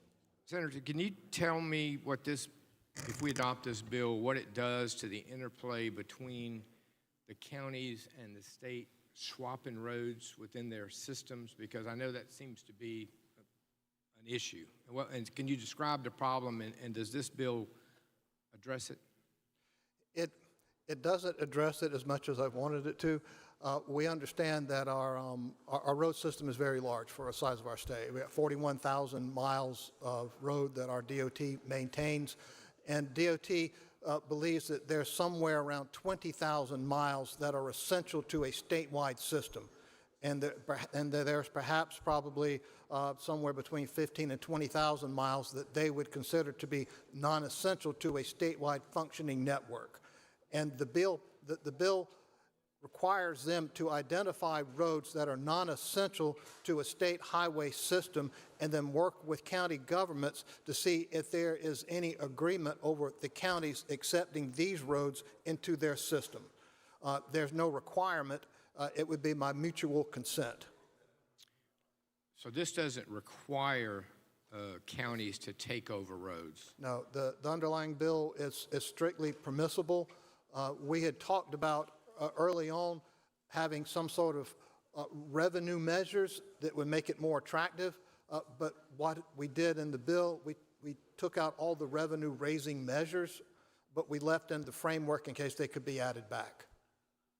Well, did you know that what concerns me a little bit is when you say that the department says that maybe 20,000 roads are not essential to a statewide system. And of course, I represent counties that a long time ago, these farm to market roads were built for agricultural purposes to make sure that farmers could get their goods to a central location, to the cotton gin or wherever. And they're not essential for me to get from Orangeburg to Myrtle Beach, but they kind of are essential for the people that live on these rural roads to access almost anything. I'm just concerned that, if the department is trying to devolve all responsibility for all rural roads, that's a problem. And I'm assuming you don't think that this is trying to do that. It's not, and here's where I believe where this is headed. Right now, there's certain statewide standards that have been adopted. You may have in your county, you may have a rural road that needs resurfacing right now. But to be able to upgrade that road under current statewide standards that have been adopted, those two 10-foot wide lanes may need to be extended to 14-foot wide lanes with an additional 4 foot of shoulders added, which would require additional right-of-way, which puts the cost so high that they may never meet, or at least in any time in our lifetimes, the criteria that's been set forth because of the length of the road and the number of people that use it to be able to build that road at that cost. But a county may say, you know what, if you allow us that road, if we put that road into our county systems, we might not be or we wouldn't be subject to statewide standards. We have adopted our own standards. We'd be happy with that. How about give us $3 million and we'll call it a day? It allows that type of flexibility, and that's why we put that in there. And the idea would be that the DOT could then actually have conversations with certain counties about roads they may want to take over the operation or may even fold over into their systems. All right, so one other issue on that point then. If a county did accept a county road into the county system with a lesser width of road, or not having to have all the rumble strips and all of that that the new roads require, could the county use CTC funds for the resurfacing of those roads? It would be, yes, they would be, yes. I mean, assuming that the CTC committee prioritized it. If the right, because a certain amount of dollars have to be set aside for state roads, a certain amount has to be set aside, or the remaining has to be used by the county in some other fashion. Right. And if the county wanted to use, if the county was one of those counties that had a penny sales tax and they wanted to put it on the list before the voters to say that we're going to use part of our penny to resurface the Larry Grooms Highway, they could do that, right? Yes. Okay. Yes. All right. Thank you. It creates a flexibility environment that doesn't exist right now. Okay. But I just want to make sure, and I think you've told me this, it's not requiring counties to absorb any roads into the county system that they haven't reached some accommodation with the DOT about. That's correct. Okay. That's correct. Senator from Orangeburg. I'd move that we carry over all amendments and waive the rule for. Could I restate that? Senator from Berkeley, Senator Grooms. Mr. President, I'd like unanimous consent to be able to carry over all the amendments that are on the desk. I understand there's 3. Is that correct? To carry over the 3 amendments that are on the desk, allowing the authors of the amendment the ability to make corrections to those amendments, carry those over to third, waiving the 3/5 rule, and give the bill a second reading. Is there objection to the unanimous consent request by the senator from Berkeley, Senator Grooms? Hearing no objection, so ordered. The bill will receive a second reading of the Senate today.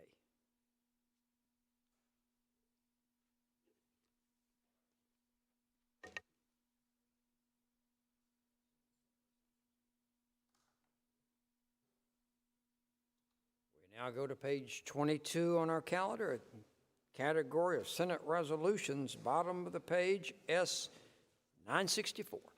Reading clerk will read. This is a Senate resolution to honor cancer patients, survivors, and their families. Remember those who have been lost to cancer and recognize March 4th as Suits and Sneakers Day in South Carolina. All in favor of the resolution would please say aye. Opposed, no.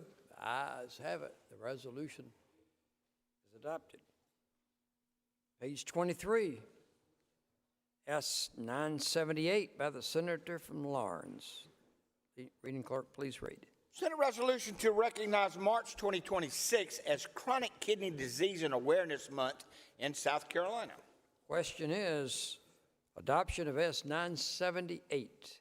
All those in favor, please say aye. Opposed, no. The ayes have it. The resolution is adopted by the Senate.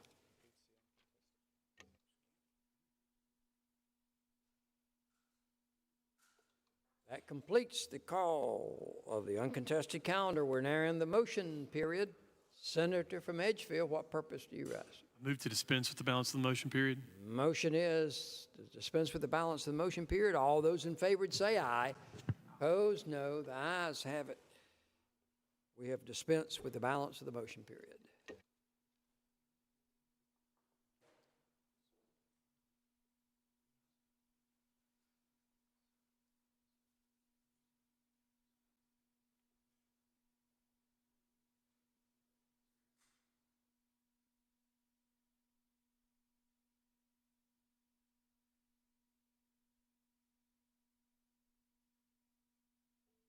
That takes us to page 3, Special Order H 3924.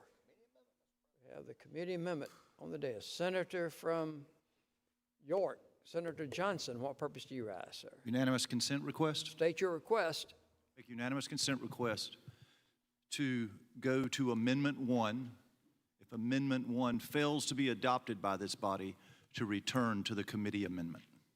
Is there objection to the unanimous consent request to go to amendment number 1? If that amendment fails, we would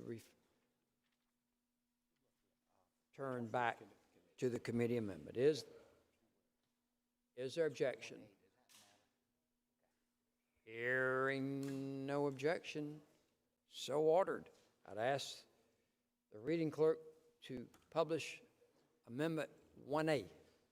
Amendment number 1A by Senator Cash amends the bill, strikes all after the enacting words, and inserts Chapter 55 of Title 46 is amended by adding Section 4655.5. Senator from Anderson, Senator Cash, what purpose do you rise, sir? Explain the amendment. You are recognized on your amendment. As he comes to the podium, Senator from Charleston, Senator Tedder, what purpose do you rise? Unanimous consent request. State your request. To distribute material to the body. Is there objection to the unanimous consent request that the Senator from Charleston, Senator Tedder, be allowed to distribute material to the body? No objection. Senator from Anderson, Senator Cash. Thank you, Mr. President. If you're not aware, this amendment is to ban the hemp-derived THC products, not to regulate. So let me begin by saying, if it were not for the unintended consequence of the 2018 Farm Bill, if it were not for the loophole or the gray area created in the law by that bill, it's very likely that we would not be here today discussing. President, can I get some more? I'm going to ask, we're in the debate on this legislation, that the Senate be in order and give attention to the Senator from Anderson. Senator from Anderson, Senator Cash. It is unlikely, if not for the unintended consequence of the 2018 Farm Bill, that we would be here debating hemp-derived THC products, because a bill to straight up legalize the recreational use of hemp-derived THC products would otherwise have had a very difficult time ever making it to the floor of the South Carolina Senate. So let's let that sink in for a moment. We're here because of a federal Farm Bill mistake made in 2018, a farm bill intended to allow the cultivation of hemp for industrial and commercial purposes, not the extraction, processing, and concentration of THC for human consumption in drinks and edibles. So I have to ask, why are we rushing headlong to codify a federal mistake? What is at best a loophole in the law? Why are we on the verge of regulating THC products for recreational use rather than eliminating the loophole in South Carolina? We know it's a loophole because the continuing resolution of November 2025 to keep the federal government operating sets a time to close the loophole. In so doing, the federal government makes it crystal clear that the 2018 Farm Bill was never intended for the development of intoxicating hemp-based products.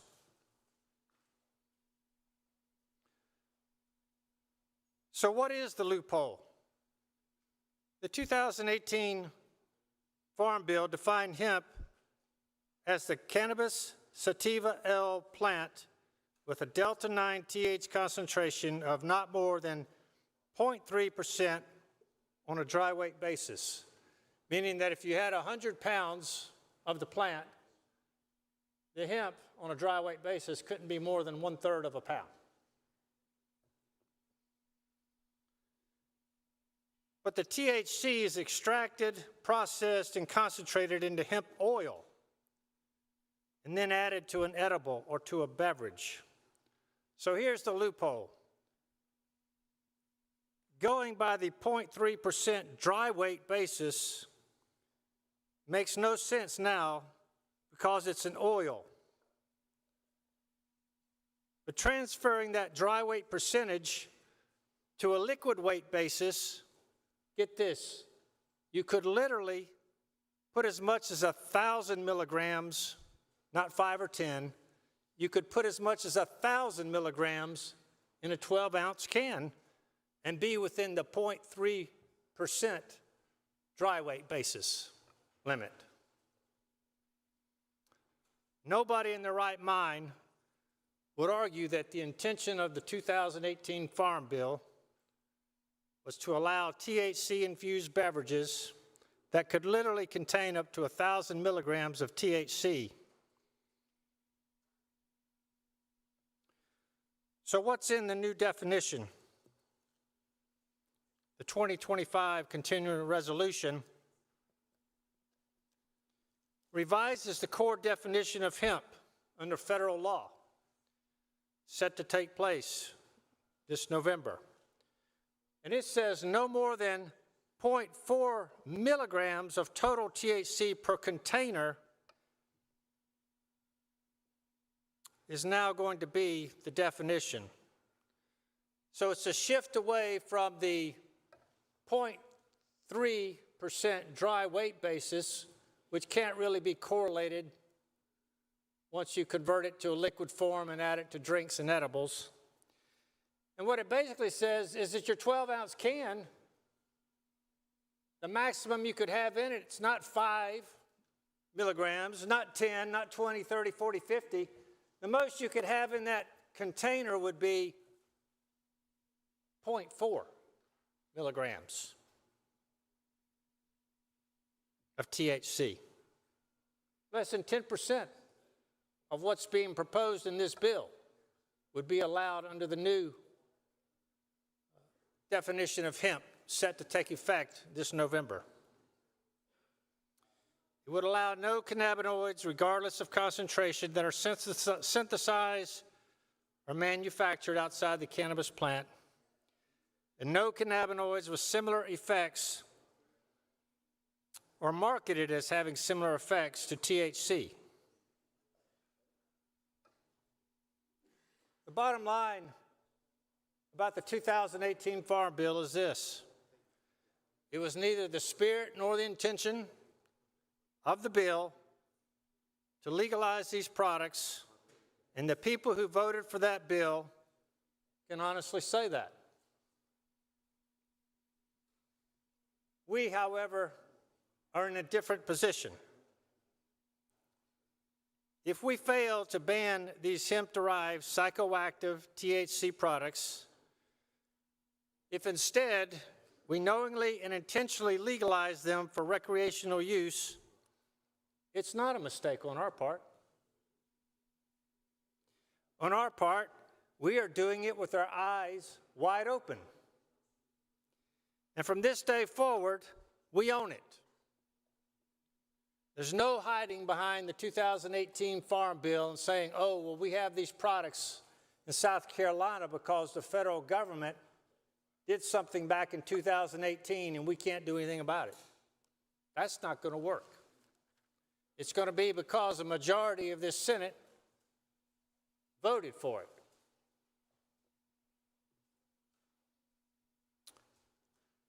Now,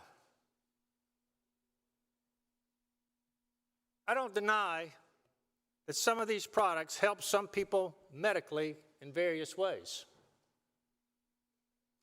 Insofar as that is the case, however, we would be discussing medical uses of cannabis. And this body has done that twice, quite extensively. And twice, I voted for it. Although I would say with certain misgivings, it was a very close call for me on both of those votes. This bill is not that. This bill is not a carefully crafted medical marijuana bill. It's not in the same ballpark. This bill is about the recreational use, which may for some people have some benefits, but throwing it wide open to anybody and everybody of hemp-derived THC products.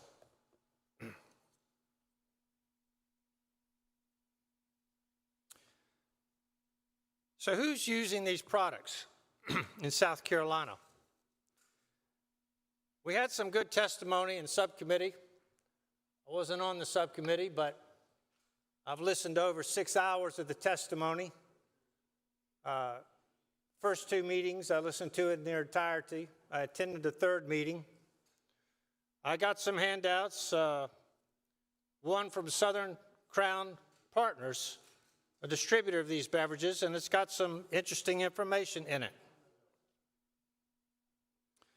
So the type of product used by South Carolina consumers, of people who are using hemp products, 56% use gummies, 52% use flour, 46% use vapes, 30% use the drinks. How often are they using the products?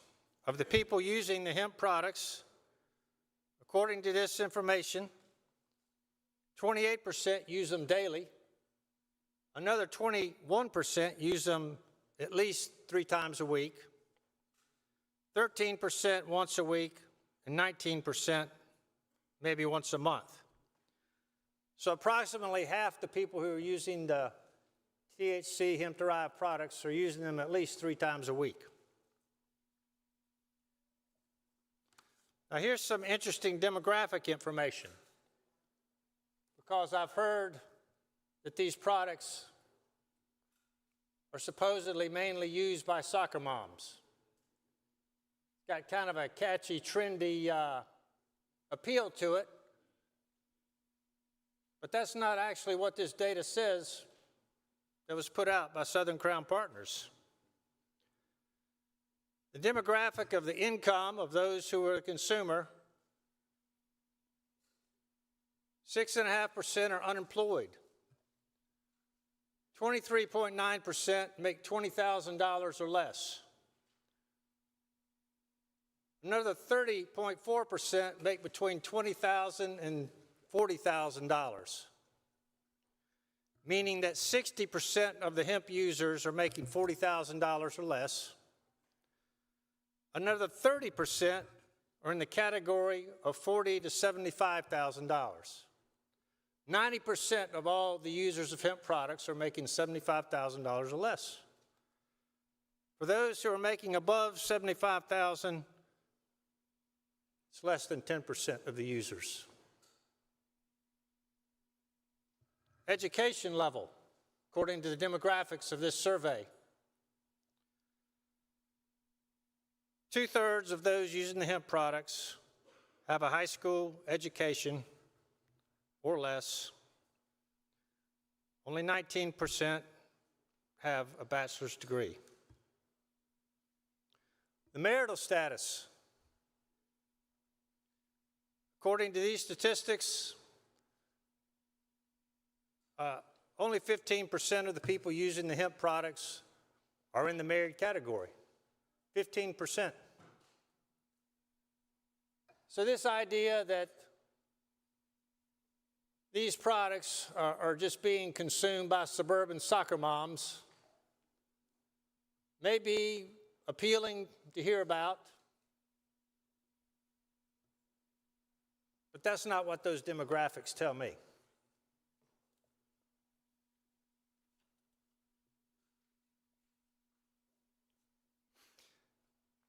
So why do I believe we should ban the use of hemp-derived THC products for recreational use? This is not going to be some extensive list of reasons. It's going to be some things that you've heard before,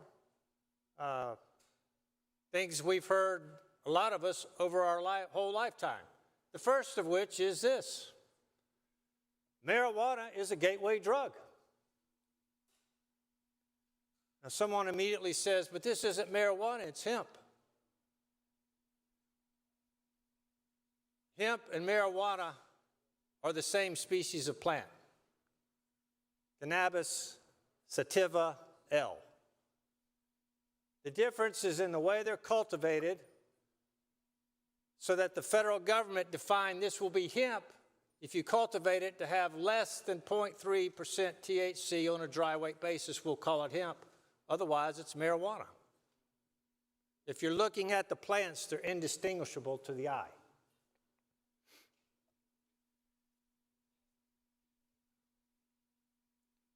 People who use these products will build up a tolerance. I suppose we are going to hear a lot of anecdotes before the day is over.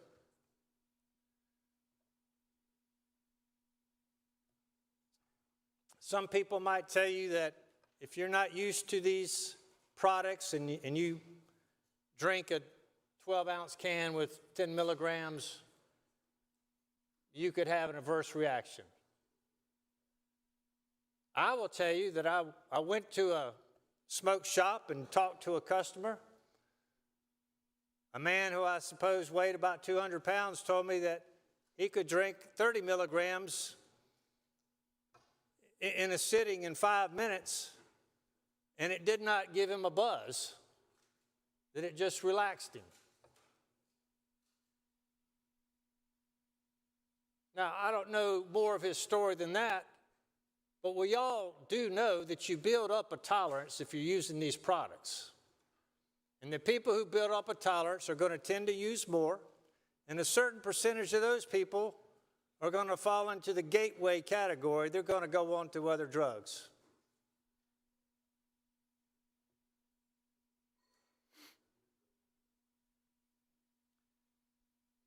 A second reason that I believe we should not allow hemp-derived THC products for recreational use is that legalizing these products simply adds legitimacy to them. It's an invitation to people to experiment who otherwise would have nothing to do with these products. It's an invitation. South Carolina General Assembly has put its stamp of approval on it. I'll go try it.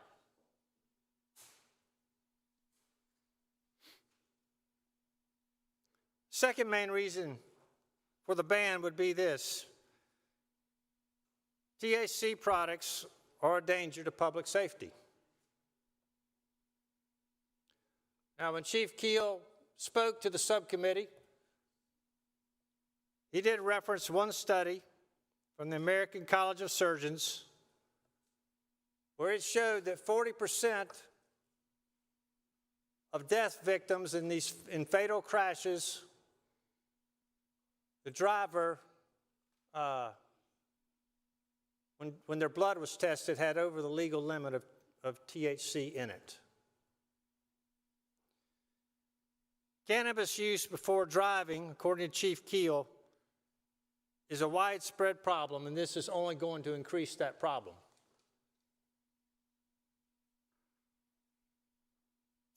We recently passed a DUI bill.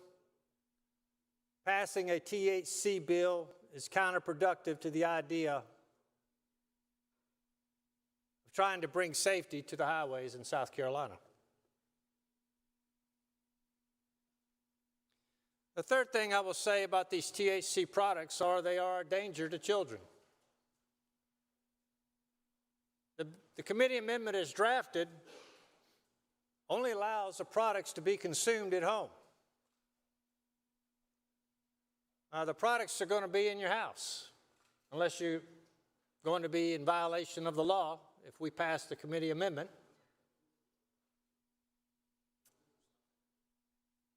Your children are going to be watching, unless you think your children are blind and don't know what goes on in the house.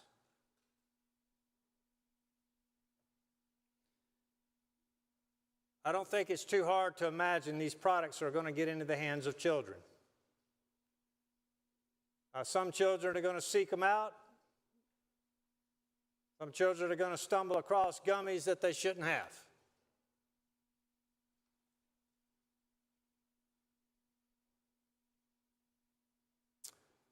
In addition to that problem, we also have the problem where you're giving THC products to parents to consume in the home,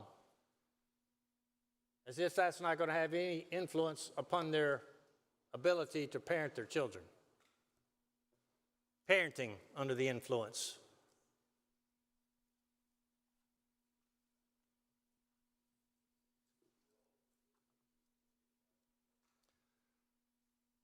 So I suppose we are going to probably be here a while discussing the pros and cons of consuming THCs. I know that some feel like you can't prohibit it. People are going to do it anyway. And I would simply tell you, you could say that just about every single law we have ever passed. You can't prohibit theft, so why have a law? You can't prohibit speeding, so why have a law? You can't prohibit prostitution, so why have a law? You can't prohibit anybody from using any drug they want, so why have any drug laws? I don't find it a compelling argument. THC is the active, psychoactive ingredient in marijuana. The fact that people figured out through a loophole they could take a low THC hemp plant and extract the THC and process it and concentrate it and then put it back into edibles and drinks on what was initially a dry weight basis percentage. The idea that we would reward that, I simply can't go along with. If the idea had been brought to us before the explosion of products, if the whole idea had been explained, this is what we're going to do, and we're going to introduce this bill, and we want y'all to pass it, as I said at the start of this speech, a bill for the recreational use of THC products, I don't think would have even made it to the floor of the South Carolina Senate. And so I would ask you to join me today not in regulating, but in banning the THC hemp products. My friends, once we start down the road of regulation, there will be no end in sight.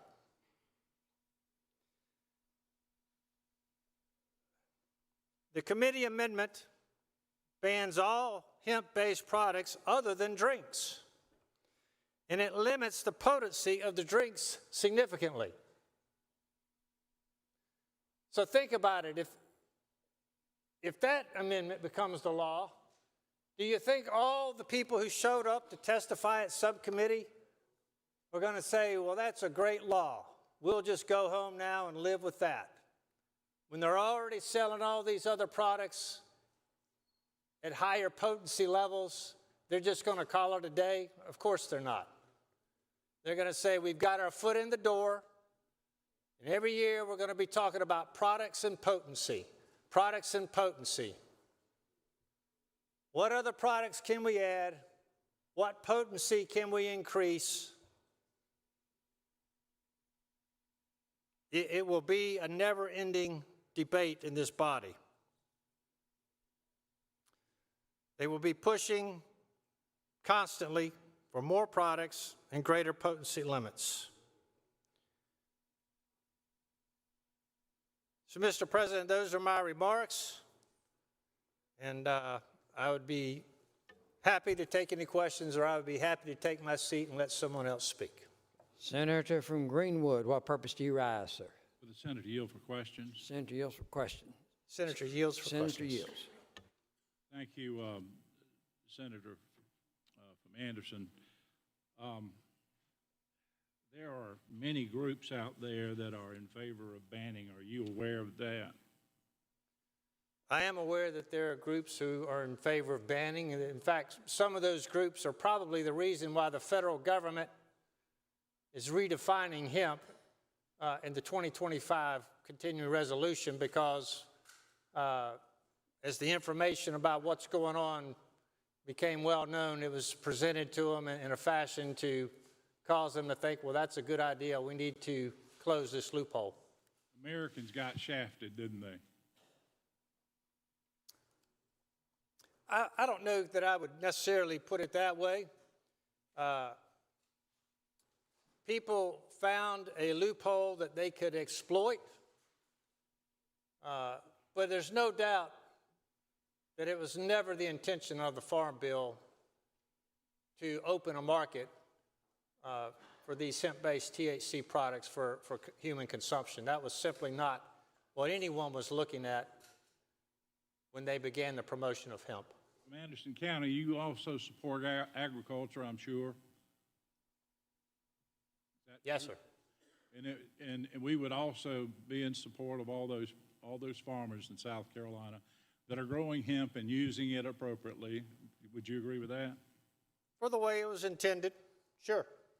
And of course, these drinks, this idea of coming up with some type of dry weight formula to be able to convert it into drinks, which was never even thought about or contemplated when our United States Congress dealt with the issue. It puts South Carolina in a bad position because of something that happened up there. Is that correct? Well, it's put all the states in a bad position. But we can do something about it. I mean, currently, probably half the states in the nation are dealing with some kind of hemp bill to try to respond to what was termed yesterday the Wild West of hemp products. Okay, so the federal government has put the state of South Carolina in a situation of the Wild West, would you say? That's correct. All right, now, there are a lot of people who oppose legalizing hemp THC in South Carolina. Would you agree with that? I do agree with that. Okay, and today got a call from Drew McKissick, and he put out SCGOP opposes legalization of marijuana products, but then it goes on down and explains THC is clearly a controlled substance, and pending legislation in the state Senate would make it easier to access. And it goes on to say, no to marijuana drinks and other THC-infused products, period. That's the platform of the Republican Party. If we adopt this, are we not going against what our leaders in the Republican Party and our Republican platform call for? Senator, I would agree with your characterization that the Republican Party has been against the recreational use of marijuana products for 50 years. Are you a Republican? I am. Are you a proud Republican? Most days. Thank you. South Carolina Federation of Republican Women. You know, I heard a lot of stuff about women being the demographic that really likes this drug. Of course, they're opposed to it.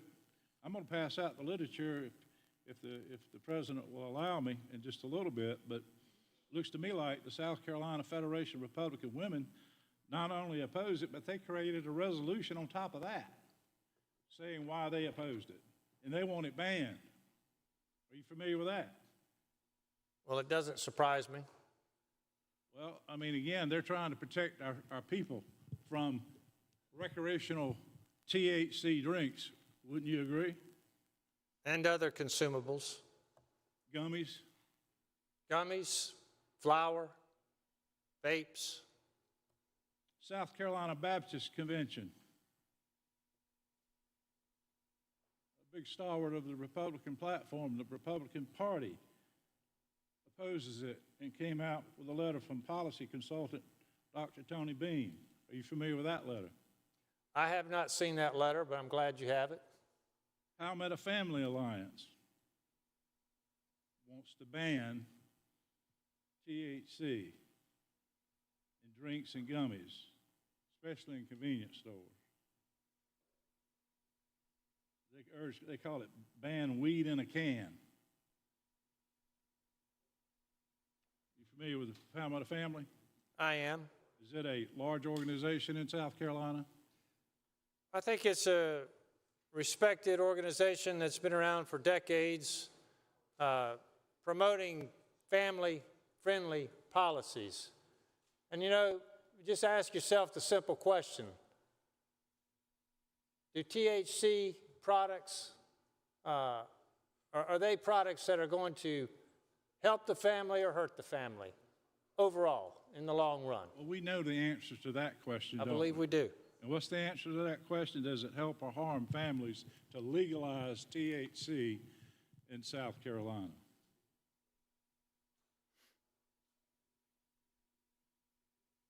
Does it help or hurt? Oh, I believe it's a harm. Okay. Then I see a letter here by the South Carolina Crime Victims Council and Miss Laura Hudson and her request to ban. She's a victim's advocate, as I understand it, for the state. You familiar with her? I am. I see her often at subcommittee meetings. She testifies and is very concerned about the public safety aspect of the debate because she's very familiar with people who have been victimized on the roadways through abuse of alcohol, abuse of drugs, the tragic results from that. Okay.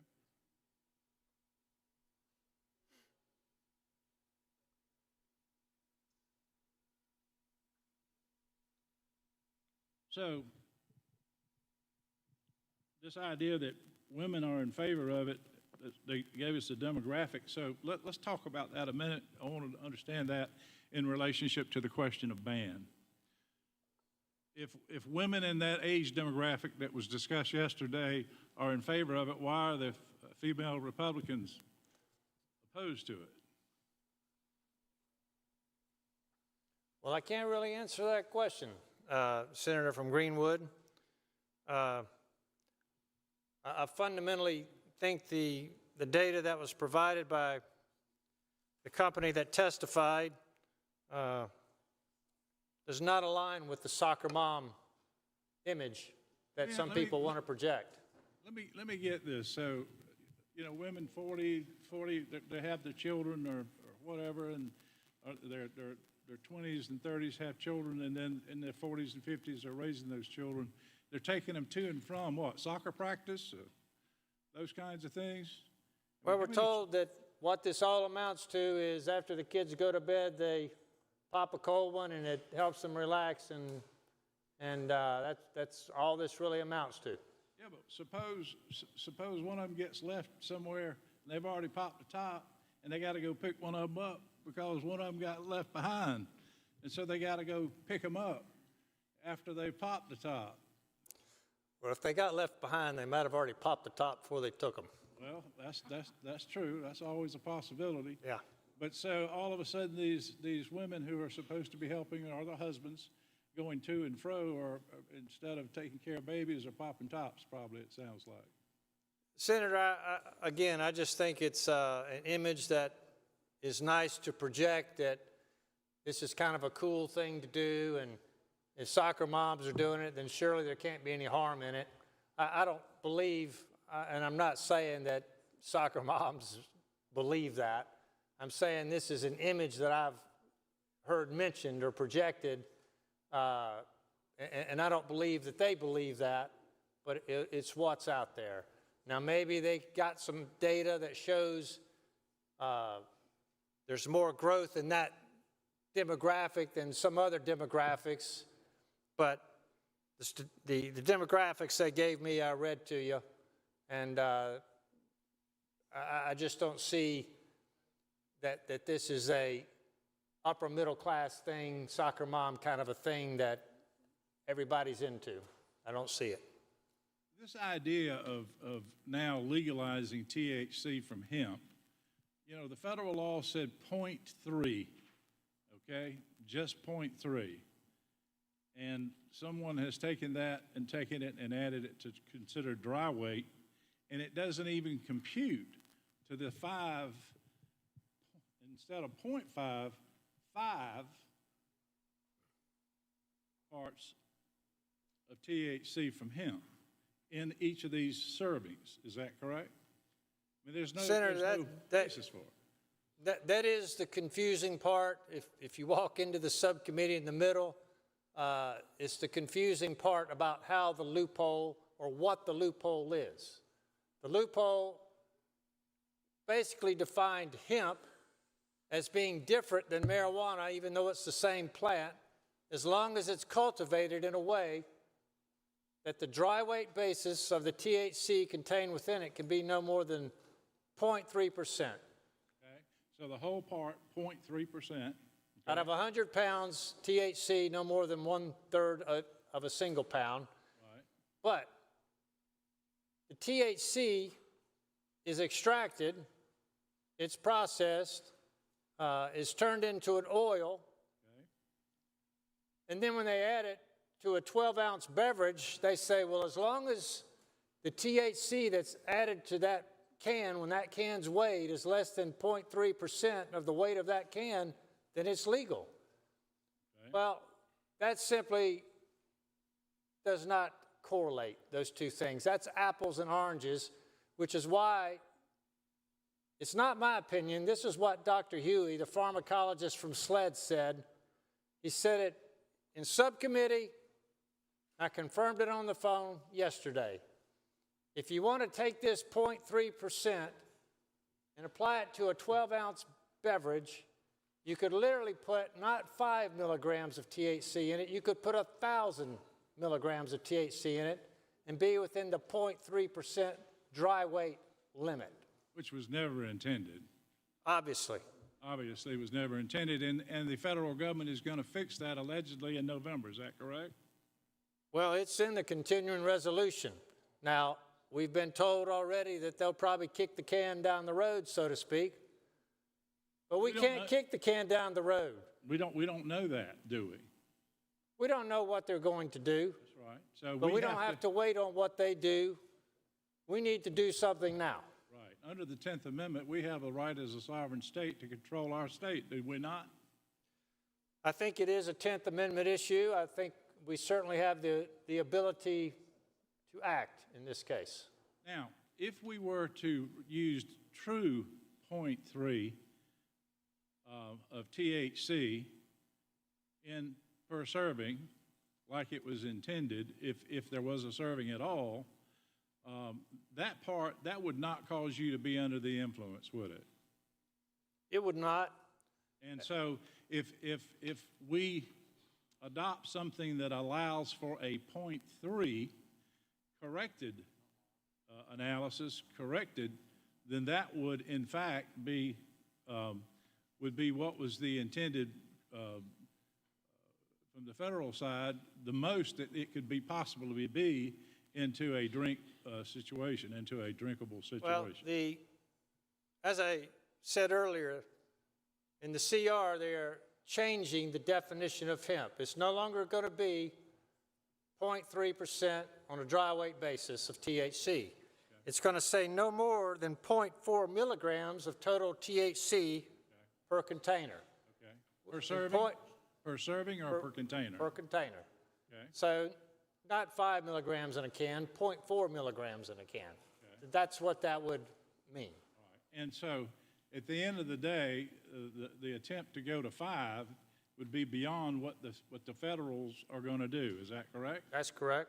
And so if in November they go ahead and pass this, then if we pass something that's contrary to that, then the South Carolina law and the federal law are going to be in conflict, are they not? They would. All right. So, we're talking about a ban versus what about a temporary ban? Have we thought through that at all as to whether or not we ought to talk about a temporary ban? I would only consider that, Senator, as a backup measure. I understand, but I'm not interested in allowing the recreational use of THC psychoactive products. Well, that's what I'm talking about. We go ahead and ban it all temporarily. We wait until November and see what the federal government does. And then we as a sovereign state, we join in with the federal government and limit it to a drink that has some allowable hemp THC, but a very small amount, which would not cause one to be impaired. The continuing resolution, the definition there would accomplish that, I believe. All right. Now, if I've got some FDA material here, and it suggests, and have you read any of the FDA material? The FDA what? FDA material. Have you read any of that? I don't recall. Okay.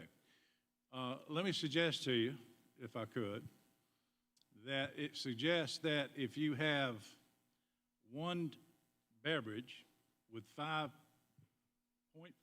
not 0.5, but 5, that alone is enough to cause you to be impaired. It's similar to 3 beers in an hour. Are you familiar with any of those statistics? I'm not. What I gathered from the subcommittee testimony is products affect different people in different ways. As far as the THC being in them, so, one person might drink that 12-ounce can with 5 milligrams and no problem, and someone else, it may have a different reaction. Well, again, the FDA has said that if you drink one, you are impaired for driving. So you've made some comments about driving and whatnot, and are you aware of any way to gauge this THC to be able to determine whether or not it impacts a person's ability to drive? I'm not aware. I've listened to subcommittees. I've read some articles and reports. I'm not claiming to be an expert, but a THC product is meant to affect you. I mean, that's why you take it. Right. So to say I'm going to have some THC, but I don't ever want to be affected, I don't want to have euphoria and all that, is contradictory. Well, yesterday I heard some statements by the senators that it would take 40 of these drinks to give you a high, is the high that you would have from smoking one marijuana cigarette. So if that's the case, then why is everybody wanting one of these things? Why would somebody want a drink that you'd have to drink 40 of them before you could get the feeling or the effect? Senator, I don't really know. I don't have any experience with smoking joints. You know, what I see in movies is someone takes a puff and then they pass it on to the next person. They don't sit there and smoke the whole thing. That's just what I've observed.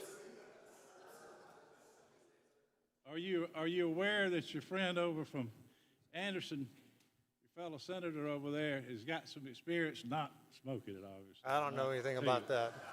but seeing some people that have taken some of that, drank some of that stuff, and the effect it had on them.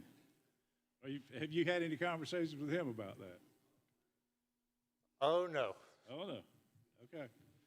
All right. Well, again, I'm just trying to understand if there's any kind of science or anything that would show why somebody would drink 40 cans or something to try to get high, and then why would you even make it then if it didn't give you a buzz, so to speak? Well, I will say this, Senator, since you're talking about how much someone's going to consume. In the committee amendment, it basically limits the products to just drinks. The committee amendment, if it's adopted, does not allow gummies, flour, vape, nothing but the infused drinks in the committee amendment. And the limits there are no more than 10 milligrams in a can, or what they call one of these bottles where, you know, a 1 ounce shot, I guess, has either 5 or 10 milligrams. The point I'm going to get to is often people who consume alcoholic beverages drink more than one beer, right? So if someone wants more than 10 milligrams, they can very easily drink several cans. They can very easily buy one of the bottles from the liquor store that has the shots and get just as much as they want. So yes, it's someone who wants to use it to get high is going to get high, and I don't think anyone can argue against that. It's going to be there, and if you think that's fine and everyone should have that personal choice, then, you know, that's your feeling about it. I believe, for the reasons I've stated, that the recreational use of THC products is not in the interest of the common good, the public health, and I oppose it. All right. Let me ask you some questions about, you got to see the committee. I didn't get to see it. I was unfortunately, I was unable to see any of that. So I'm just asking you some questions from what you observed from that, if I could. And it talks about the synergistic effect. Was there any discussion that you were able to see that deals with the synergistic effect between alcohol and adding one of these cans to the impact of someone's I don't recall any discussion about that. I mean, I have seen in some of my reading that, you know, if you were to have a THC product while you're on a particular medication, that it could be problematic, and it listed several different medications. So certainly, you know, that would be an issue people would have to be aware of. Of course, it said that if you're if a woman's pregnant, she definitely shouldn't be taking it because it'll cross the placenta. So, you know, there's those common things I think that people would have to be aware of. Okay. And so your general proposition is that, number one, it's not legal now, other than if it's in 0.3%, and that was supposed to be total body weight, right, or total? Senator, to some degree, I think it's irrelevant to argue over legality or not. I accept there's a loophole that something that was never in the purpose of the bill. A loophole was found and exploited, and it's up to us to either put our stamp of approval on that loophole or close it. And that's the choice that's before us. I don't think they would have passed the Farm Bill with this industry in mind, and I don't see any reason why we should pass a bill that puts a stamp of approval on what was a mistake from the outset. Okay. As it relates to, again, going back to the driving under the influence situation, did you not spend several weeks working on the DUI bill? Well, I was certainly here. Others worked much harder on that, much more involved in that than I was. You were very interested in it and tried to help along the way to try to get that bill passed, didn't you? Yes, I did. And that's something that we've been working on for several years. And was this even contemplated at all at the time we were doing that bill? I certainly think the senator from York, had both of these things in mind. He was working on both of these things. And I think one thing that is worth mentioning is that, SLED has a very difficult job as it is, trying to keep the roads safe. And the THC and the drugs in people's system is much harder to identify. My recollection is you have to have a blood test. And so allowing these THC products and expecting that people are going to consume them and not drive is just not realistic because, as that study showed, people already drive impaired under the influence.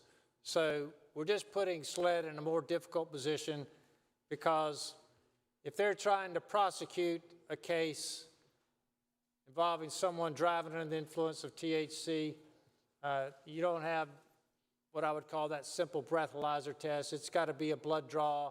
It's got to be within 3 hours. Or we're going to be right back in the situation where the law just simply can't be enforced.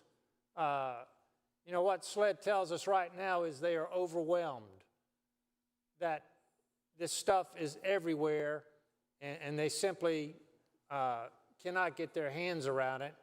So why we want to continue to have them in that situation is beyond me. We should be trying to help them. Yesterday, I thought I heard a senator take the position that he had talked to Chief Keels, and Keels was of the opinion that, well, we need to ban it, but, we really need to regulate it. I called him last evening. Are you aware of that? Along with Senator Rickenbaugh. And we had a conversation with him, and he's absolutely adamant, said I could say this, that we need to ban this as opposed to regulate it, if at all possible. Are you aware of that? I think that's accurate. I mean, I heard Chief Keel speak in subcommittee, and he certainly would like us to ban it. If we can't ban it, then he'd like, obviously, the strictest possible regulation of it. I think that's an accurate description of his position.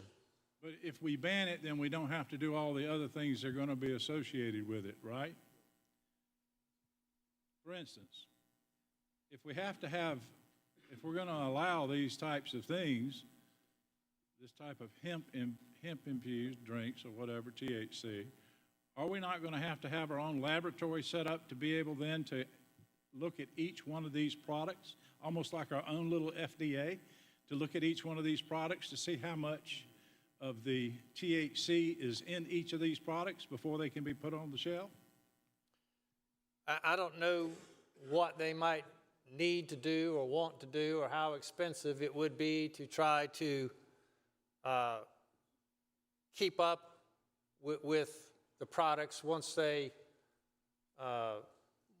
regulation went into effect. I know they can't keep up with it now.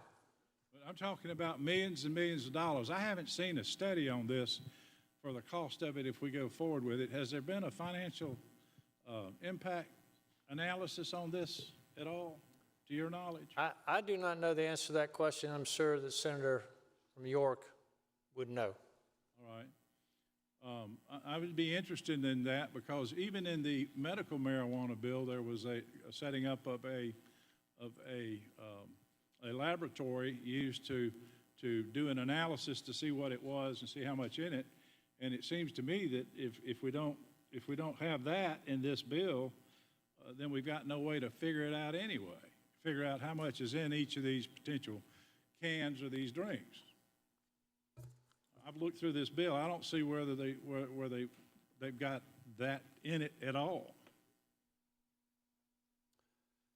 Well, Senator, I think if we allow these products, there's going to be other problems. You're going to have the problem of, especially if they're in literally thousands of stores who would be allowed to carry them with the beer and wine license, of keeping up, trying to keep up and be aware of if there's products in those stores that really shouldn't be there.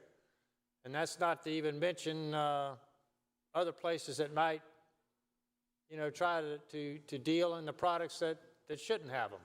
Whether they're in liquor stores or not, wherever they are or wherever they're allowed, if you don't have an ability to look into them to see what they're made of, I'm told that some of these things, if you heard these, are coming from China. Are you familiar with that?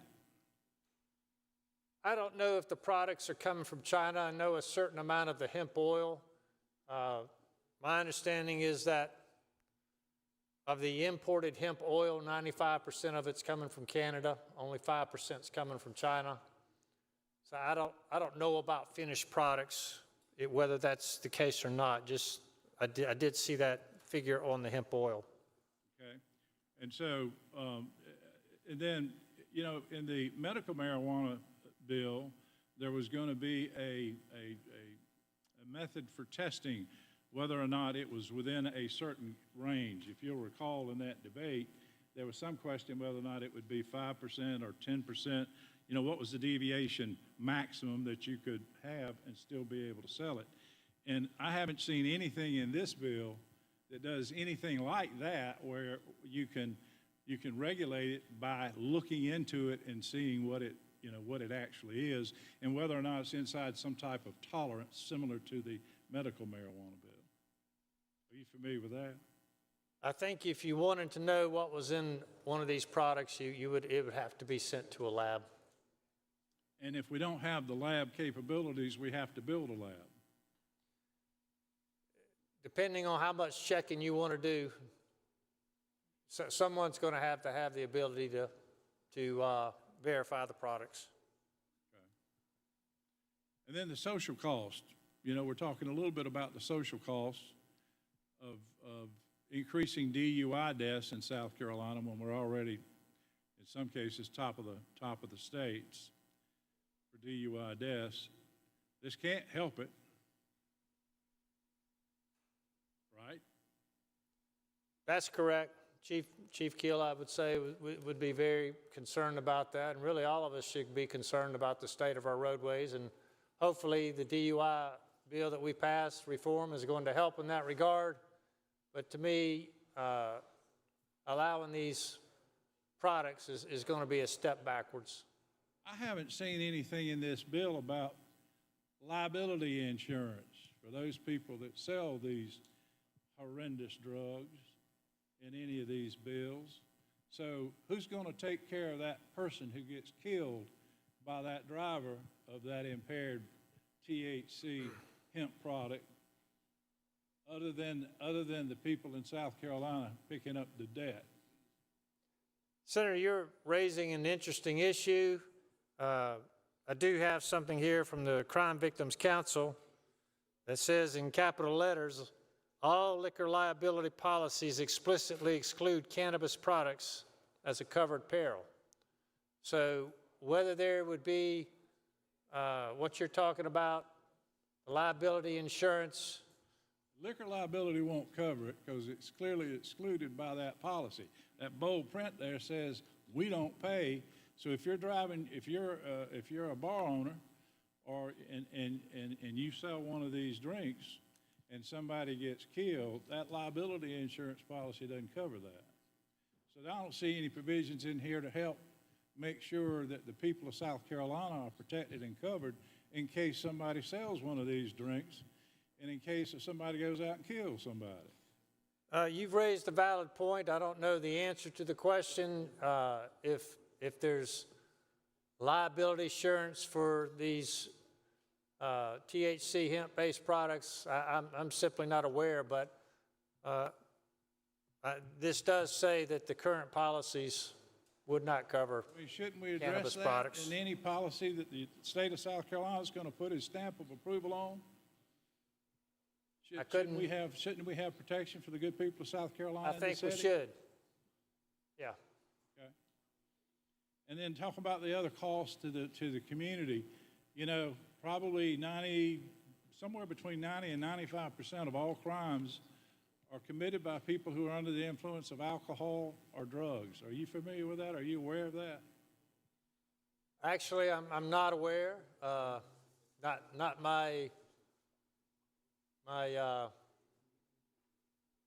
profession to know those kind of statistics. Those who are solicitors or attorneys like yourself would know much better than I. And I'm hoping that as soon as we are able to get this information, we can start having this information from our court systems to be able to tell us the number of, like we said, pending DUIs. We got 13,000 of them out there.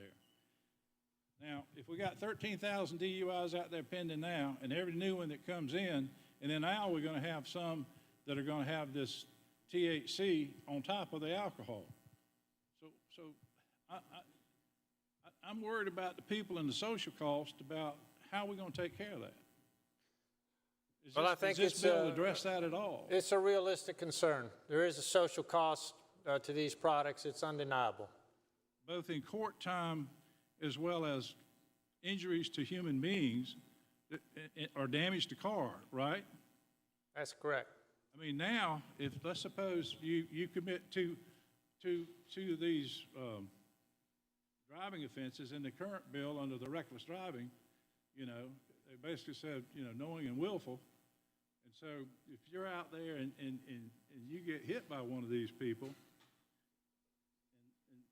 and you're driving and you make a mistake, but there's an exclusion in your policy that doesn't pay for your criminal activity.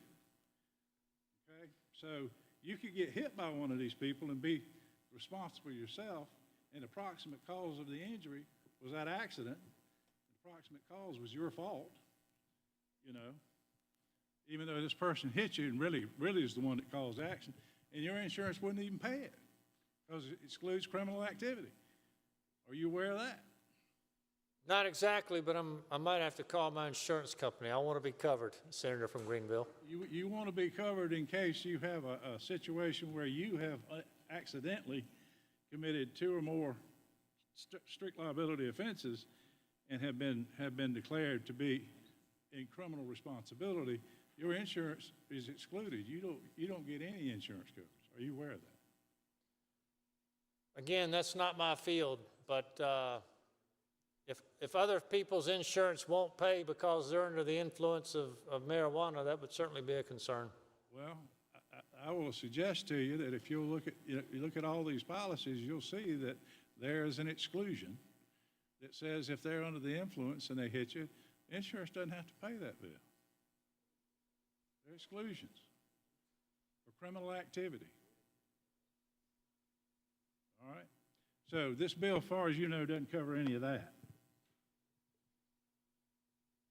Does it cover any of that? Did you see where it covered any of that? I don't think that's covered in the bill, Senator. Did you hear any discussion about that?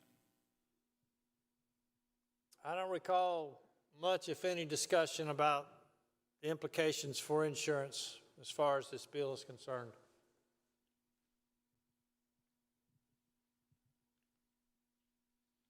Okay, now, and children's access to these drinks, if mom or dad go buy these drinks and have them at the house, and they look like Coca-Cola or they look like some other drink, how do we make sure none of that happens? I mean, is there some kind of warning sign we can put on them? Is there some way to, is that addressed? Did you Senator, see where that was I think addressed? we all know from life experience that if a house has alcohol in it and a minor wants to get a hold of that alcohol, there's a good chance they are. And I would say if a house has THC drinks in it and a minor wants to get a hold of that, there's a good chance they will. And did y'all talk about the delayed response any at all when y'all were talking about these hemp-infused THC drinks, about you could sit there and drink 2 or 3 of them and it wouldn't hit you for like, it could be as many as 45 minutes before you get hit with it?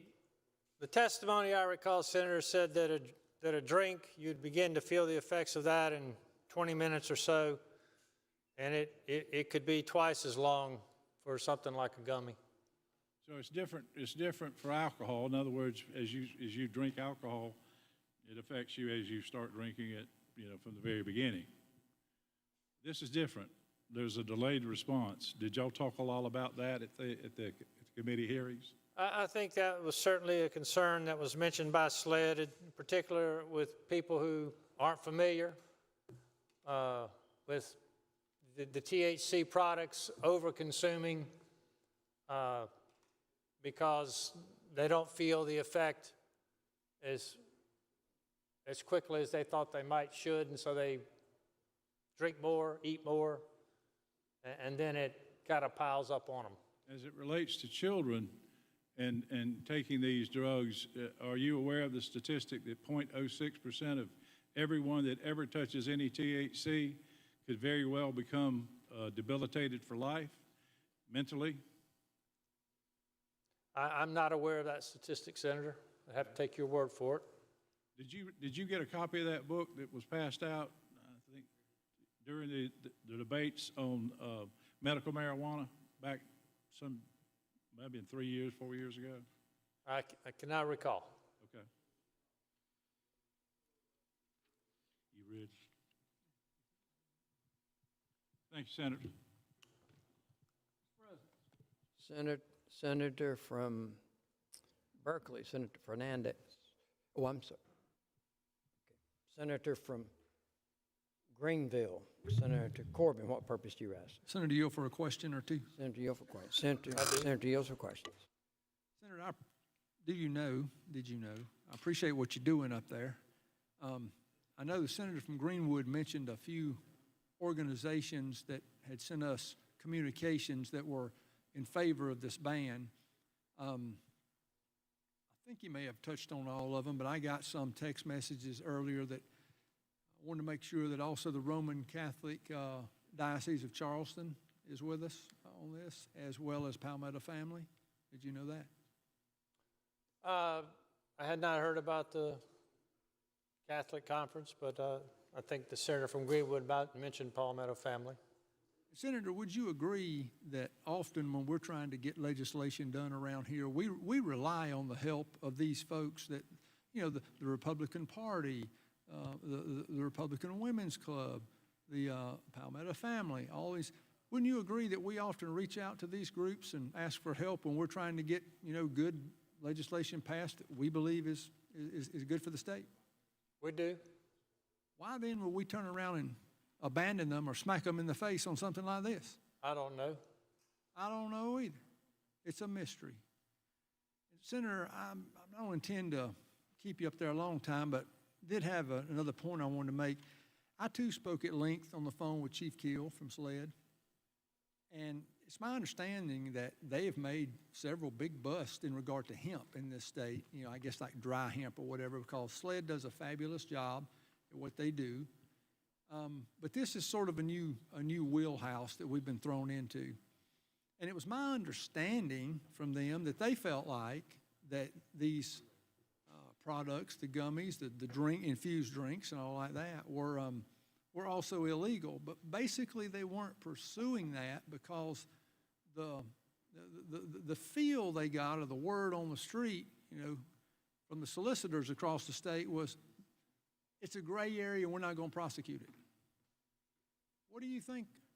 What's your reaction to that, Senator?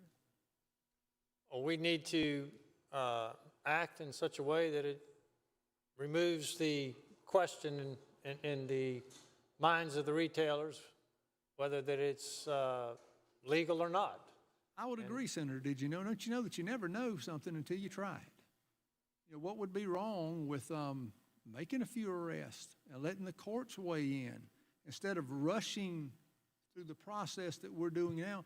all of a sudden we find this problem that seems to be thrust on us, and there seems to be various various different avenues to, solve the problem or whatever. Did you know?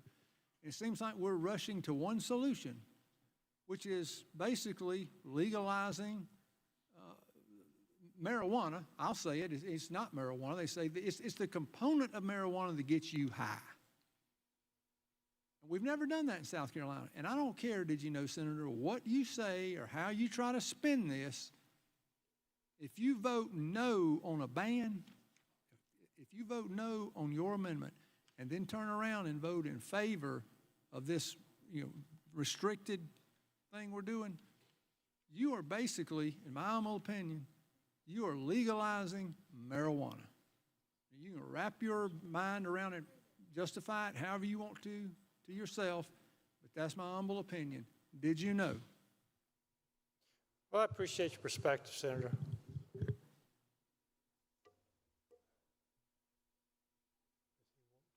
I think he wants to be heard. That's fine. Thank you, Mr. President.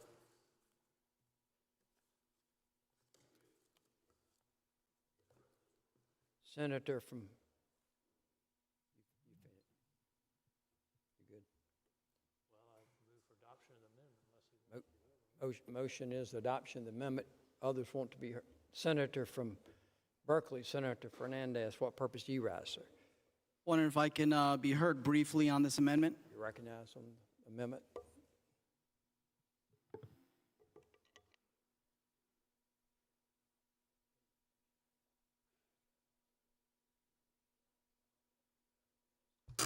Senator from Berkeley, Senator Fernandez. Thank you, Mr. President. Before I start, I just wanted, Senator from Anderson and I, we agree on 99.99% of items. I always give him my proxy when I'm not going to be in a committee meeting. And many people who follow me know that I am an advocate for the full legalization and decriminalization of marijuana, THC, hemp, any type of its products. But for me, the question is not whether THC is good or bad. People can disagree about that. Many reasonable and righteous people do so. But that's not the real question we should be asking. The real question is, what is the proper role of government? Our government was never designed to engineer a perfectly healthy or perfectly moral society through criminal law. Its role is to protect liberty, maintain order, and promote the general welfare of the people, not to mandate how people live their lives. There's a very important difference between promoting the general welfare and attempting to control personal behavior. In a free society, adults are responsible for their own choices, even choices others might think are unwise. Once government begins banning things simply because they may be unhealthy, there is no clear limiting principle. The list of things that could be prohibited in the name of protecting people from themselves becomes endless. Now, that does not mean government has no role. Government absolutely has a role in promoting good health and educating the public when it comes to THC. But there is a difference between informing citizens and criminalizing their personal decisions. When government moves from guidance to prohibition, it stops protecting liberty and starts managing the people. And I do not believe that is the role our government was intended to play. Thank you, Mr. President. Thank you, Senator from Anderson, Senator Cash, what purpose do you rise? See if the senator will yield for a question.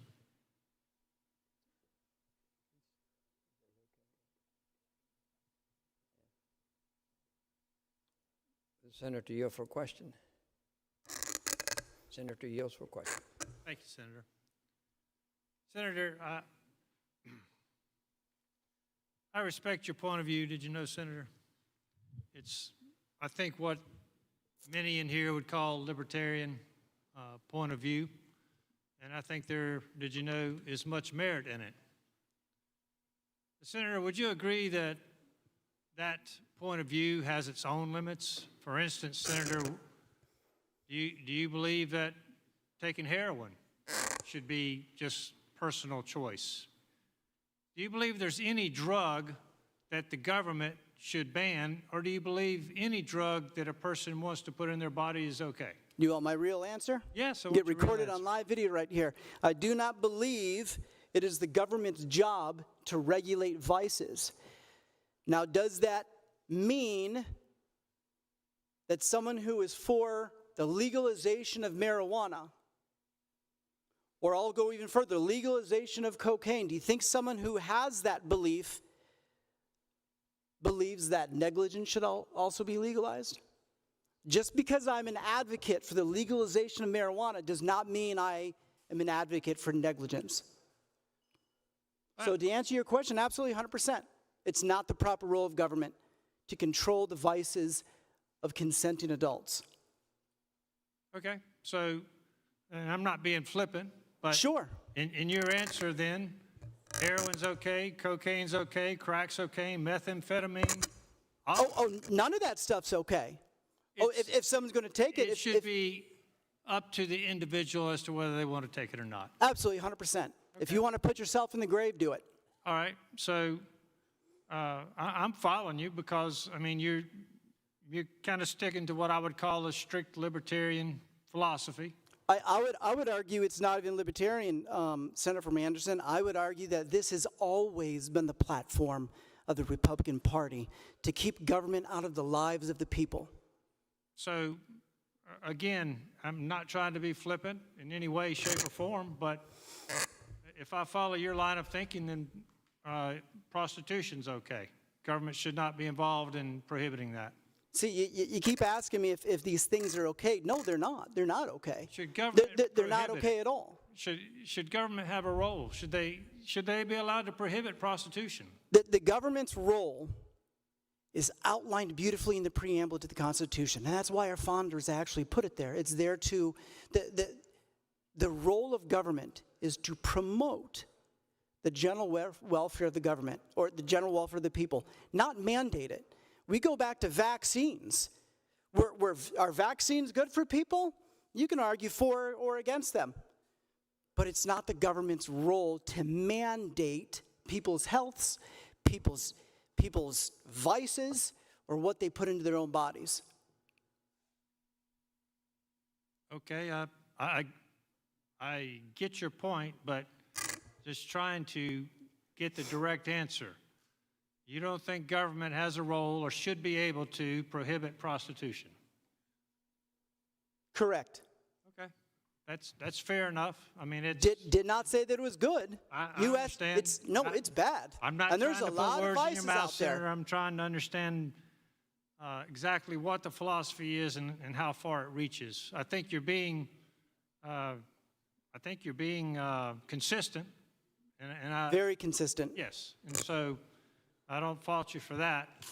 But did you know that when you're talking about the general welfare, you and I look at that differently, because I think prohibiting prostitution is in the general welfare of society, and I don't care if the two adults are consenting. So we just have a different view there of the government's role in what you might be called the common good or the general welfare, and I think it extends obviously a lot farther into personal decision-making than you do. Did you know? Well, I agree with you. I don't think we're disagreeing on what is righteous and what is evil. I think what we are disagreeing on whether what the actual word promotion means.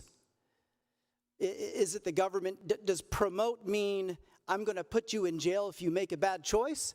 Or does promote mean let me spend some money on a flyer, put it out there and tell you why this is bad and why you shouldn't do it, why you should put together an emergency kit, why maybe you should get vaccinated, why you should go to school.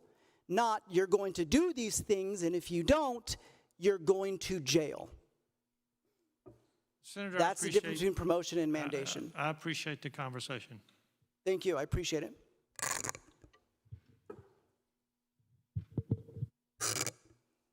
Senator from Greenwood, what purpose do you raise? Speak in favor of the amendment. Okay. Senator Berkeley has the floor. Giving up the floor. Senator from Greenwood is recognized to speak on the amendment.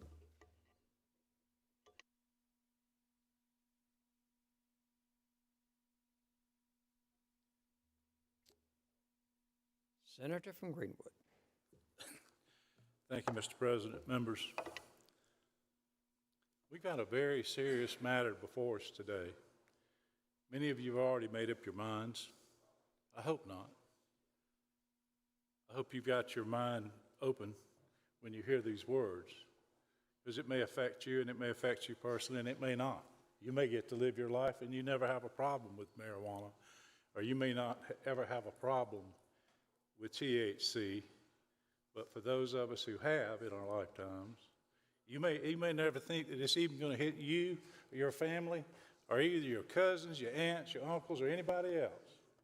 But then one day, it hits you like a ton of bricks and it kills your only son.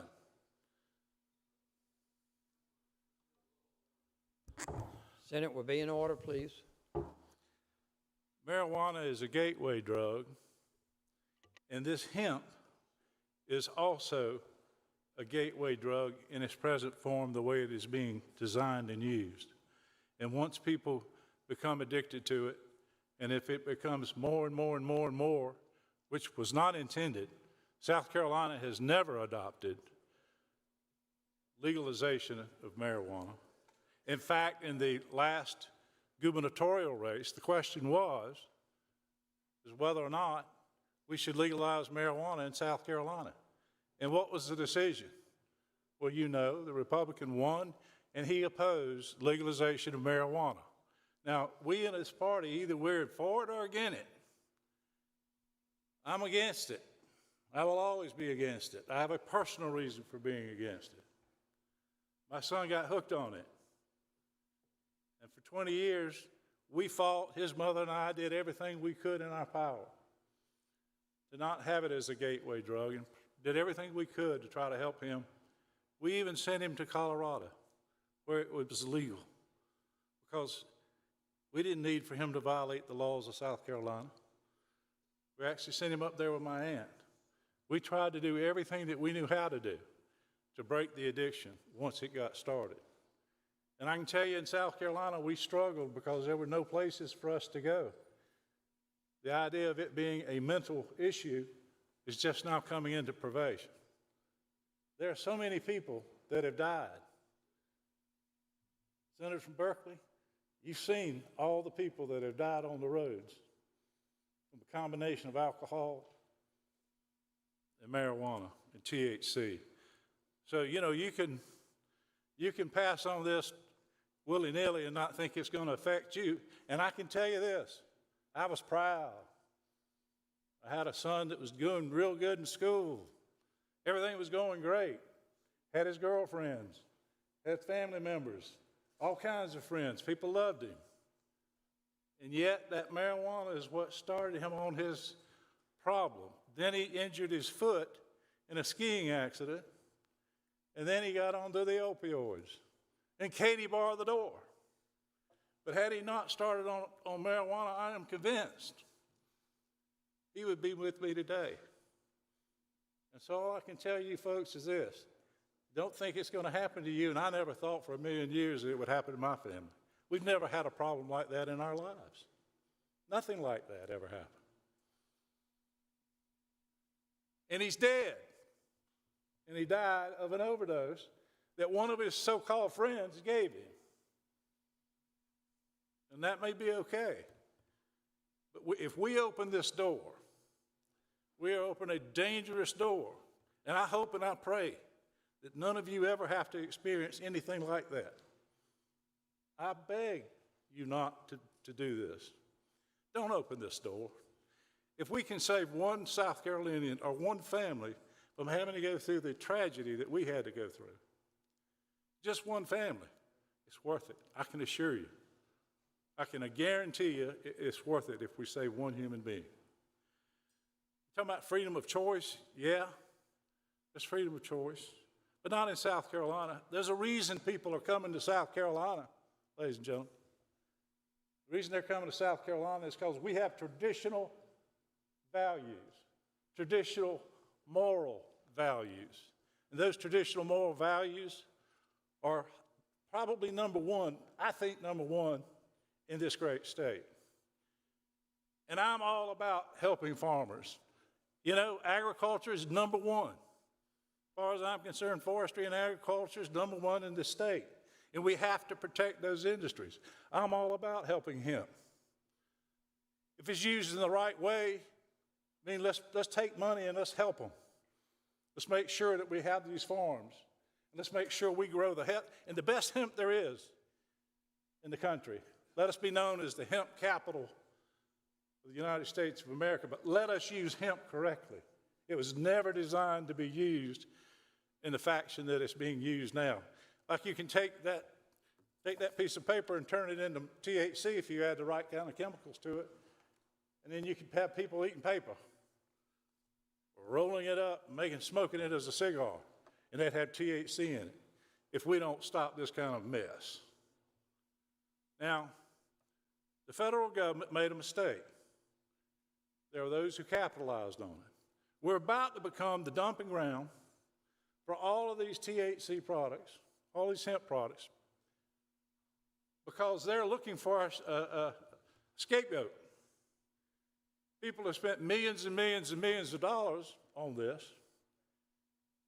bought it from Mexico, bought it from China, bought it from other places, and yes, in South Carolina and other places, we have manufactured this. But they manufactured it upon the risk that it could be illegal, and in fact, it is illegal. I don't know why we don't have the authority or the power to stop it. I can't believe that we went through 5 or 6 subcommittee hearings and we are letting children go to the hospital. Yes, I'm talking about emergency rooms.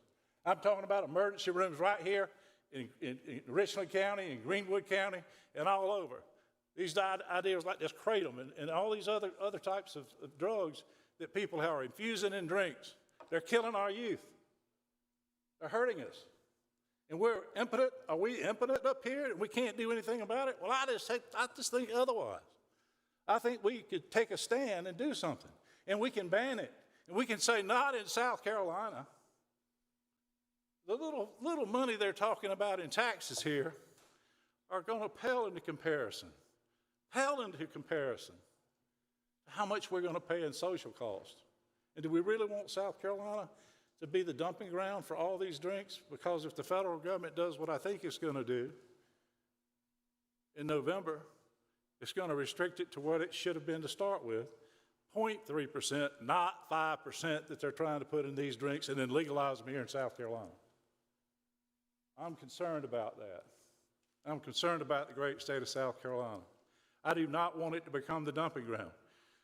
It will become the dumping ground, whether we like it or not, if we adopt this, because we're going to be one of the only states that does adopt it. Look, in states where they've legalized marijuana, they're stopping this kind of thing. Why? Because it's competing with marijuana. Let me say that again. In those states that have legalized marijuana, they are trying to stop this because it's competing with marijuana. They like this better than they do marijuana. Now, what does that mean? What does that mean to your children? If they like it better, it's easier. You don't have the hangover from a drunk. So you'd rather use this as opposed. And I heard somebody from standing from this well talking about, well, you know, there's people that would prefer to have this drink and not have the hangover in the morning. Really? Really? And that's the important thing? Is that the important thing? We have not, this bill is absolutely not ready for prime time. I haven't seen the first study on how much it's going to cost. I talked to Chief Keel. Mr. Rickenbaugh was there. He wants it banned. He wants us to get rid of it so we don't have to sit here and talk for the next several days about how to restrict it. He wants it banned. And why should we ban it? Again, it's not something that South Carolina ever decided it wanted. In fact, it said we did not want recreational use of THC, and now we're doing it. This bill legalizes it, legalizes the use of THC products, infused drinks in South Carolina. You say, oh, well, we can restrict it. Really? You think you can restrict it? And at 5%, then it's going to go to 6% or 10% or 20%, and then how are we going to regulate it? How are we going to figure out what they're putting in it? We don't even have the institutions of government, a lab, an expensive lab. Do we really want to go there? We don't even know how much the lab costs.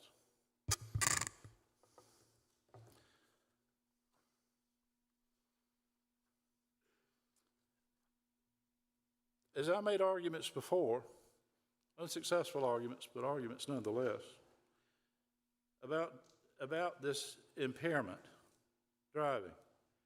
So someone goes to a bar and they have 2 or 3 beers. And the way that works is there's 2,100 parts of air to 1 part of alcohol. And that's determined in your blood. And that's the way we determine whether a 200-pound man is drunk or not, or under the influence or not. It's based upon that 1 to 2,100 analysis. And we pull that lung air out of the deep lung air sacs to find out whether or not they are impaired. And that's the system that we use. It's been used for a number of years, and it's an excellent system. We spent all this time working on a DUI bill to help protect the citizens of South Carolina. And did we not just spend a whole lot of time, and did we not allocate a lot of money? Or I hope we're going to allocate sufficient money for us to be able to put prosecutors in there so we can get this done and protect those citizens up there. Protect ourselves, protect our own families. And then we turn right around and in the same month, or maybe in the same session early on, we decide that we're going to, now why don't we legalize THC? It's okay. Everybody else is doing it. Why don't we do that? That's smart. Oh, yeah. It's all about the money, ladies and gentlemen. At the end of the day, it's all about the money. Say what you want. You can be agnostic about it, or you can see it for what it is. It's all about the money. And South Carolina is going to end up being the dumping ground for all of this material. And then the senators who are in favor of allowing that to happen, we can have carte blanche and they can drink those Chinese drinks and we don't know what's in them, the heavy metals that are in them. We have no clue what's in them. And yet we're about to say they're okay. And we don't even know what's in them. We've got pharmacologists here. They know what's in those kinds of things, and if the proper studies are done, and they know the impacts it can have on the human body. This body is a wealth of knowledge from various sciences that can help us make up these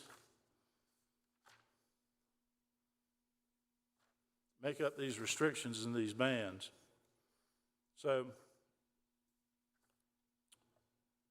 if you want to put an end to this today, that's fine. We can go ahead and ban it. Or if you don't, and you want to try to restrict it, good luck. Of course, I'll be voting no. I'll be voting in favor of the ban, and these restrictions are not going to be of effect. And the people that I respect when it comes to asking questions about our politics, all politics are local, so I called all of my chairmen of my parties and I asked them specifically what they wanted me to do here. And I will tell you that Greenwood, Saluda, and Lexington counties, leaders of those parties, told me that they wanted me to fight the ban, do all I could do to ban it. So those are my directions for my people. I can't say what your directions are from your people or whether you even follow them. That's your business. I follow them. And so I called the chairman of the South Carolina Republican Party, and I asked him about his position and our position as a party on the question of marijuana and on the question of THC-infused drinks. And with the Senate, the President's permission, I'd like to pass out some literature, if I could. Is there objection, unanimous consent to distribute material? Hearing no objection, so ordered. Let's see, Senator. No, you'll have to. Yeah, okay, yeah. And what I'm going to be passing out will be the South Carolina Federation of Republican Women. Because women have been named as being the ones who really want this to pass, I can assure you that the Federation of Republican Women are against it. And it's on behalf of the South Carolina Federation of Republican Women, I state the strongest possible terms of our demand for a total ban. The South Carolina Baptist Convention, again, this is a morally underpinned government. It always has been, it always will be. We can never divorce ourselves from our moral underpinnings. Baptist Convention. I want to thank the Speaker of the House, House leadership, and all the members for addressing the rise of THC-infused drinks and gummies in South Carolina. Actually, these letters were sent to the House, but they're dealing with the same bills that we're dealing with here today. It has been suggested that my letter would support allowing THC-infused products to be legally sold in South Carolina. While I stand by my original letter, I want to clear up any possible confusion concerning where the Southern Baptists stand. The Southern Baptists strongly support a ban on THC-infused products, and we believe that is the best path for the legislature to pursue. It's the Southern Baptist Convention. Let's Dr. Tony Bean. Many of you like him, many of you know him. He is a stalwart for the moral underpinnings of this great state. The Palmetto family, I can't tell you how happy I am to have an association with the Palmetto family. And some of you may know I'm part of something called the Family Caucus. Some of you are as well. Family Caucus is a group that was put together of both House members and Senate members who try to make sure that we pass laws that are helpful to families. And we see this as a law that's going to destroy families and hurt families and is not in the best interest of South Carolina or the families. And they're saying expanding the reach of marijuana is a mistake for South Carolina. It's not a small step. It's an incredible escalation of moving South Carolina towards recreational use of marijuana. Again, this is so complicated that even the Palmetto family find it difficult to understand. There's no difference between THC found in hemp and THC that's found in marijuana. It's the same thing. It's a distinction without a difference. And for anybody who thinks otherwise, you're making a mistake. It's the same thing.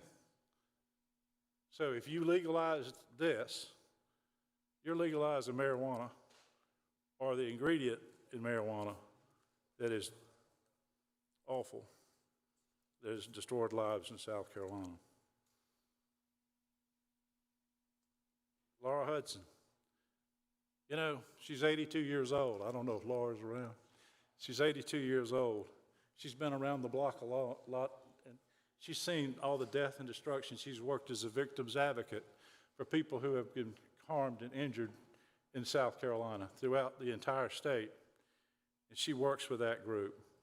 And she knows what I'm talking about in this devastation. And she knows exactly what this is going to do. This is going to harm people in South Carolina. So she also wrote an opinion on that. And of course, we have the statement from Drew McKissick again. So if the powers that be that control our work here allow for this to be done, then they allow for this to be done. We'll leave it in God's hands. Thank you. Well, that's a question. Senator from Lancaster, what purpose do you rise, sir? I'd like to see if the senator would yield for questions. Senator yields. Senator yields for questions. Senator, I've said this before, but did you know that when things come up in this body, I do talk to my constituents? Did you know that? I'm sure you did. I'm comfortable that you did. Do you know what my normal average constituent says about this? I have no idea. Well, they are wanting me to vote to ban it. Okay. So therefore, did you know I will do exactly what I think my constituent wants me to do? I believe that's why I was elected to serve. Just one other question, too, that I would ask anybody rhetorically is, do you ever think about what this state's going to look like in 30 years? What do we want it to be? What do we want to, where do we want our natural resources and our grandchildren and their educational levels? Do you ever think about what you want that to look like in 30 years? That's a beautiful question. And the great state of South Carolina needs to be thinking about that 50-year plan. Unfortunately, or fortunately, it depends on how we develop it. We're going to take in